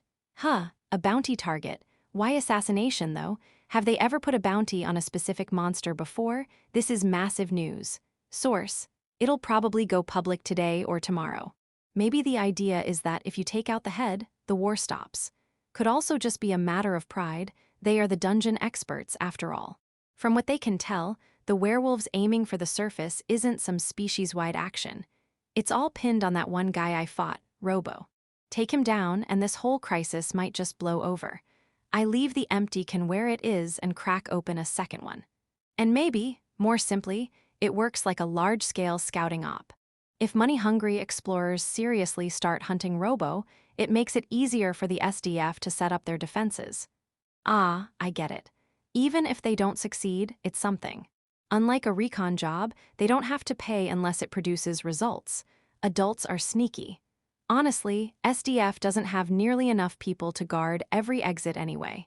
That said, it's dangerous work. Question is, how many people are actually gonna go for it? After watching the fight with Peking Man, I bet most will avoid it. Only the top ranks might try. Hard to tell how strong explorers really are just by watching. How strong is Peking Man anyway? That one's top tier. Some folks are gonna avoid him just because he can talk. What I'm saying on stream is the public version. Viewers are all convinced the SDF would win if it ever came to blows with the werewolves. And to be fair, even with supply chain challenges, the SDFs never lost to monsters in combat, not once. That's the general public's perception too. The SDF is strong. Monsters aren't a threat. They can't lose. That's true for normal monsters, but with the werewolves, we barely understand how their shape-shifting ability works. No one knows how much they know about us, about humanity. There's always that what if hanging over it all. It's high risk. Honestly, I'd rather stay out of it. The doorbell cuts me off. I check the intercom monitor, no one there. The hell? Someone showed up IRL? How did they figure out his location? He's just inside the house. Peking Man getting stream sniped. You're basically a top streamer now, lol. The doorbell rings again the moment I look back at the chat. Come on, this is a pain in the ass. All right, time to hand out a beating. I unlock the door, and a man about my size barges in.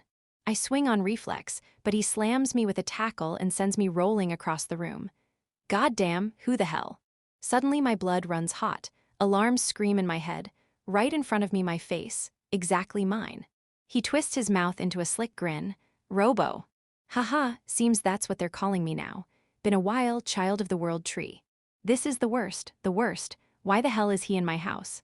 My hands start moving on their own, searching for a weapon. Of course there's nothing. All my gear is locked in the storage locker bolted to the room. Damn, didn't know you were such a fan. A roundhouse kick comes flying as I start to rise. I cross my arms to block it. Your surface invasion done. It's just beginning. Big crowds draw attention. Preparation takes time. Fair enough. Don't forget your water bottle and a hanky. I counter with a 1-2 jab, using the right as a feint. My left body blow lands clean. Gah. Surprisingly, Robo folds forward like I hit something vital. That got him. Don't know why, but he staggered. I follow up fast, spring forward and slam my knee into his face. He stumbles back, clutching his nose. This human form draws less attention, but the wounds get in the way. His body warps, shifts. He turns into a humanoid reptile standing on 2 legs, a lizardman. So when he mimics someone, the wounds carry over. And he can store transformation targets without them being nearby. Got it. Lizardman, a monster covered head to toe in scales, with a lizard-like face on a humanoid frame. Sizes vary, 1 to 4 meters tall. The tails are strong, long enough to hang their whole body off the ground. This one's around 2 meters, way too cramped in here for that size. Damn it, this is not a fight I can win barehanded. If you had that form, why not use it last time? I'm still not used to it yet, but in a space this small, brute strength beats finesse. Yeah, nah, this place is too small. Should have gone with Kobold. At this rate, brute force might really overwhelm me. I can't outskill him either. And I've only just moved in barely any furniture. If I had more stuff, I could improvise. He throws a lazy front kick. No mercy at all, I dive away and scramble into the living room. Something shatters behind me. No knives in the kitchen, just some built-in appliances. Anything I can use, are you okay? Dude, this is bad, call someone. I called the cops, not the cops, call the association. Tama branch, situation confirmed. Backup en route. Are you an? He's Peking man, he'll be fine, I believe in you. Sato Sway, where are you? The stream's absolutely blowing up.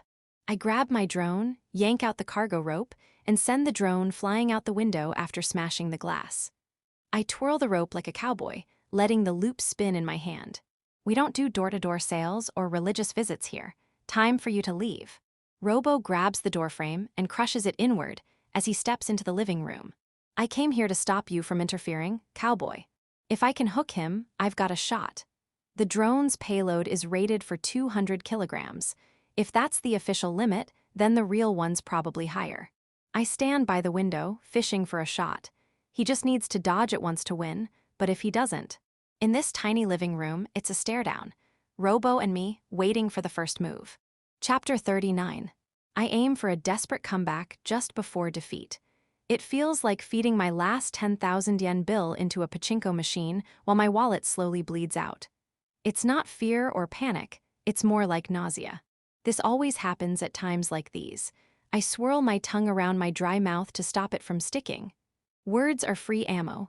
Whether it's to buy time or throw them off, it's fine. Even if they're useless, I'll fire as many shots as I can. Big all war on the horizon, and the king himself sneaks in solo just to beat me up. You that bored? Alone? When did I ever say I was alone? You're kidding me. Seriously, are we about to kick off a hellish werewolf game in the middle of town? I quite enjoy that look of panic on your face. Don't laugh, damn it. This is bad. And there are all kinds of bad, but this is way down there near the bottom. It's a basic tactic in battle to do what your enemy hates. That's fine, but this guy's way over the line. What kind of boss doesn't wait for the hero's transformation to finish before attacking? When monsters come out of a dungeon, you usually expect goblins charging out in a swarm yelling wah or something, right? You guys ain't the norm. Unfortunately, I am quite unfamiliar with what is considered normal for humans. With that, Robo rips a chunk of wall material out using just his grip and hurls it. That's cheating too. I shout on instinct, but the throw doesn't stop. A chunk of what looks like plaster flies at me, trailing a cloud of white dust. If I dodge it poorly, I'll lose my balance, and with it, my only shot at a comeback. Then I've got no choice. I'll take the hit. The chunk slams into my left shoulder. The pain's way worse than I expected, my vision flickers. GHH. I grit my teeth and hold back the scream trying to escape. Sweat bursts from my scalp. Robo sneers, the world tree's seedlings only seal wounds. It doesn't dull the pain. Yeah, well, this must be what heartbreak feels like. You never shut up. Another chunk comes flying. I take it straight to the forehead. White powder scatters. I lick the blood that drips down my face. What's the plan? Gonna keep throwing stuff till I'm covered in white? Should I start yelling, damn you, or something? He looks at me with dead eyes and throws again. I wonder how long you'll last. I'm actually pretty tough, you know. Last one to leave the sauna, that's me. His reptilian eyes narrow. He's irritated. This time he throws with a bit more weight behind it. In sync with that, I throw the rope. Like hell, I'm actually patient. I don't even go to saunas. He plants a hand on the floor and ducks under the rope as it whips toward him. Yeah, makes sense. Even if he looks wide open, he's not stupid enough to let his guard down. But still, I leap forward with one big step and snatch the rope out of the air. I never expected it to work like a lasso. It's bait, a setup.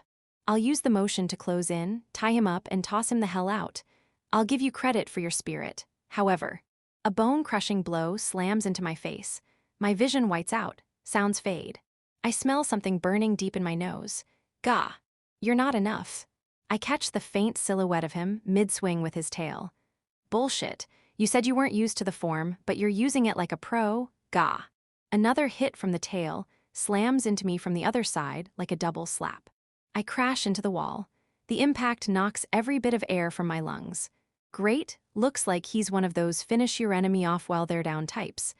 As I sink into the shattered wall, I spot a pale blue cable. I grab it and yank. A frayed end pops loose. I shove it toward Robo. Heh, guess I got lucky. Thanks to you, I've got a plan. A power line. Maybe he still has my memories from when he was mimicking me. He sounds annoyed. Humans are strong because we use tools to make up for what we lack. And I'm about to use the hell out of this. A mere 100 volts is nothing. No, is it? He's not sure if what I'm holding could kill him. Good. Let him hesitate, time's on my side. Very well, killing you is only a secondary goal. I'll withdraw. You running away. Ha ha ha ha. If you want to see me again, you come find me. Ch won't even let me stall him. Robo turns his back and walks away without a care. I look at the cable in my hand. Thin strands of clear fiberglass stick out from it. I slump to the floor and toss it aside. Ha, it's a data cable. That was close. I had no idea. It was pure bluff. Thank God his understanding of human society is based on me. I'm probably the least knowledgeable Japanese person about modern life. The room falls quiet. The half-drunk can of beer on the floor keeps fizzing softly. I let out a long breath. Thought I was gonna die. It was a total defeat. No excuses. I mean, yeah, even with the world tree's seedlings or whatever, I'm still just human. Flesh and bone don't stand a chance. No matter how much experience I get in killing, I can't beat a beast. Still being alive is a damn miracle. Maybe I got cocky. I knew intellectually that there were stronger beings out there.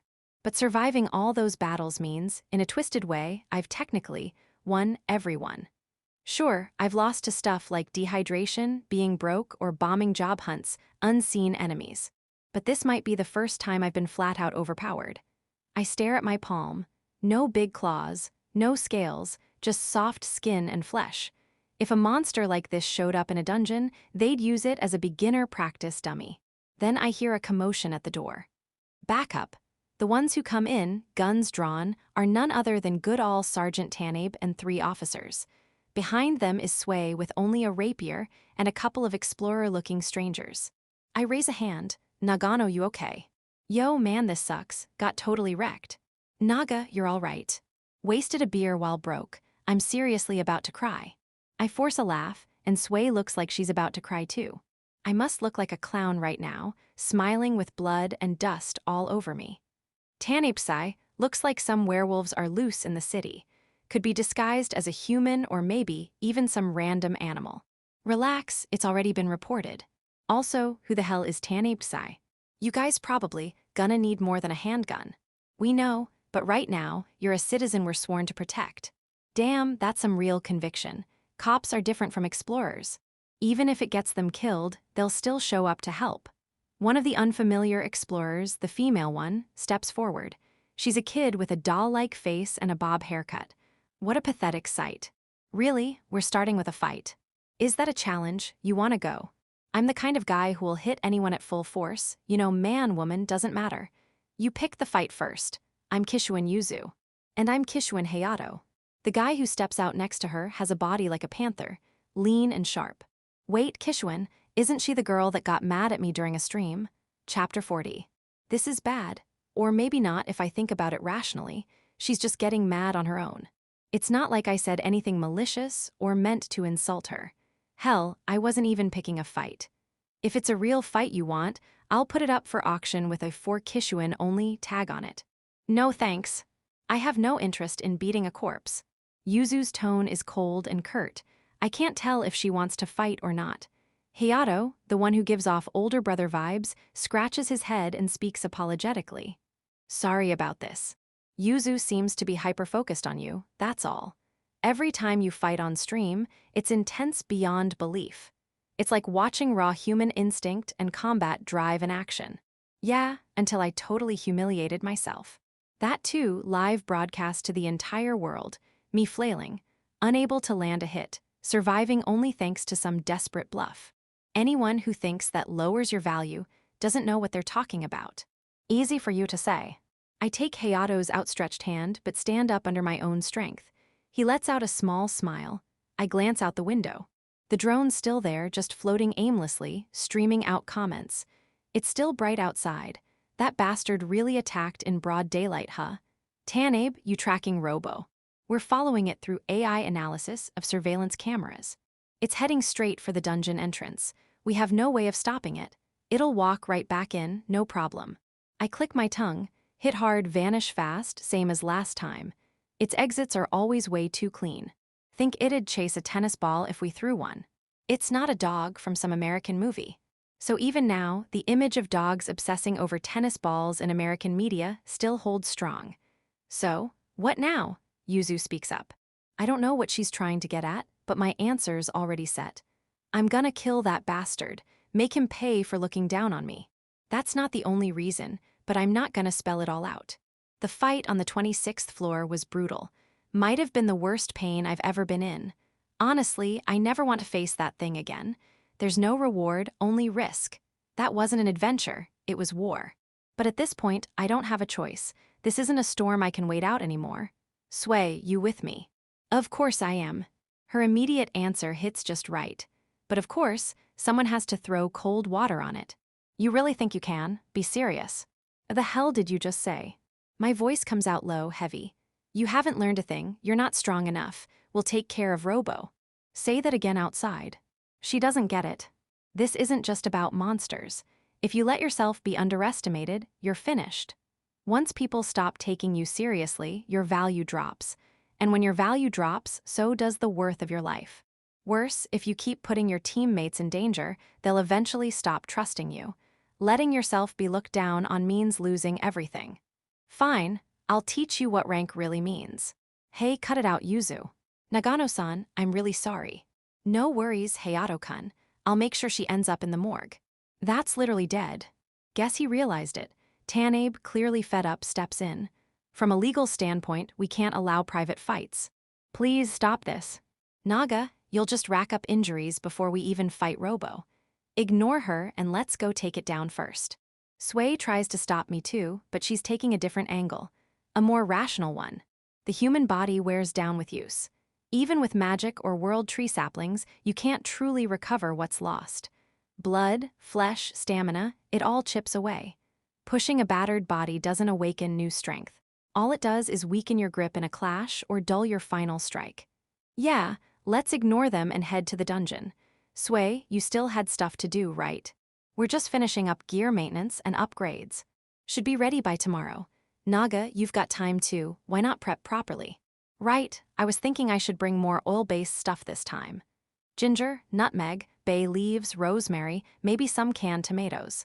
That's not what I meant. As we're talking, Hayato cuts in. Not so fast, we're coming with you. Huh. I make a weird noise without meaning to. Hayato folds his arms behind his head and continues. We got a request from the branch chief. Rescue and fight alongside Hiroshi Nagano. If you're diving into the dungeon, we're joining in. That's just twisting words. Robo left already, so the job's done. There's no deadline on the request, though. This is insane. Emma-chan's panicking way too much. Then again, her sending reinforcements this fast is kind of impressive. Hayato wants to go. I don't care, as long as you're not getting in the way. Just stay behind us, the annoying brat says flatly, without a hint of emotion. They really plan to come along, huh? I'm getting annoyed, but a cooler part of my brain sees the upside. Actually, maybe that's fine. Yeah. Let's all go together. You two are supposedly among Japan's top explorers, right? I'm counting on you. I can practically hear the sparkly star at the end of my sentence. Sui gives me a side glance, twitching her lip. Naga, your screw got loose. Nah, just realized we've got skilled backup with proven ability, and if they die, I won't be that sad. It's a win-win meat shield situation, isn't it? Sui and Hayato both pull identical faces of disgust. That's just rude. I'm sorry about our barbarian. No, my sister was pretty rude too. I think we're even. They start bowing to each other like this is a PTA meeting or something. Anyway, if I think of it like getting free strong mercs, we're lucky. Besides, for me, restoring my reputation and killing Robo are separate goals. If one of them finishes him off, that's fine too. More hands means better odds. Time's ticking. Let's meet at the Inakashira entrance tomorrow at 5 p.m. We'll head straight down, spend the night at the 15th floor base, and hit the middle floors in top condition the next morning. From there, we drop fast to the deep floors and start exploring. Why the deep floors? Weren't the werewolves middle floor monsters? Robo's prepping to invade the surface. That means he'll want a strong body to transform into, likely something from the deep floors. And if he's targeting me, then he probably wants the world tree saplings too. Plus, only the deeper floors can support food supplies for a large group. The shallower floors are surrounded by artificial structures. The deeper you go, the richer the ecosystem gets. If he's feeding an army, he's definitely hunkered down in the deep floors. That's what I'd do if I were Robo. Once I stockpile enough rations, boom, surface invasion. He blindsided us by speed. We'll hit back just as fast. Section. What I feared happens. Just after everyone breaks off to prepare, my smartwatch lights up with emergency alerts and breaking news. Looks like some of the werewolves hiding in town made commotions to help cover Robo's retreat. Here's one example. One of them transformed into a lizardman and started rampaging in a shopping mall. Killed the cops who responded, then shot and killed a well-meaning explorer who rushed in while disguised as a police officer. After that, turned into a pigeon and flew off. No one knows where they'll strike next, and most forces can't handle them.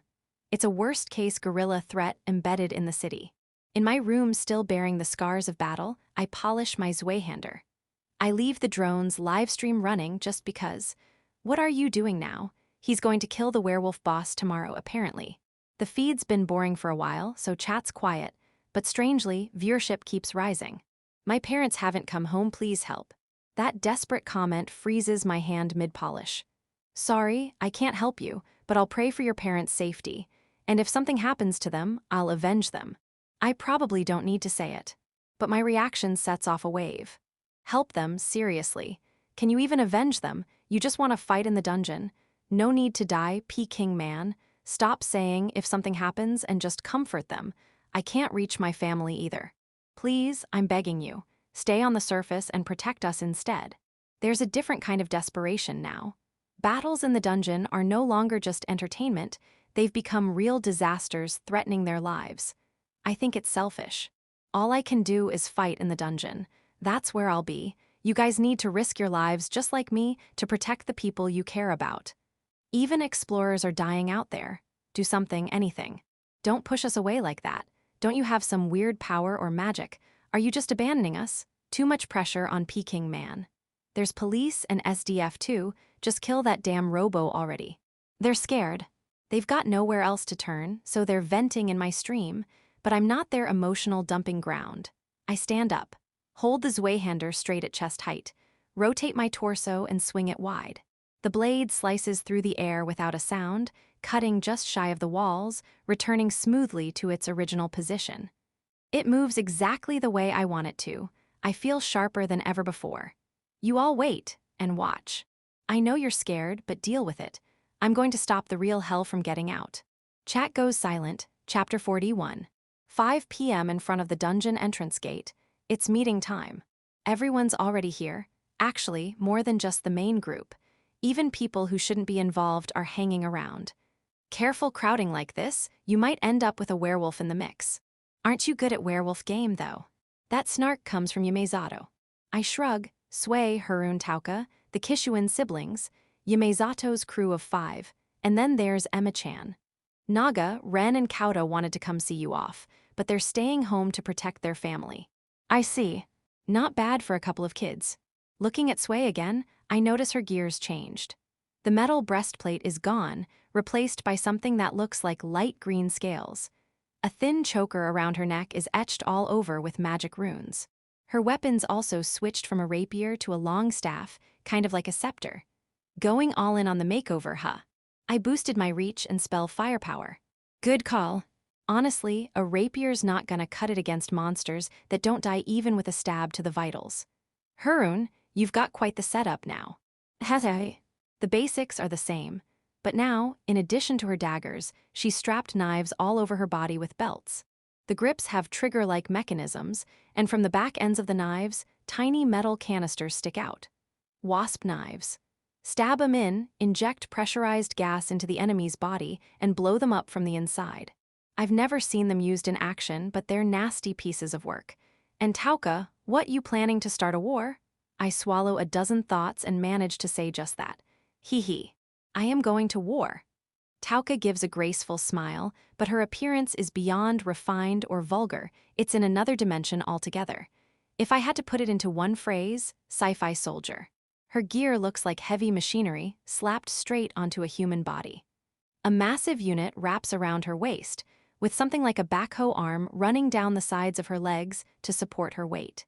Her arms have similar parts, and from her right forearm, a giant spike juts out. Is that a powered suit? Yes, I had it specially made to compensate for lack of firepower and body weight. The right arm has a pile bunker, installed instead of a mace. I'm speechless. She's on another level completely. Sure, even 25 years ago, functional powered suits were on the market, and there were bulky prototypes for military use. But this is nuts. Men like this kind of thing, don't they? Not wrong, but still. Terrifying thing number 2. The surface of the powered suit is absolutely covered in magic runes. It's a physical beast and magically reinforced. At this point, Tauka might be able to win this whole thing on her own. Naga, your gears changed a bit too, huh? Sui remarks. Yeah, I've made a few upgrades myself. Main weapon's still the Zweihander. No change there. But it's been properly maintained, so the edge is sharper now.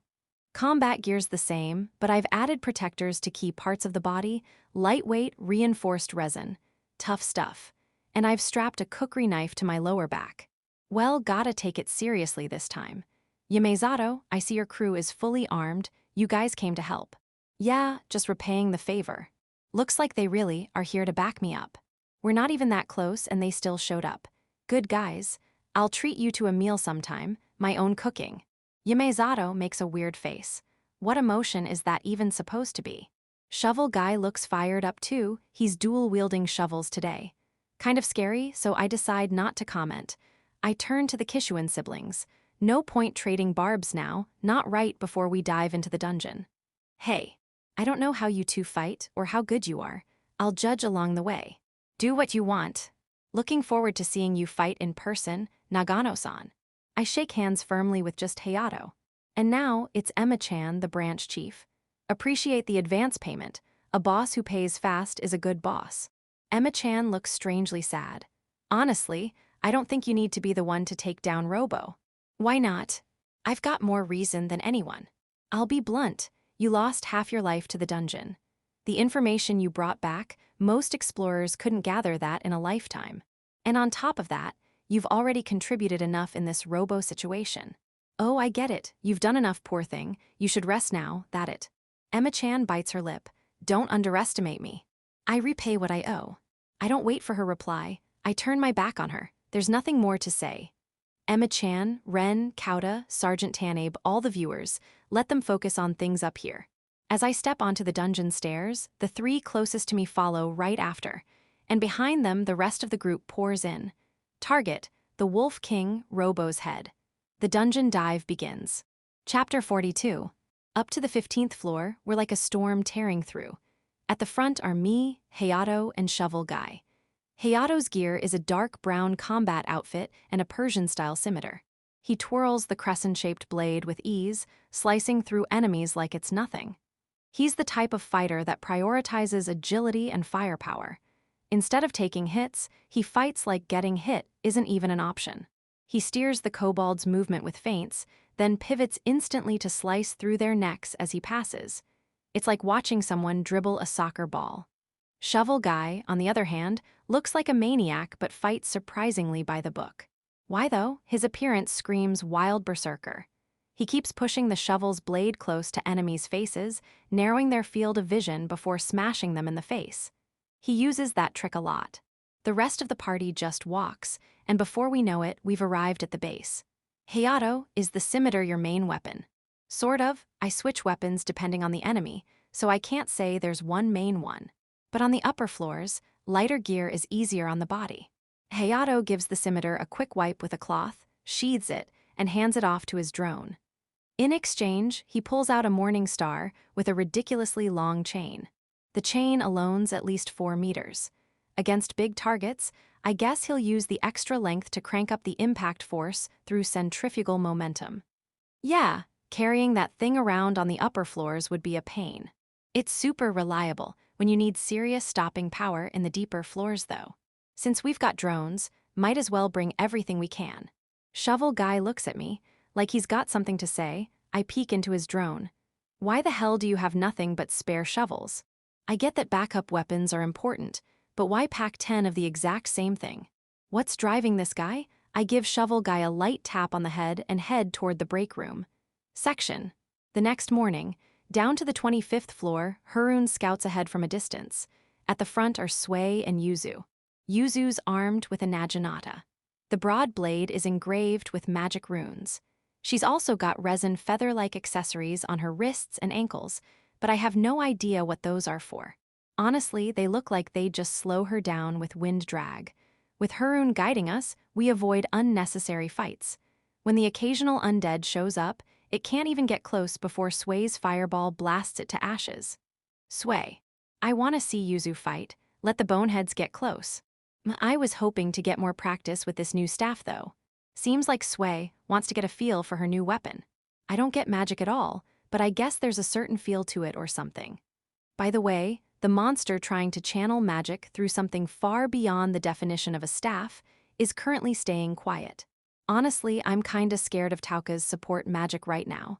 If she tries to heal me, I feel like I might regenerate too much and blow myself apart. Hey! Harun comes back, waving. There's a skeleton champion and 2 regular skeletons hanging around in front of the stairs, kinda pacing like they're looking for something. The will-o-wisps are purple.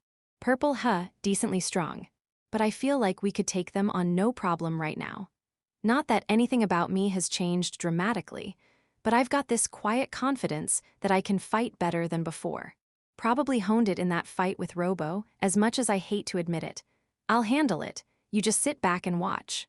Yuzu takes off running. She throws a quick glance at Hayato, but he doesn't flinch. Guess this kind of thing is normal for them. And I suppose a skeleton champion isn't even worth worrying about. She charges at the group of skeletons in the distance. Then suddenly, her movement accelerates in a weird, almost string-pulled kind of way. Was that wind magic?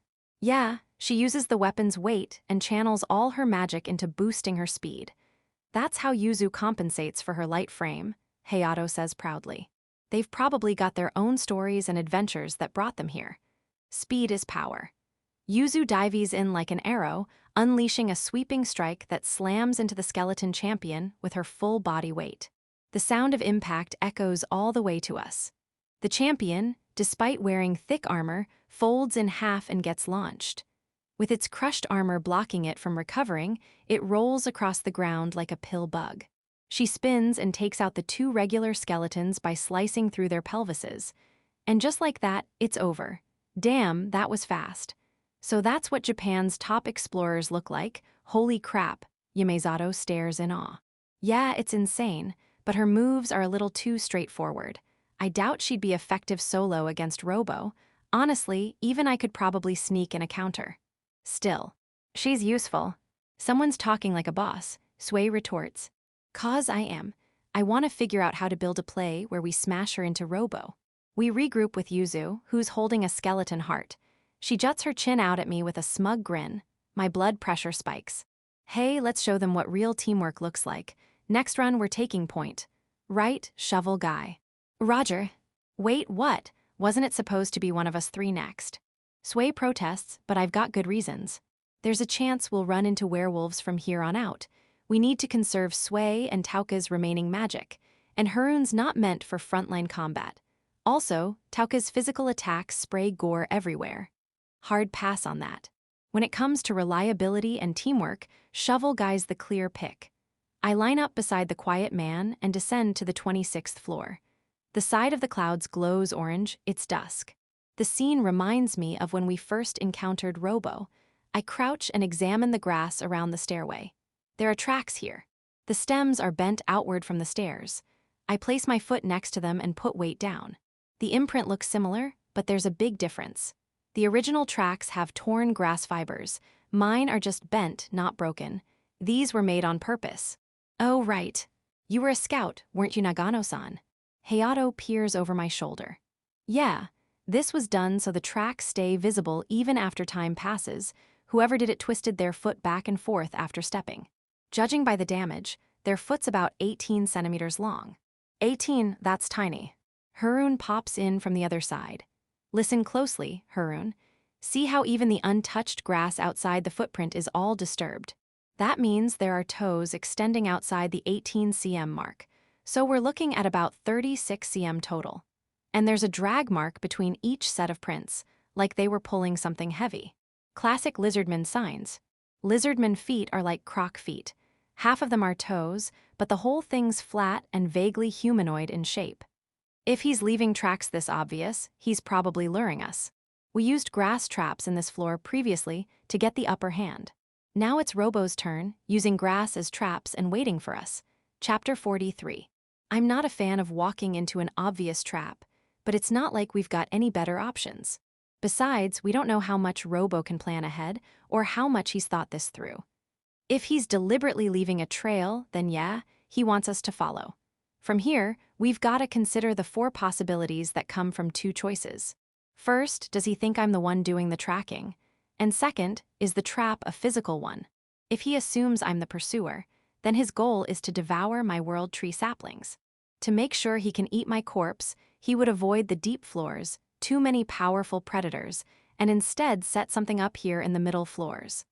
On the other hand, if that's not the case, he might be trying to lure us into the harsh environment of the deeper floors. If the trap's physical, we can deal with it by changing our route and ramping up our recon.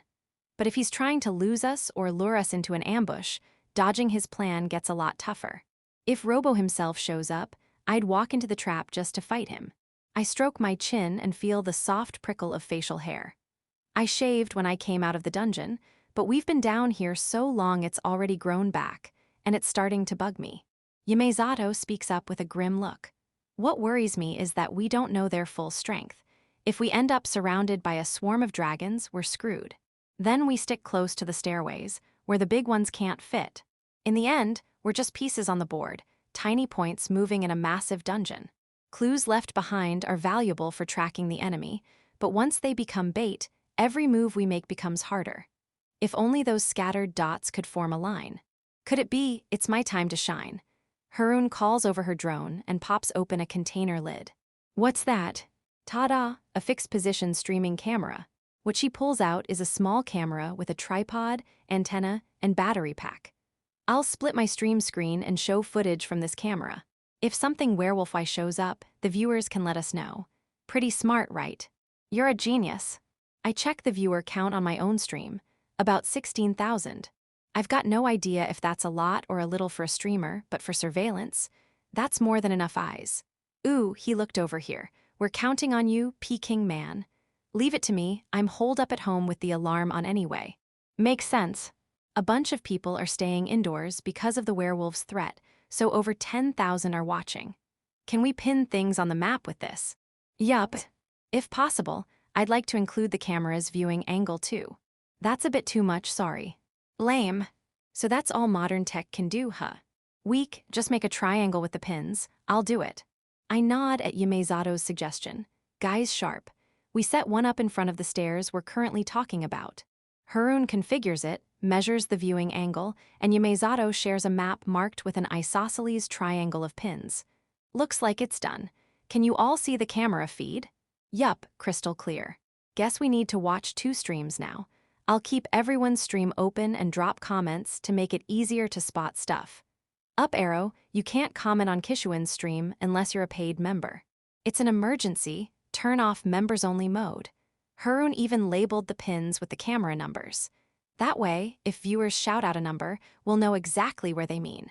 Given the situation, some viewers might not feel personally involved. Trolls might toss out random numbers just to mess with us. So, make sure you flood the correct numbers to drown them out. Got it, Tauka Chayan. There's always trolls, no matter what. Leave it to us. Funny how guys suddenly try to act cool the moment a girl appears on screen. Now's not the time, but those cameras were crazy expensive, so can I get reimbursed from party funds? Obviously. That's what I tell her, but truth is, I have no clue how our party income is doing. I glance at Sway, who gives a nod and says, I'll handle it. Lifesaver. I'm a rank 5 explorer based in Tokyo. I want to help however I can. If needed, I can keep watch around the 26th floor and act as an extra camera. You serious? That's awesome. What's your name? Hurai. All right, Hurai. Set up camp near one of the stairwells we haven't covered yet and keep watch. I'm counting on you. And everyone else, tune into Hurai's stream too. Volunteer explorers start popping up. Most of them aren't confident they can fight the werewolves, but they've been looking for something they can do, and now they're gathering on my stream. Tama Branch, we've submitted a request to deliver cameras and supplies. We'll offer full support. Well, look at that. Even Emma-chan's back on her feet and working. We're really starting a big movement here. Guess this means we don't have to risk following the trail directly, huh? Yeah, we'll still track it, but from a distance. If we can spot Robo from afar, we're golden. Me, Shovel Guy, and Hayato volunteer to track the trail directly, basically to figure out which path is the decoy. We move carefully. The other team, led by Harun, moves quickly to secure area. We find the stairwell Robo probably used and plant a camera there. Then we regroup at a different stairwell farther away. Tight spaces like stairs are perfect for traps, so it's best not to even peek in. We repeat that process over 2 days, all the way down to the 29th floor. By then, more explorer teams start joining us, and we begin receiving updated map info from them. Even rank 3 and 4 explorers, serious talents, start announcing their participation. Then comes the 30th floor. A peaceful-looking floor full of grasslands, ancient forests, rivers, and hills. There are barely any man-made structures. It's a realm where nature rules. All I see are tree trunks blocking my vision. There's edible wildlife here too. Maybe not the main pack, but werewolves could be lurking. This place reminds me of Germany, Tauka suddenly says. Germany? Yamezato asks. Yes, I went there once with my family. Of course it varies by location, but in older forests, there's very little undergrowth. The shrubs are usually just low bushes. Older forests, Yeah, forests have ages too. When a forest starts growing, you get lots of tall trees and dense underbrush. Sunlight pours in, and fast-growing plants thrive. But as that growth blocks the light, slower-growing species that don't need much sun take over. Give it about 500 to 1,000 years. Once it becomes that kind of dark forest, only ferns and mosses that thrive in gloomy conditions remain. No real underbrush anymore. You get giant trees, saplings, ferns, and moss. That's it. The ground is practically bare. In Japan, most forests were chopped down during the Sengoku era, so what we have now are young forests, lots of thick undergrowth, and hard to walk through. Of course, climate plays a role too. No smell, but I hear something. From deeper in the woods, there's the sound of branches snapping, more than one. If it's a monster from this floor. Orcs, a fairy type. Pig-like faces on sumo wrestler bodies. They're strong, durable, hard to kill even with a clean hit, and the fat on their bodies dulls your blade. They're savage and love to fight, but oddly enough, also neat freaks. Blades get ruined by the mud and fat. Worst enemy for swordsmen, Hayato says with a sour look. Naga, think there's any chance they're werewolves? Sway asks. Nah, werewolves don't have a mud-bathing habit. Even when they transform and get new knowledge, they don't copy instincts or biology. No smell means they're probably orcs. One of the orcs steps out from behind the trees and locks eyes with me. It's about my height, with a flat nose, thick tusks poking from its mouth, and a bulging forehead, clearly built for headbutts. Annoying, but let's do this. I rest my hand halfway down the blade of my Zweihander and take a two-handed stance. Beside me, the clink of two shovels striking echoes through the trees. Chapter 44. Orcs aren't smart. Everything they do is painfully simple. Their fighting style, too, they just force what they think is a guaranteed win. They shuffle out from between the trees, 6 of them in total, looks like. All of them spread their arms wide and slowly start closing in. When the distance is wide, they charge full speed. When it's close, they go for a hug. Once they grab you, it's over. Their thick muscles, hidden beneath a layer of fat, squeeze tight and slam you into the nearest tree like a battering ram. At zero distance, they just pin you down with brute strength, snapping spines and smashing skulls. A meathead slugfest with no regard for defense, that's the essence of orcs. "You good to go?" I ask, and without hesitation, Shovel Guy nods. We both take off at the same time. I know how it works. That slow approach. It's not just about catching their prey, it's to dull the impact of any counterattack. I sprint at full speed, spearheading my whole body like a lance, and drive my Zweihander straight toward an orc's heart. Or yeah.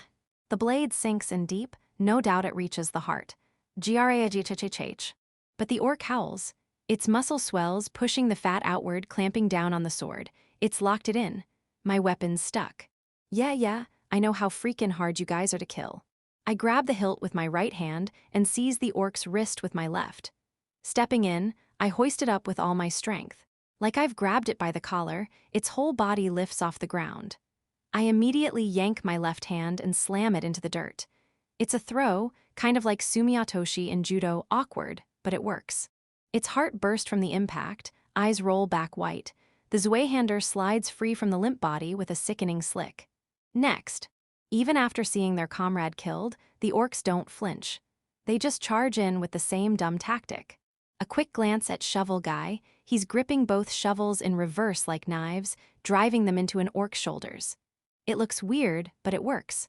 Right into the gap between the collarbone and upper arm. The orc roars in pain, can't even flex to squeeze the weapon out. Shovel Guy pulls one shovel free, stabs it into the orc's foot, then smashes the other into his neck, unleashing a spray of blood. He's wrecking their bodies with precision. Damn, he's good at this. Like hell I'm gonna lose. I grip the end of my Zweihander's handle, spin it full force, and bring the blade down on an orc's neck. It bites halfway through, then crunches bone. We finish off the rest of the orcs in one go and finally catch a breath. The Zweihander is slick with grease. I glance over at my team and flash a smug grin. Yuzu puffs up her cheeks. Oi, Yamezato. Is Shovel Guy actually the strongest guy on your team? Yeah, pretty much. Yamezato answers all casual like, what the hell, aren't you supposed to be the leader? If he had a leader's personality, he would be the leader. The man in question is busy wiping orc grease off his shovel, onto the orc. Guess he just does things his own way. I nod in agreement. Nagasayan found a group of 4 orcs pretty close by. Harun comes back from her scout run and calls out, so there's still more nearby. Then I guess it's mealtime. Why? Is there a water source nearby? There is, but why? Come on, if orcs are hanging around, that means there aren't any werewolves. Otherwise, they'd be prey by now. Ah yeah, that makes sense.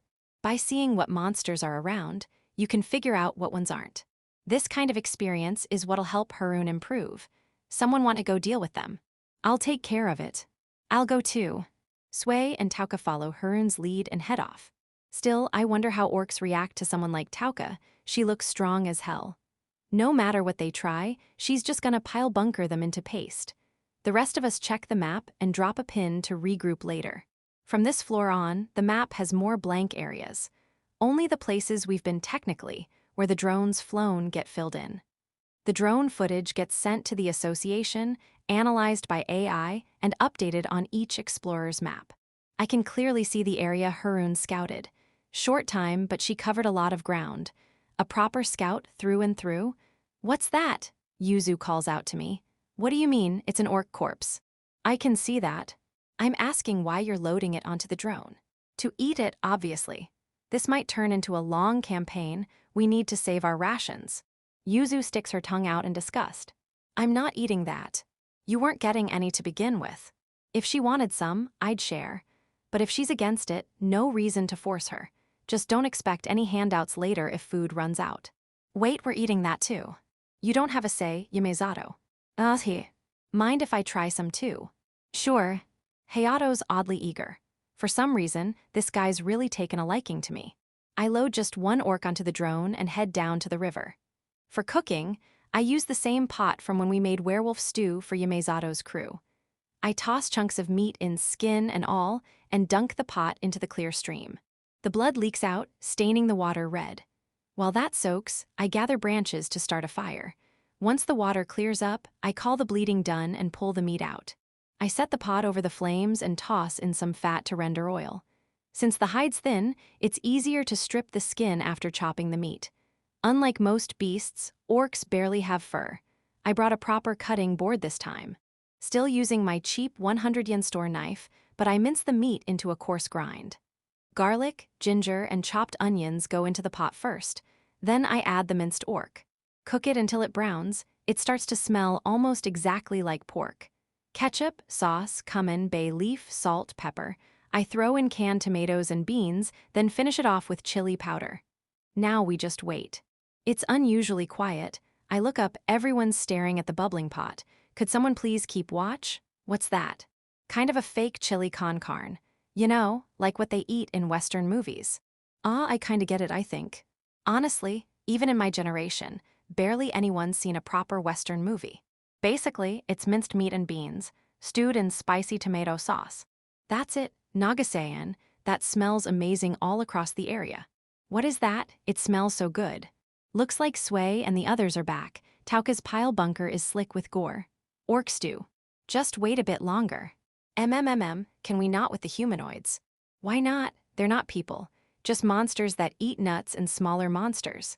GGGG. Sway's brow furrows hard. When I ladle the chili into a mess tin, her throat visibly bobs with a swallow. Wanna try some? The smell alone screams umami. Sway closes her eyes and answers. I do. I can feel it. My mouth curls into a smug, greasy grin. Chapter 45. We finish off the imitation chili con carne and finally get a moment to breathe. Oog, that was so good. I might end up eating an elf too at this rate. Sway and Tauka both look a little sickened. Harun, who eats slow, still has her cheeks puffed out, chewing away alone. Didn't think orc meat would be edible, Yamezato says as he starts collecting dishes with the spear guy to wash up. Guy's really on top of things. I haven't given a single bite to Yuzu, who was watching with hungry eyes halfway through. She said she didn't want any, so I've got no reason to ask, changed your mind? Eat your rations. Once we finish cleaning up, everyone gets to their feet. We push forward, mowing down orcs and goblins as we shift positions here and there. By the time we've set up cameras on several discovered stairways, the sun's already dipping low. We take one of the staircases as a base and set up watch in the area. After securing the perimeter, we start prepping for camp. Around the campfire, we begin discussing what to do next. From this floor on, the food resources are pretty rich. Honestly, I thought Robo would station kobolds and lycanthropes around here, but there's no sign of them anywhere. I didn't even find a trace while I was scouting, Harun says. Maybe they're all gathering on a lower floor, Sway suggests. Could be, Hayato adds. If he's gathered all his forces in one spot, their kobolds gonna get slaughtered the second dragon's charges in, Yamezato says. Yeah, that's true. Everyone nods. Even if the werewolves transformed into the dragons, they'd be fighting while kobolds get trampled left and right underneath them. I don't know how Robo thinks, but he doesn't feel like the type that wastes soldiers like that. Small elite force in the deeper floors. The grunts are either here or on shallower floors. That's the assumption we should go with. I agree with Yuzu's take. The question is, where exactly are those shallower floors? If kobolds and goblins exist on the upper levels, then there's gotta be some kind of food supply up there. This is just speculation, but Tauka speaks up carefully. What is it? Back on the upper floors, there were dwarves banging on walls. Isn't that maybe something they do to catch slimes? Oh, damn, that never occurred to me. I just assumed they were working on dungeon renovations or something, given the name. But yeah, dwarves are monsters too. they must be eating something. So there's a food chain even in the upper floors. Slimes, dwarves, maybe even flesh golems could be counted as prey. Yeah, that makes sense. There were flesh golems. If you're not picky, even those could be food. Hayato and I exchange nods. So the kobolds on the upper floors might have already fallen under Robo's command. Seems likely. I'd like to assume so, but there's no way to confirm it. When I answer Sway's question, the axe guy from Yamezato's party raises his hand. He's the one who's been monitoring the drone chat regularly. If there are any low-rank explorers among the viewers, what if we ask them to just confirm the numbers without engaging? If there's a stupidly large kobold horde, someone's gonna die. This isn't some, the world's in danger, rise up heroes, kind of shounen moment. I'm not about to manipulate some guy who wasn't planning to fight into charging into a death trap. You guys watching this stream, don't come to the dungeon. If you can retreat while fending wave after wave of beasts faster than you, you'd have reached the middle floors ages ago. The axe guy hangs his head. It's not a bad idea in itself, but it needs another angle. We'd need someone or some group strong enough to retreat even after encountering an army-sized kobold force. Or someone like Tauka, stacked with gear so hard they can brute force it. There's just not enough hands. Tama Branch, what kind of support do you need? Even though it's already night, we get a comment from Emma-chan. I want a search team to check for any hidden kobold or lycanthrope forces in the upper floors. But if they do run into one, I've got no clue how they deal with it. Tama Branch, the ground self-defense force is currently deployed widely across the first floor. As long as they can retreat to a staircase immediately, their strength should be sufficient. Yeah, that's the hard part. Even in short distances, retreating while fighting means walking backward mid-battle. You need serious skill for that. Tama Branch, I'll go myself. That single sentence hits like a thunderclap. Huh, no way, seriously, you've gotta be kidding, right? The branch chief's going herself? The chat explodes in chaos. I'm stunned too. Emma-chan herself is going into the dungeon? Seriously, what the hell? Branch Chief Kasaka used to be a rank 2 explorer, Hayato says. No way, are you serious? She was the pioneer of my current fighting style, Yuzu adds with a nod. That fighting style where she uses wind to charge like a rocket, Emma-chan found that? Why the hell did someone like that retire and become a branch chief? I look at everyone's faces, asking with my eyes if they all knew. Turns out I'm the only one who didn't. Tama Branch, I've been retired for a while, but recon and retreat are still well within my capabilities. I'll enter the dungeon once I'm ready. I'll also be submitting a map sharing request, so please approve it. Looks like she's diving in tonight. I always thought she was quick to act, but I had no idea she used to be an explorer. That takes care of the upper floors search. Then, let's head deeper while waiting for Emma-chan's report and keep hunting for Robo. If there's nothing in this floor, maybe the traces he left were never meant to trap us, just to point us downward. If Robo's rampage on the surface and the attack on me were meant to raise the alert level on himself as a solo threat, then it was all calculated pretty well. Maybe we've been dancing in the palm of his hand. But if that's the case, we'll just crush the whole plan along with him. The more elaborate the setup, the more fragile it is when broken by brute force. Chapter 46, 2 days later. We're exploring the 34th floor of the dungeon. Got a reaction in chat. The axe guy from Yamezato's party raises his voice. I check the drone footage and see a flood of nearly identical comments scrolling by. Camera 19. 19, 19, 19, 18, 19's got it. It's showing up on 18 too. 19 incoming. No, it's 4, 19 is correct. Check camera 18, I immediately pull up the stream. The camera clearly shows 2 raptors sprinting across an open field. Just before reaching the stairs, they shift into wolf form and slip smoothly into the narrow passage. No doubt about it, that's a pair of werewolves. Where's camera 19? I check the map. The camera was set up by the stairs on the 29th floor. From what I can tell, camera 18 briefly caught them emerging from the 30th floor. People on the 28th floor, heads up. Don't force a fight. Still, just 2 of them. Doesn't feel like a combat team.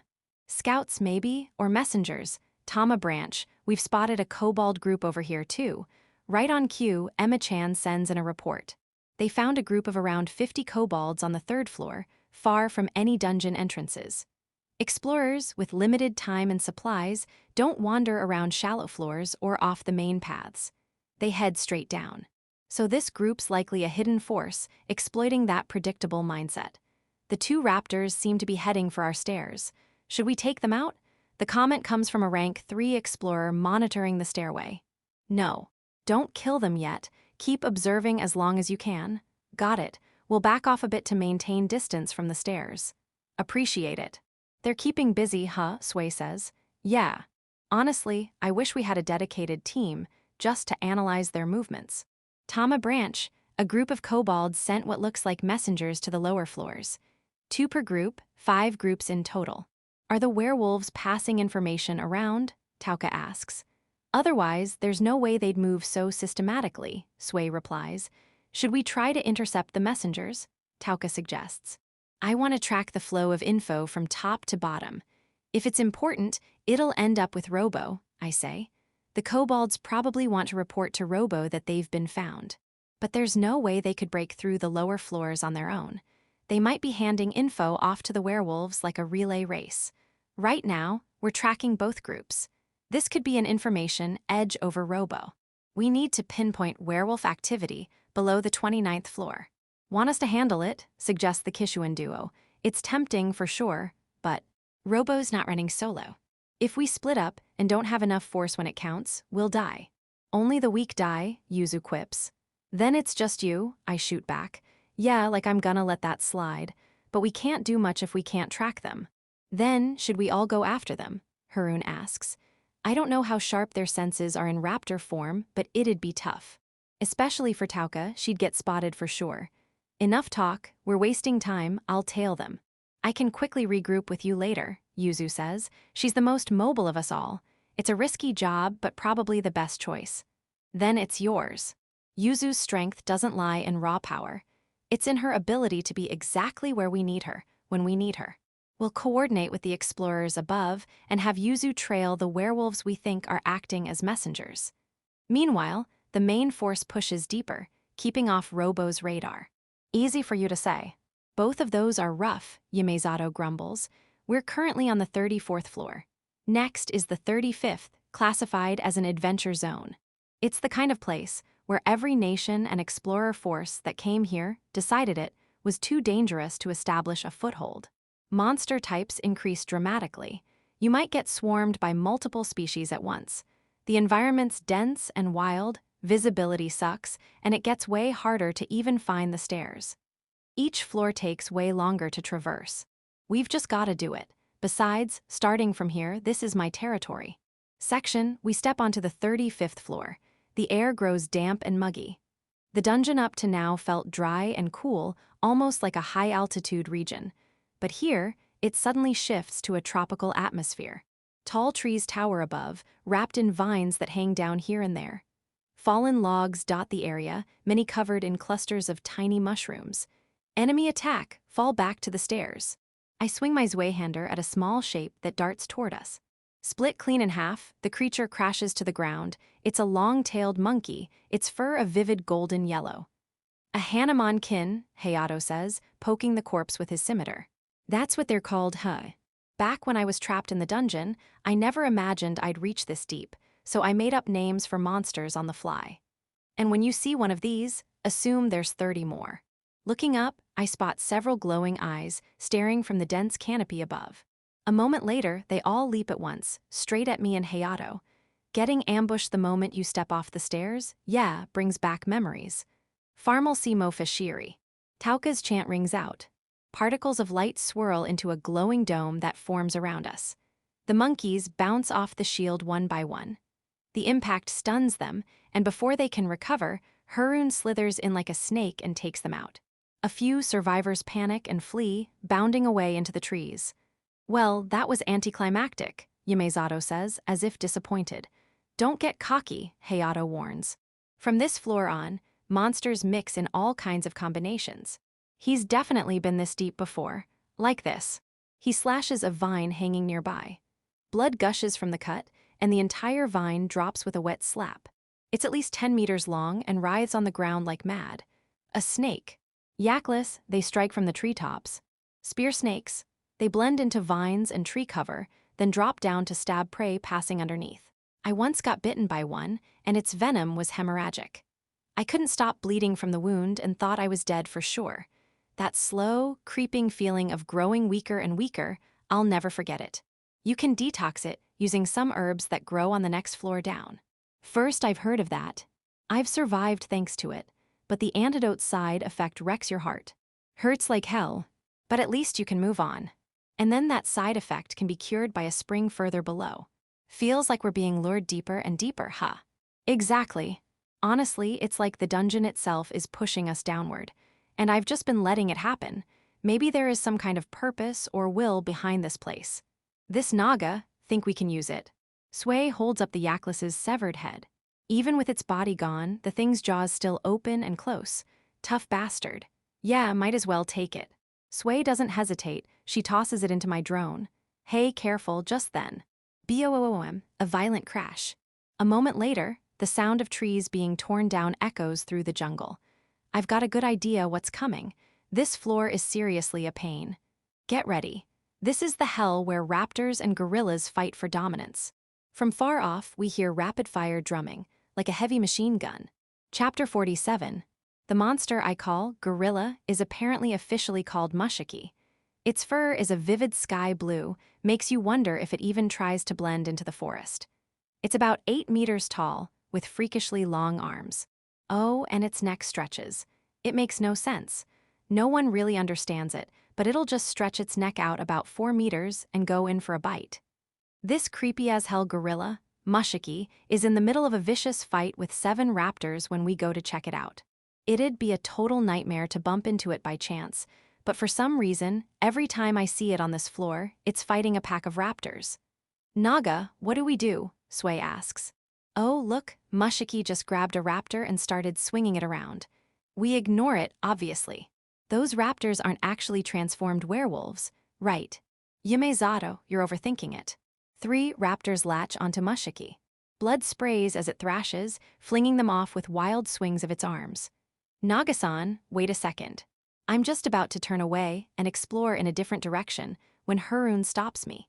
You think it has some world tree seedlings. One of the raptors Mushiki flung gets slammed like a hammer, crushing 2 more in the process. Mushiki is just like a walking embodiment of brute force, yet there's no sign of the wounds it just took. Could it just have super fast regeneration? Tauka throws out the question, but if its regeneration was that strong, there's no way I'd have soloed my way down to this floor. It seems stronger than the ones I know. Wrapped in a sticky flames, Mushiki stretches its neck and bites clean through a raptor. Its bite force is clearly boosted too. Yeah, this thing's probably been parasitized by world tree seedlings. Wanna take it on? Could be a good chance to power up before we fight the robot, I suggest. I won't be much help, Yumezato shrugs. I'll borrow shovel guy then. Cool. Yumezato's a pure longsword guy. He'd just get flattened, not even able to cut through Mushiki's hide. Looks like the raptor's breath attacks are working. I'll support with magic. Sway becomes our stationary turret. Yumezato's team guards her. Me, Hayato, and Harem create an opening. Tauka, you finish it. With a quick plan in place, we reposition to intercept Mushiki while it's still tangled up with the raptors. It's only a matter of time before the raptors go down. When the battle ends, we want to strike while Mushiki's still worn out, even a little. Tauka casts a support spell on everyone.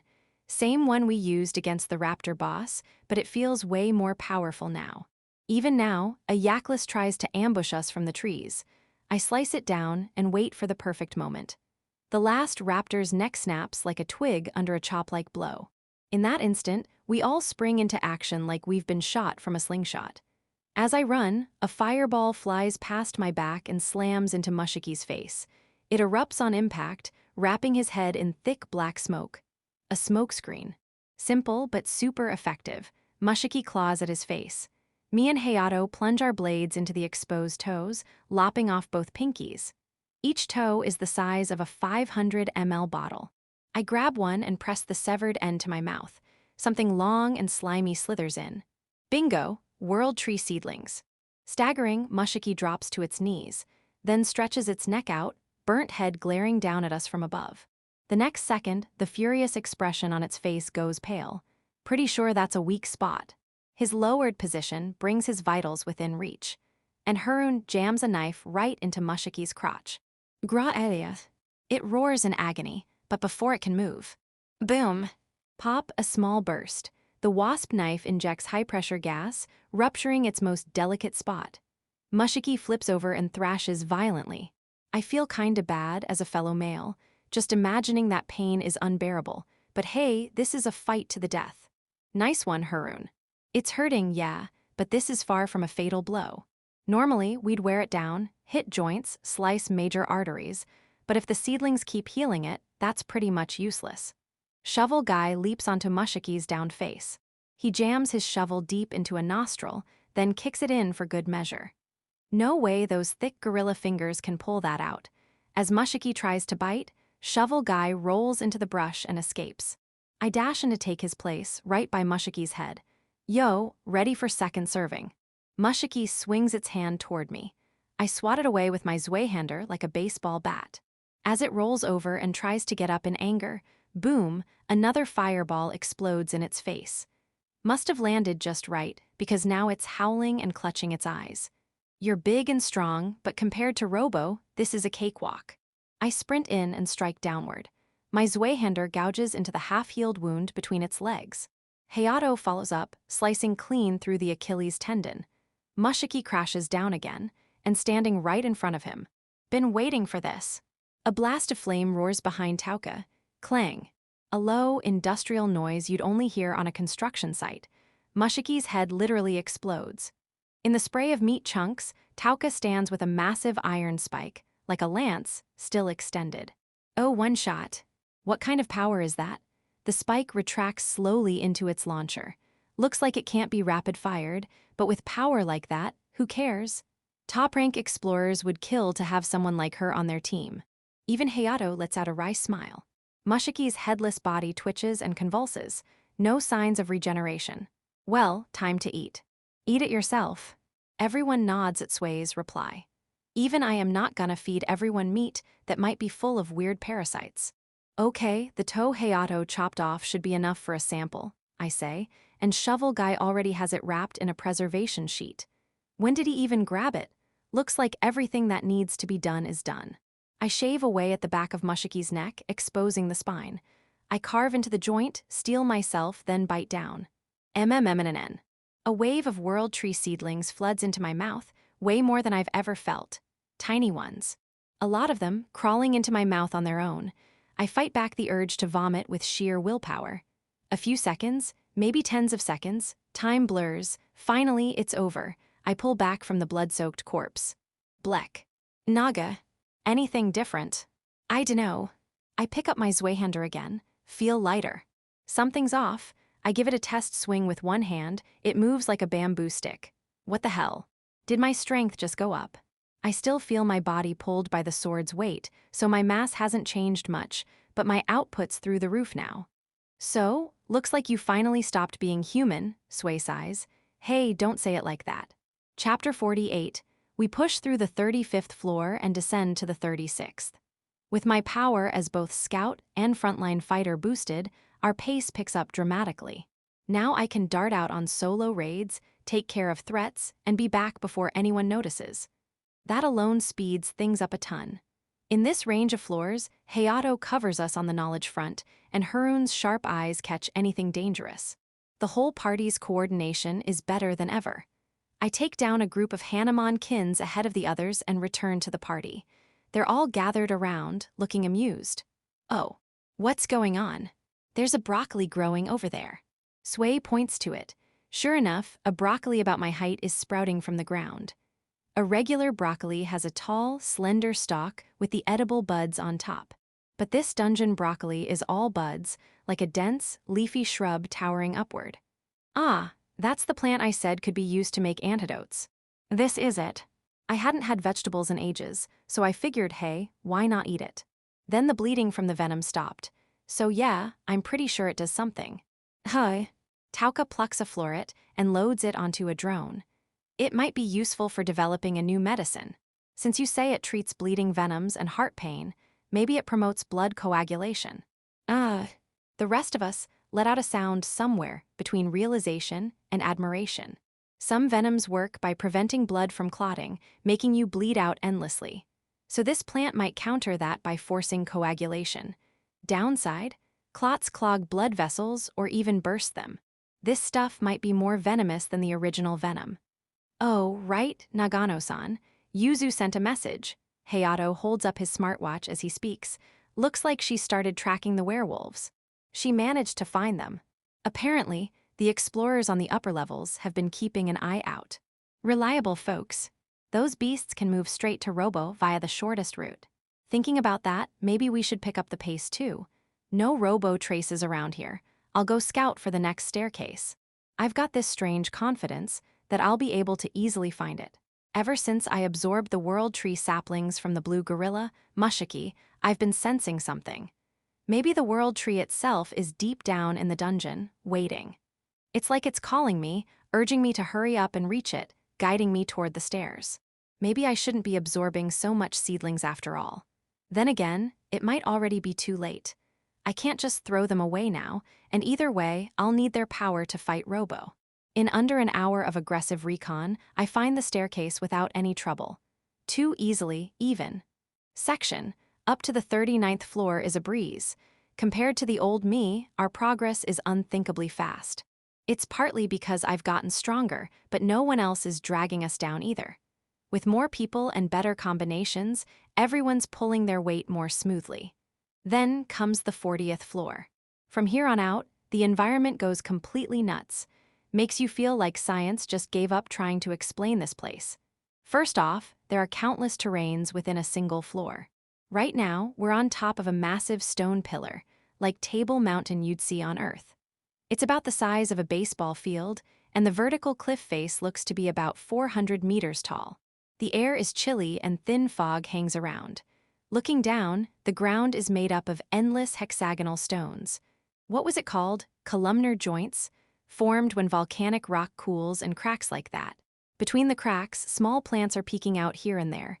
Is that a jungle down there? Sway hugs the edge of the rock and peers far down. Yup, that side's a jungle. But the other side's a desert? Haroon returns from a scouting trip. It's a flat landscape, not much to scout, really, but visibility's bad. What do? The next staircase is down there. Think we should go back and find another way down. Here and there along the cliff face, waterfalls gush out for no clear reason. If we brush against one while descending, we'll be swept away in seconds. We could hang onto the drones and descend that way, but I doubt it could carry me. Yeah, well, we've got supplies loaded up too, plus everything we've gathered. I replied to Tauka evasively. Might be dangerous either way. From where Sway's looking, Hayato is swinging his morning star and swatting down something that looks like a pterosaur. If flying monsters are in play, descending safely just got a whole lot trickier. Yamezato draws his longsword, looking thoroughly annoyed. In dangerous parachute missions, one or two people always get knocked off. I know I'm that guy. He slices through the wing of a pterosaur mid-dive, fending it off. He's good, annoyingly convincing too. You'd die first in a zombie movie, huh? Don't even joke, this is more brutal than any zombie flick. Honestly, if he were still on the surface, he'd probably get killed in a werewolf game. Maybe this world suits him better. Still, the fog's getting thicker. Our field of vision turns milky white, inch by inch. The screeching pterosaurs fade into the distance. Hayato rejoins us. What's with this mist? No actual harm from it. I've seen this mist a few floors lower. It grows so dense, I can't even see Sway standing next to me. Then a gentle breeze blows through. As the mist drifts and thins, a massive silhouette comes into view. A dragon, easily 50 meters long. Scales glinting gold. 4 thick legs grip the earth, wings spread in a threatening display. 2 twisted horns on its forehead and jaw. Flames flicker at the edge of its jagged maw. F. Fafnir, Yamezato mutters, stunned, so it's a known monster. We're dead. Hayato starts spinning his morning star. Calm down, it's just an illusion. No physical body. I touch Tauka's arm and lower her pile bunker before she fires it. What? I call it a mirror. A monster that creates mirages, basically a hallucination. More like a hologram, really. I walk right up to Fafnir's feet and search the ground. Sure enough, it acts like it's going to attack but never follows through. Just big scary movements, clearly fake. There it is. Wedged in a crack is a palm-sized giant clam. Now that I'm looking, there are tons of them, camouflaged against the rocks. I start pulling them out one by one. Kind of fun, actually. Once I move them away, the illusion of Fafnir warps and collapses. See. Wait, these look like clams. They taste pretty much like clams too. Normally, I'd use a knife to open them, but I just pry one apart with brute force. Inside looks exactly like a clam. That scared me. Harun starts popping open clams too. Wait, is there a little dragon inside this one? Harun's holding a particularly large clam. Inside, attached to the muscle, is something with a tiny dragon-like head. Tauka takes it, inspects it closely, and hands it back. This clam might grow into a dragon, or maybe it'll shape into a dragon egg. Wow, a dragon egg, huh? That's pretty awesome. Well then, let's eat it. Whatever path we choose, we're not getting another mealtime for a while. Better eat while we can. Chapter 49, I lightly heat the pot, just enough that it feels hot to the touch when I stick my hand near it. I don't know if mere are the kind of shellfish that get sand in them, but just in case, I toss them in the warm water to purge. Shellfish can be a pain to clean, but if you soak them in water a little hotter than bath temperature, they'll usually spit out the sand quickly. Not perfectly, but good enough. While that's going, I toss some random grass I picked onto the cutting board. Hey Naga, is that edible? Sway asks. No idea. What I picked is a weird plant growing out of a crack in the rocks, shaped kind of like a human hand. When I touched it, it moved like it was trying to grab me, probably a carnivorous plant. Looks like the environment's low on nutrients, so it's adapted to catch small animals to survive. That's disgusting. Yeah, kinda is. Still, once it's chopped up, it just looks like regular greens. Most creatures evolve based on how much energy they can get. Flying, running fast, being poisonous, all of it. They pay a cost to gain those abilities. That's why you don't see many organisms with a whole bunch of strong traits at once.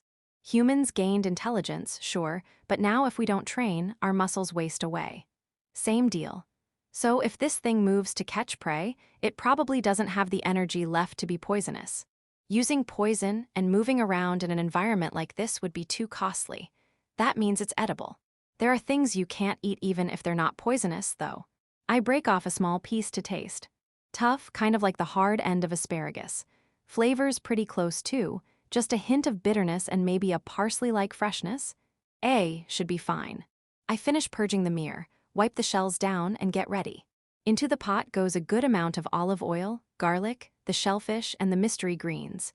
And on a whim, I add some snake, yakless, that I skinned and chopped up while scouting solo. Snake. Skinned, it's basically just fish. Though really, it tastes more like chicken. Reptile or amphibian, anytime you eat a wild one and someone asks what it tastes like, the answer's almost always chicken. Why is that? Some evolutionary thing? I fry it all together until it's browned and sizzling, then pour in a good splash of liquor. Salt and pepper, bam, just like that. I cover it with a board that works as a makeshift lid and leave it alone until the bubbling dies down. You sure love cooking, huh? I thought you'd be more of a just roast it whole kind of guy. I can't help but laugh at Sway's comment. I barely cooked for most of my life. It's more like a hobby now. As a kid, my parents fed me. In college, I started cooking a bit. Once I became an adult, it was all cheap stuff, dried noodles, rice with natto. People imagine living alone means you're eating a lot of convenience store meals, but it's not really like that. I'd buy udon at the convenience store, pour store-bought soup base on it, crack a store-bought egg on top. Like 10% actual cooking, 90% junk nutrition, and I'd keep it under 200 yen a meal. Then I ended up in the dungeon, eating just the kind of stuff Sway described. Cooking now makes me think back on that short time in college. Smells amazing. Shovel guy sits down beside me, his voice low and smooth. That voice. It's so deep and polished, like a dub from a Hollywood movie. I had no idea he sounded like this. Just about done. Once we eat, I'll throw in some pasta to finish it off, one-pan style. One-pan pasta. Basically, you cook it all in one pan.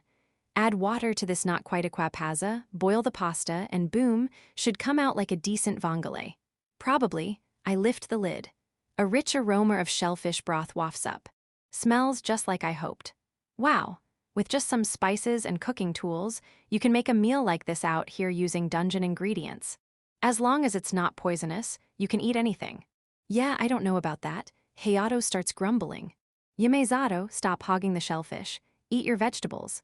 This isn't a vegetable. It is now. I stuff some of the mystery greens into Yamezato's mouth. He chews with wide eyes and swallows. Huh. That's actually good. Say, you fed it to me first 'cause you thought it might be nasty, didn't you? Hey, I did taste it raw first. With Yamezato still lively, the others finally reach for the greens too. This is way too good for dungeon food, Tauka says, neatly forking meat out of a shell.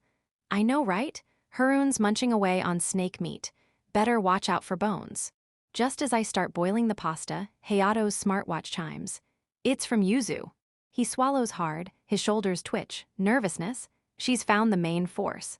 Finally, I can feel my mouth twisting into a smile.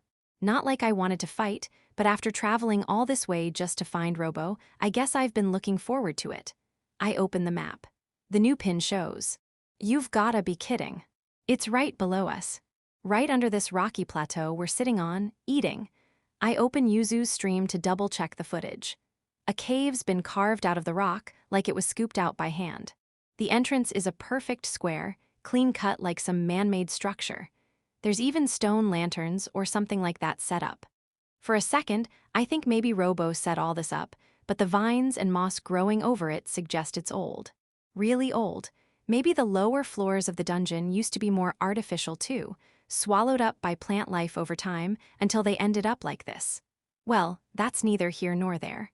A dungeon inside the dungeon, huh? Sounds fun, like we're raiding the Demon Lord's castle.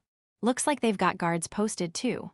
Yuzu's camera, perched up in the treetops, catches 2 lizard men swapping shifts. 2 guards, plus 1 light blue gorilla, Mushiki. They're splitting duties between mobility and brute strength, it seems. Once we've eaten and rested a bit, let's hit them. We've got the high ground, may as well drop in while we've got the edge. My drone's got the lightest luggage, so Tauka, take mine. Understood. Better redistribute our loads while we're at it. Yamezato gives a reluctant nod. Yuzu's nearby. She can provide cover while we descent. Good point. Right. I'll let her know. Hayato contacts her right away. Just as we finish eating, Yuzu rises smoothly into view. I'm back. Nice work, Yuzu. Typical sibling exchange, kind of sweet. Yuzu looks at the pile of empty shells stacked nearby. What's that?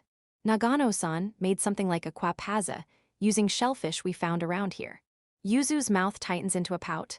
Annoying. Oh, come on. You don't eat this dungeon stuff anyway. Next time, let's eat together, Sui says gently.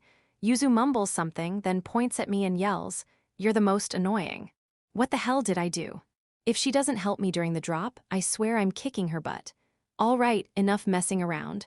Let's repack and drop. Okay, Haroon chirps and starts organizing the supplies. Shovel Guy shifts the recent loot to the bottom and stacks his absurd number of shovels on top. Less than 10 minutes later, we're ready. I sip some water to moisten my throat. I tie myself to the rope dangling from the drone, loop 4 cords under my thighs, and wrap the end around my left wrist. Ready to go. A little wobbly, but I keep my right hand free for my drawn Zweihander.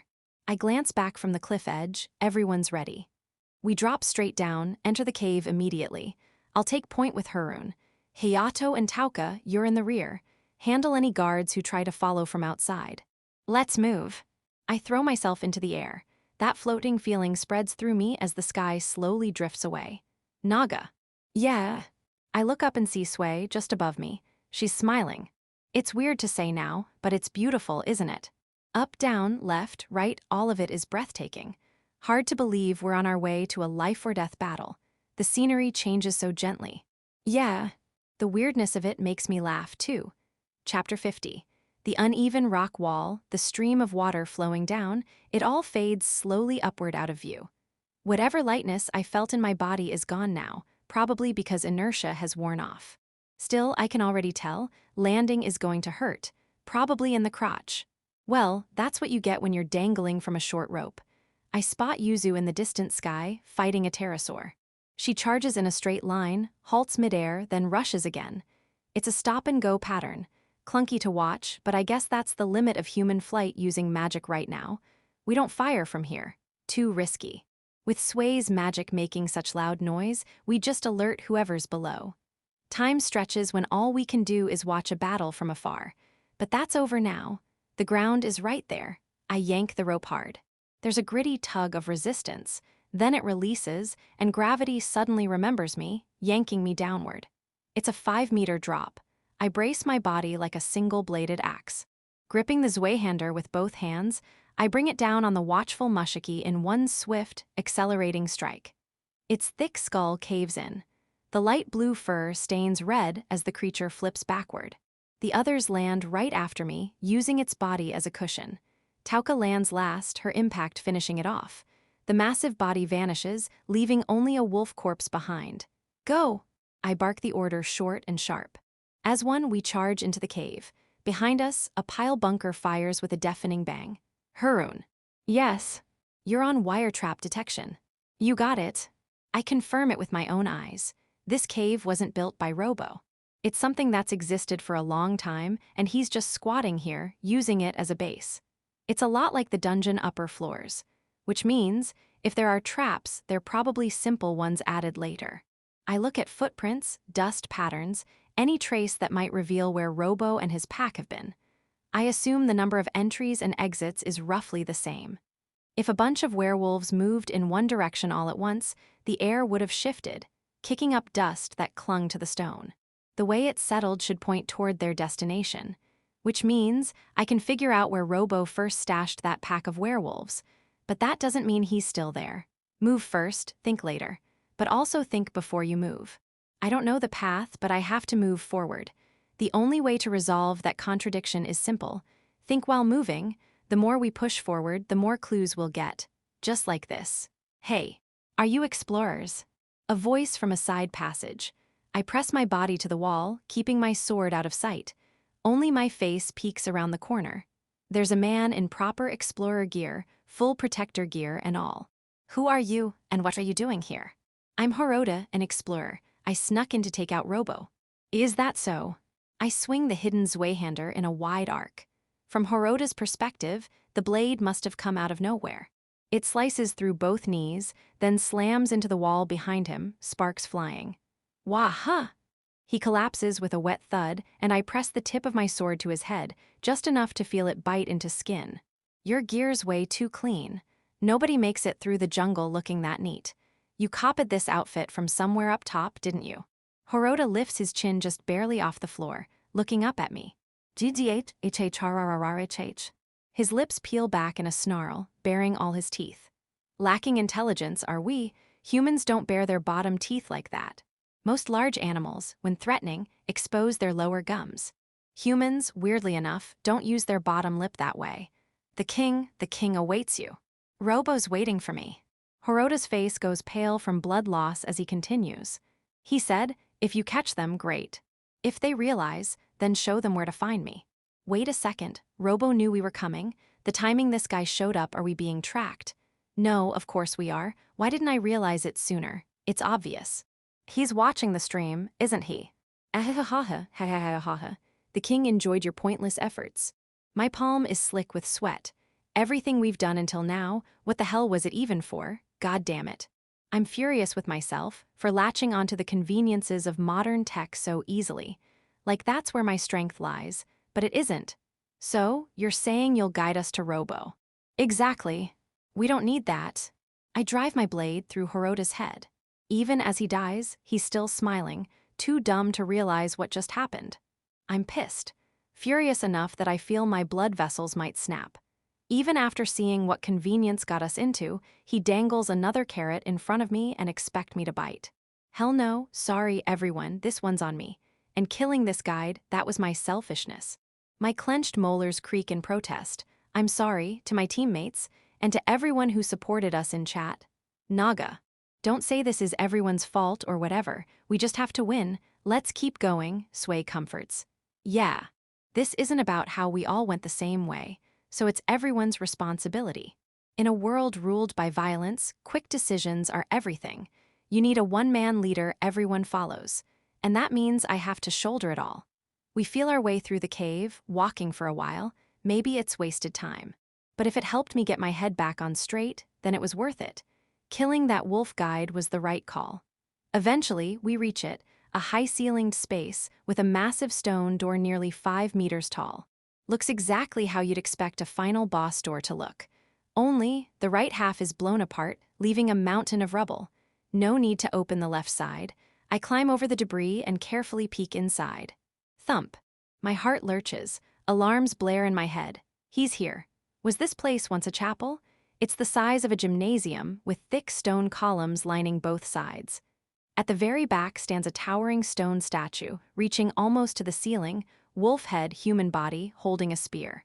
And sitting lazily on the pedestal, a figure with the head of a black-furred dog and a chiseled human body. A thick mane wraps around his neck like a fur collar. Golden ornaments shine from his chest, arms, and ankles. It's unlike any form I've seen before, but the presence alone makes it obvious. I step forward over the rubble, revealing myself. Yo, Robo, since you invited us, thought I'd drop by. You took your time, Robo sneers. Did you enjoy the show? I figured you'd need some bread and circus to keep you going.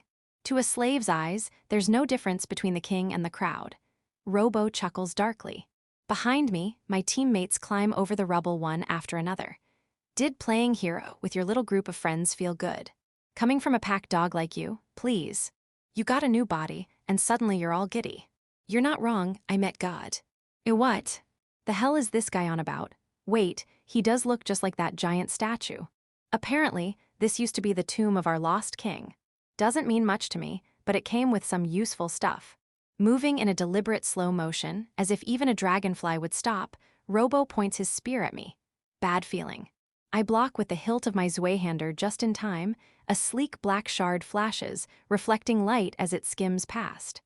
Naga-san, Tauka whispers behind me. That form, it's just legend, but it really resembles the Egyptian god Anubis. Oh, come on.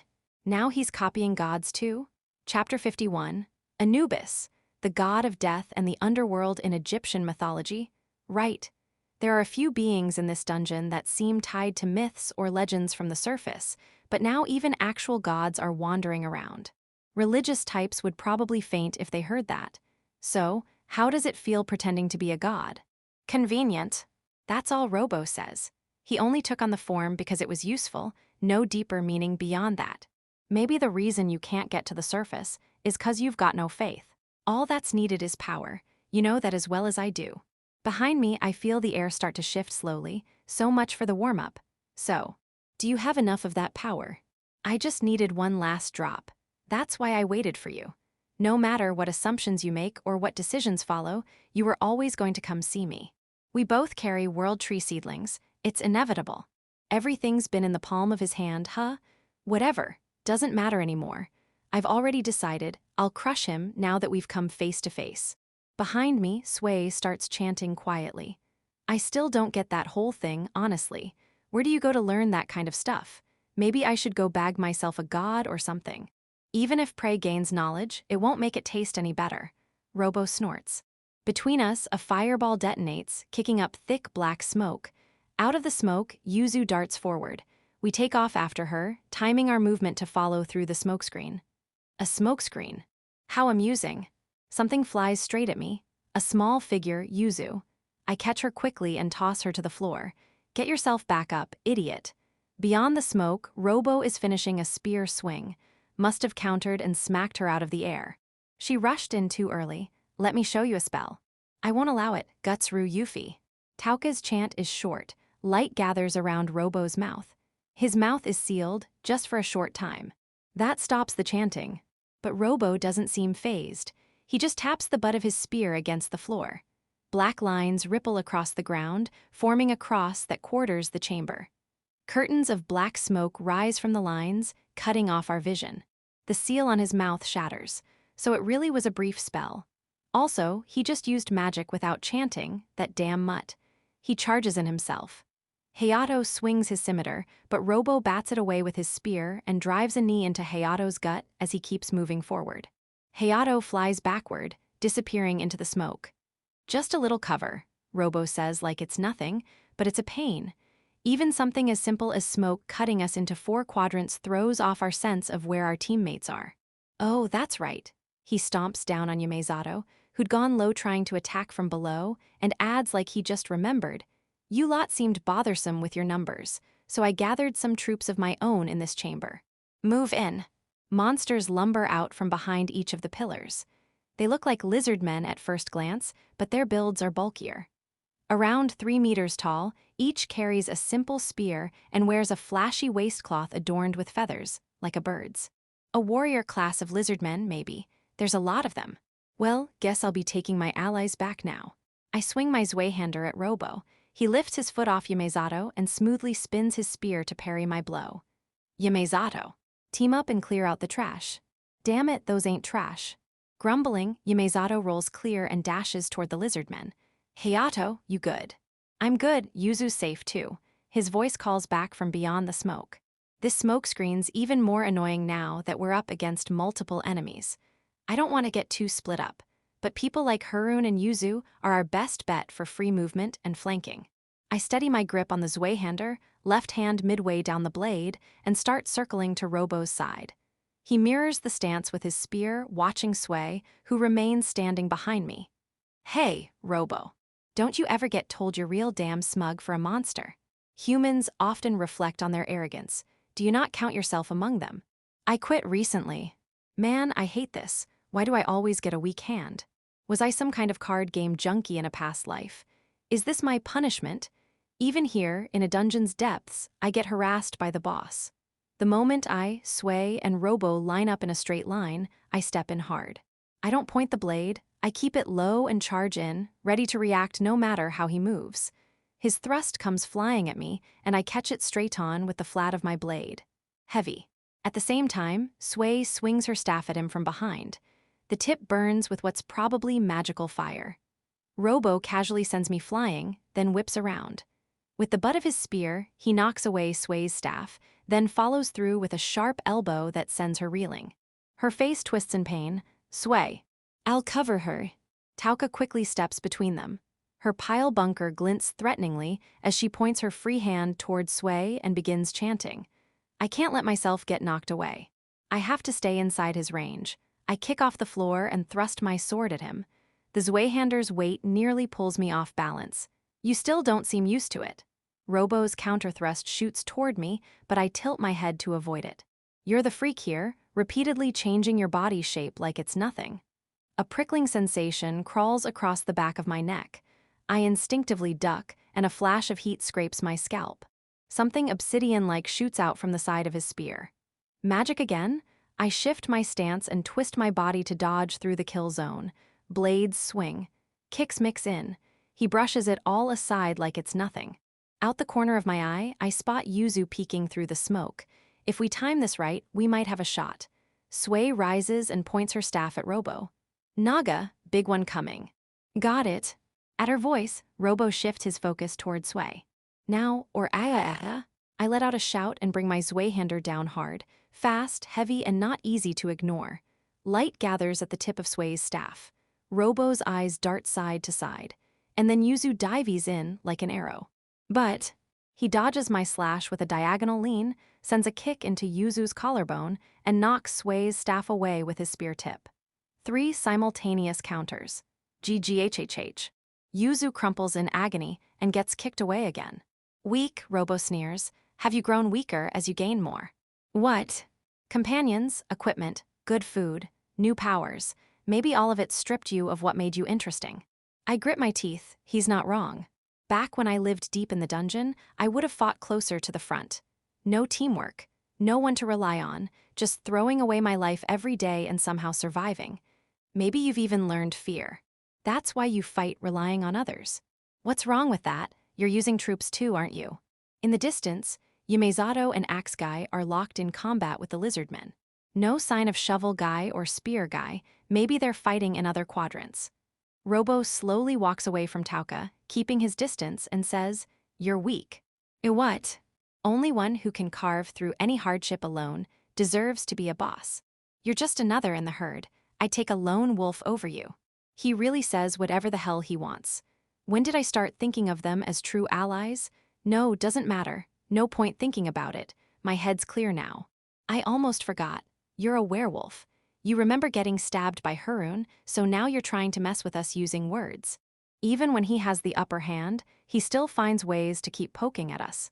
His personality is garbage. Precisely.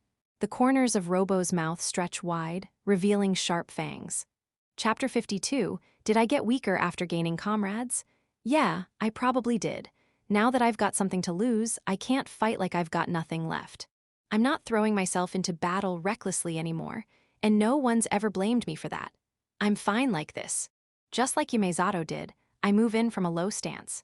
The tip of my Zweihander scrapes the floor, spitting sparks as it arcs upward from below, aiming for Robo's knee. At that distance from the grip, leverage breaks down, and it's hard to block. Long weapons are weak against lateral force at the tip. Robo pulls back, the blade slicing through empty air. The sword swings wide past my body. But, clang, even a bare, exposed face still has the oldest weapon of all, teeth. Robo blocks my bite with his golden bracelet, grimacing as my teeth leave a deep imprint in the metal.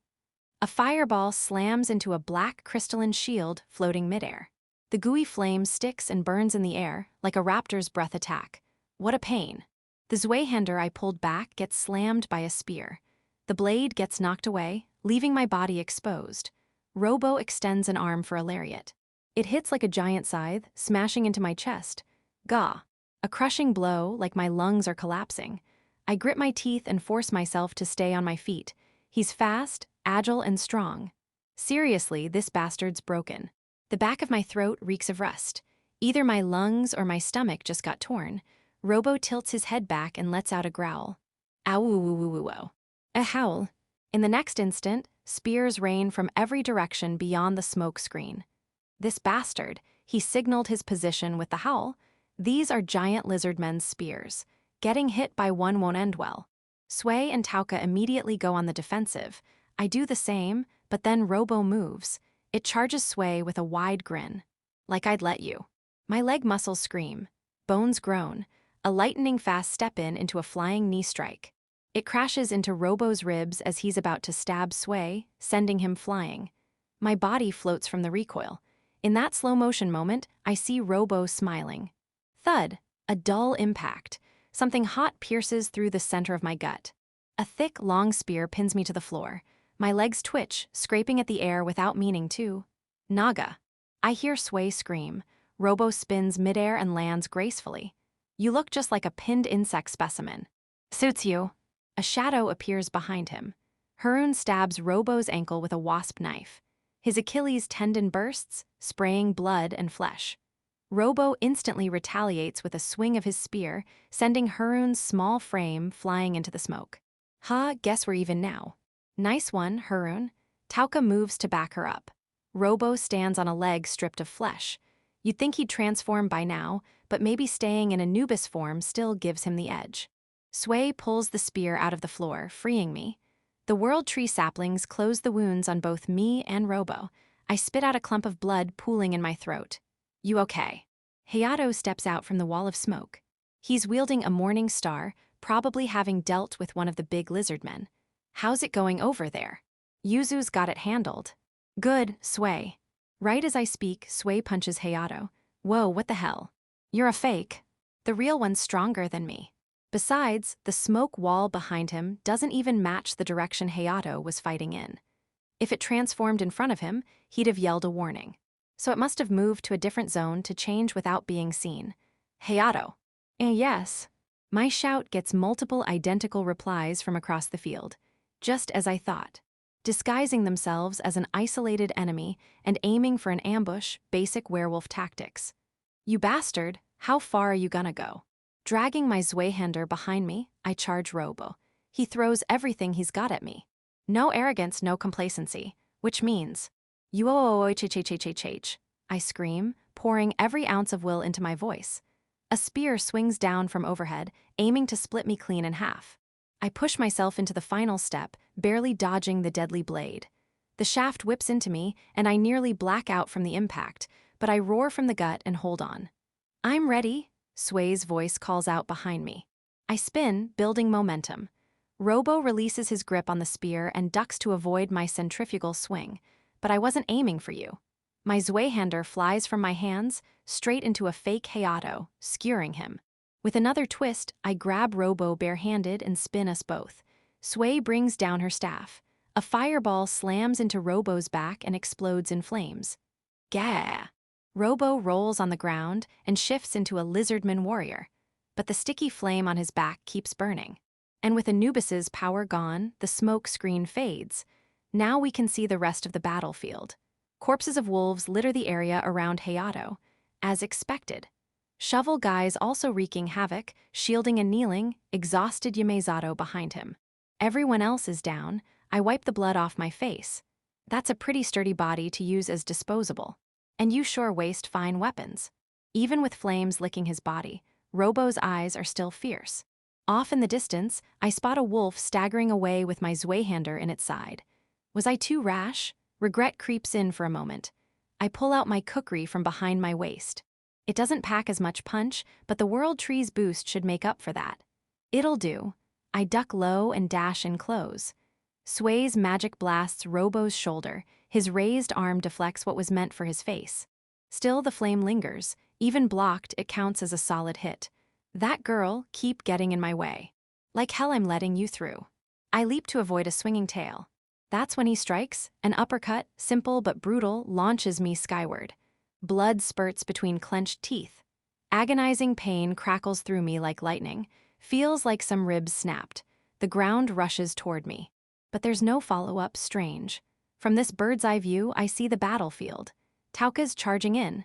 She and Robo clash, fire exploding from both their bodies. Robo's fist shatters into pieces, pierced by an iron spike. Tauka's exosuit bursts apart too. Now or never, I land in a roll and break into a sprint. My battered body screams, but there's no time to care. Both Tauka and Robo drop to one knee. I drive my kukri into his burned shoulder, slicing deep into muscle. Grahh, Robo howls. As he stands, he transforms, now he's mushiki.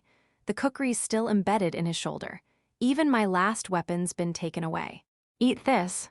A sudden shout. Two figures come flying through the air.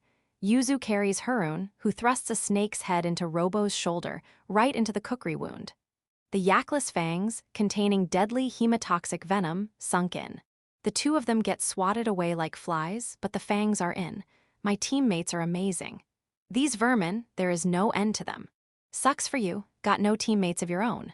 Robo's eyes dart around. Shovel guy's down too. The only one still fighting is Hayato, who's holding his own against 3 lizardman warriors. And the rest of the werewolves? Gone. The battlefield shrinks in an instant. Just me, Sway, and Robo. Hayato and 3 enemies, that's all. Let's end this, Your Majesty. Blood from Robo's shoulder drips to the floor and spreads. I underestimated you, he mutters and vanishes before my eyes. A sharp pain stabs my ankle. I look down. A snake's head. He shrunk to disappear from view. This bastard, in that condition, he shape-shifted into the barely alive Yakless. He transforms again, this time into a wolf. Fangs bared, he lunges for my throat. I reel back, but he pins me down with his front legs. Let me gift you a countdown to your death. So this is your true form, huh? We glare at each other at point-blank range. Chapter 53, Why I Wonder. The wolf before me has a build not much different from mine. He's not especially huge, and his fur doesn't shine silver or anything like that. Yet he carries more presence than the godly figure of Anubis himself. Is this what it means to be born and lived as a king? I slam a hook into his face, but with that thick neck, Robo barely seems fazed. When his jaws snap at me, I catch the motion clean with an elbow counter. Only then does the beast finally flinch. I use every spring in my body to twist and rotate. Now the wolf is beneath me, and I've taken mount. I drive in a few hammer fists. I must have hit a fang. My knuckles tear open. His hind claws dig into my back through the fabric.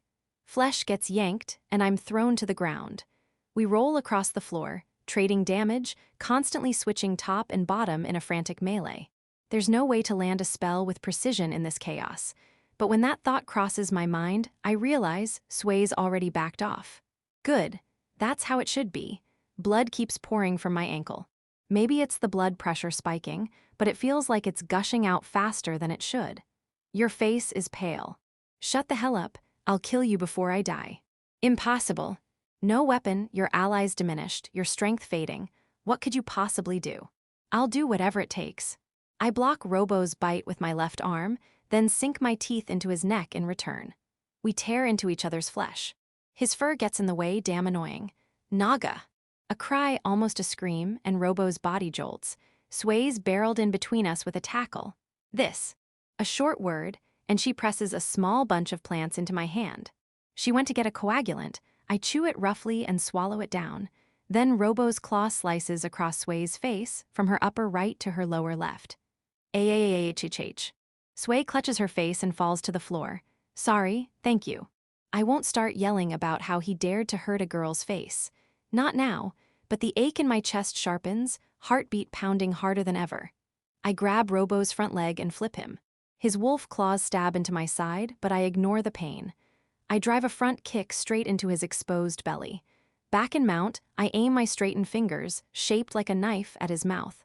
Go ahead, bite down. Use those proud fangs.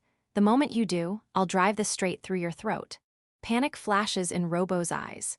He turns, pretends as if he's going to bite my knee, and the moment I pull my leg back, he rolls away. Coward. Breathing hard, I square off against him again. Pain outlines my body. Inside and out, there's nowhere left unscathed. Why? Why are you so persistent? Isn't this the kind of fight you like? You're the one who said I'd gone soft.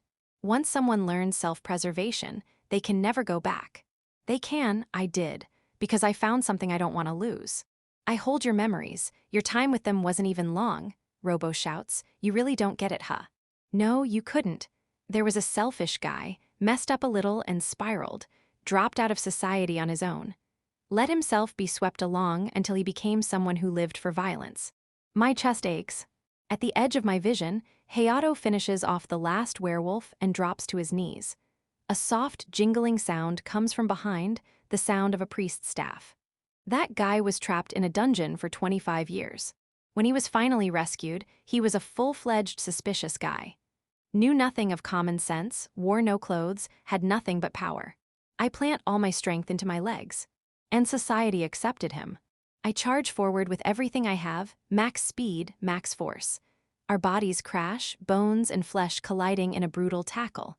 In a world of flickering vision, I roar. You repay kindness. That's how this works. I grip Robo's fur and, in a judo-style throw, flip our positions with brute force. You may have guarded your left and right, but you've never dealt with vertical. Sway. I scream for my partner, don't even know if she's still standing. Boom. A hot gust and shockwave brush over me, I believed. And she came through. Robo's body tenses for a split second, then goes limp. He suddenly feels light in my grip. I let go, my vision's fading. I've lost too much blood. I press my hands to my knees and push myself up. Robo lies flat, a deep gouge torn across his chest from behind. Hey, don't tell me you've got another transformation left. Eat, the fight is yours. I don't even have the strength. Later. Later, huh? I envy that. Robo gives a wide grin, then goes still. Finally dead, huh? I fight the urge to collapse. With the battle over, the drones start flying back to their owners. One heads toward me. I clench my right fist and raise it high, not to the heavens, but to the surface above. We've won. You really did it. Peking Man is unbeatable. Peking Man forever. Is everyone okay? Thank you, seriously thank you. We won. You're all wrecked. Peking Man rules, for real thank you. A torrent of comments floods the screen. The paid messages start piling up so fast it's pointless to even try counting. It's way too fast to read them all. But this should have eased the minds of the people up top. Maybe even those werewolves in disguise watching the stream will decide to crawl back into the dungeon. I lower my arm and turn away from the drone. Sway. My partner's standing, leaning on her staff. Hell of a medal you earned. A vivid red slash runs across her otherwise pretty face. Thankfully, it missed her eyes, but her nose and lips are a mess. Tha-thu-thu. She's trying to talk, but with her lips torn up, it's barely intelligible. Let's try waking Tauka and getting you healed. Sway nods. It doesn't feel like a proper ending, but maybe that's just how it is after a fight like this. No, maybe we should be thankful we even made it out like this. Dragging our broken bodies along, we head over to wake our healer, whose arm is once again bent in a very bad direction. Section, we're in a deep floor. No way we can count on backup for the return trip. We rely on Yuzu's previous mapping to find our way to the surface. No way we're making it all the way back to the top of the rocky plateau.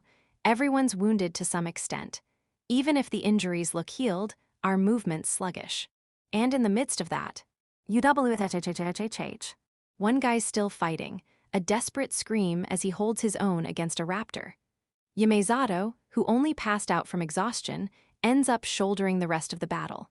Oh, go for it. You're cool. Harun and I shout half-hearted encouragement. I can't do this. And then we all break for lunch. I gnaw on raw Robo's meat. Everyone stares in silent horror, but what can I say? The guy might have been an enemy, but we talked plenty. And it was his last request. I hated him, but I don't think I truly despised him. Besides, if I don't eat him, I feel like he might come back. Guy was tenacious as hell. Yuzu, help Yamezato out. You're stronger than me, right? You're such a jerk. Yuzu pouts as I tease her. Everyone laughs, except Yamezato, who's crying. We work poor Yamezato to the bone, with Hayato and I joining the front line partway through, and finally make it to the 25th floor. The other explorers who'd been monitoring us come to greet us. With their escort, we blitz through the upper floors. And finally, we reach the stairs to the surface. The artificial lighting stings after so long. I feel the lingering bloodlust fade from my dungeon-hardened body. Just like last time, a crowd has gathered. But there's no cheering, no flashes. Everyone stands in silence, tense, upright. At the front of the crowd, waiting for us, is Emma-chan. Her beautiful face is a tear-streaked mess. For your fight and your victory, my deepest thanks and respect. Her voice trembles as she bows her head. You don't have to get all formal. Everyone did their part. No need for too much humility. Raise your head. We didn't do this alone. We had tons of help, including from you, Emma-chan, so. I scan the crowd. Oh, Ren and Koda are here too. Everyone holds their breath, waiting. No flashes, that's the only rule. The meaning takes a few seconds to register, and then, a thunderous cheer erupts. I lock eyes with Sui beside me. She smiles like she's saying, "You've grown." I can't help but smile back. End of Volume 1.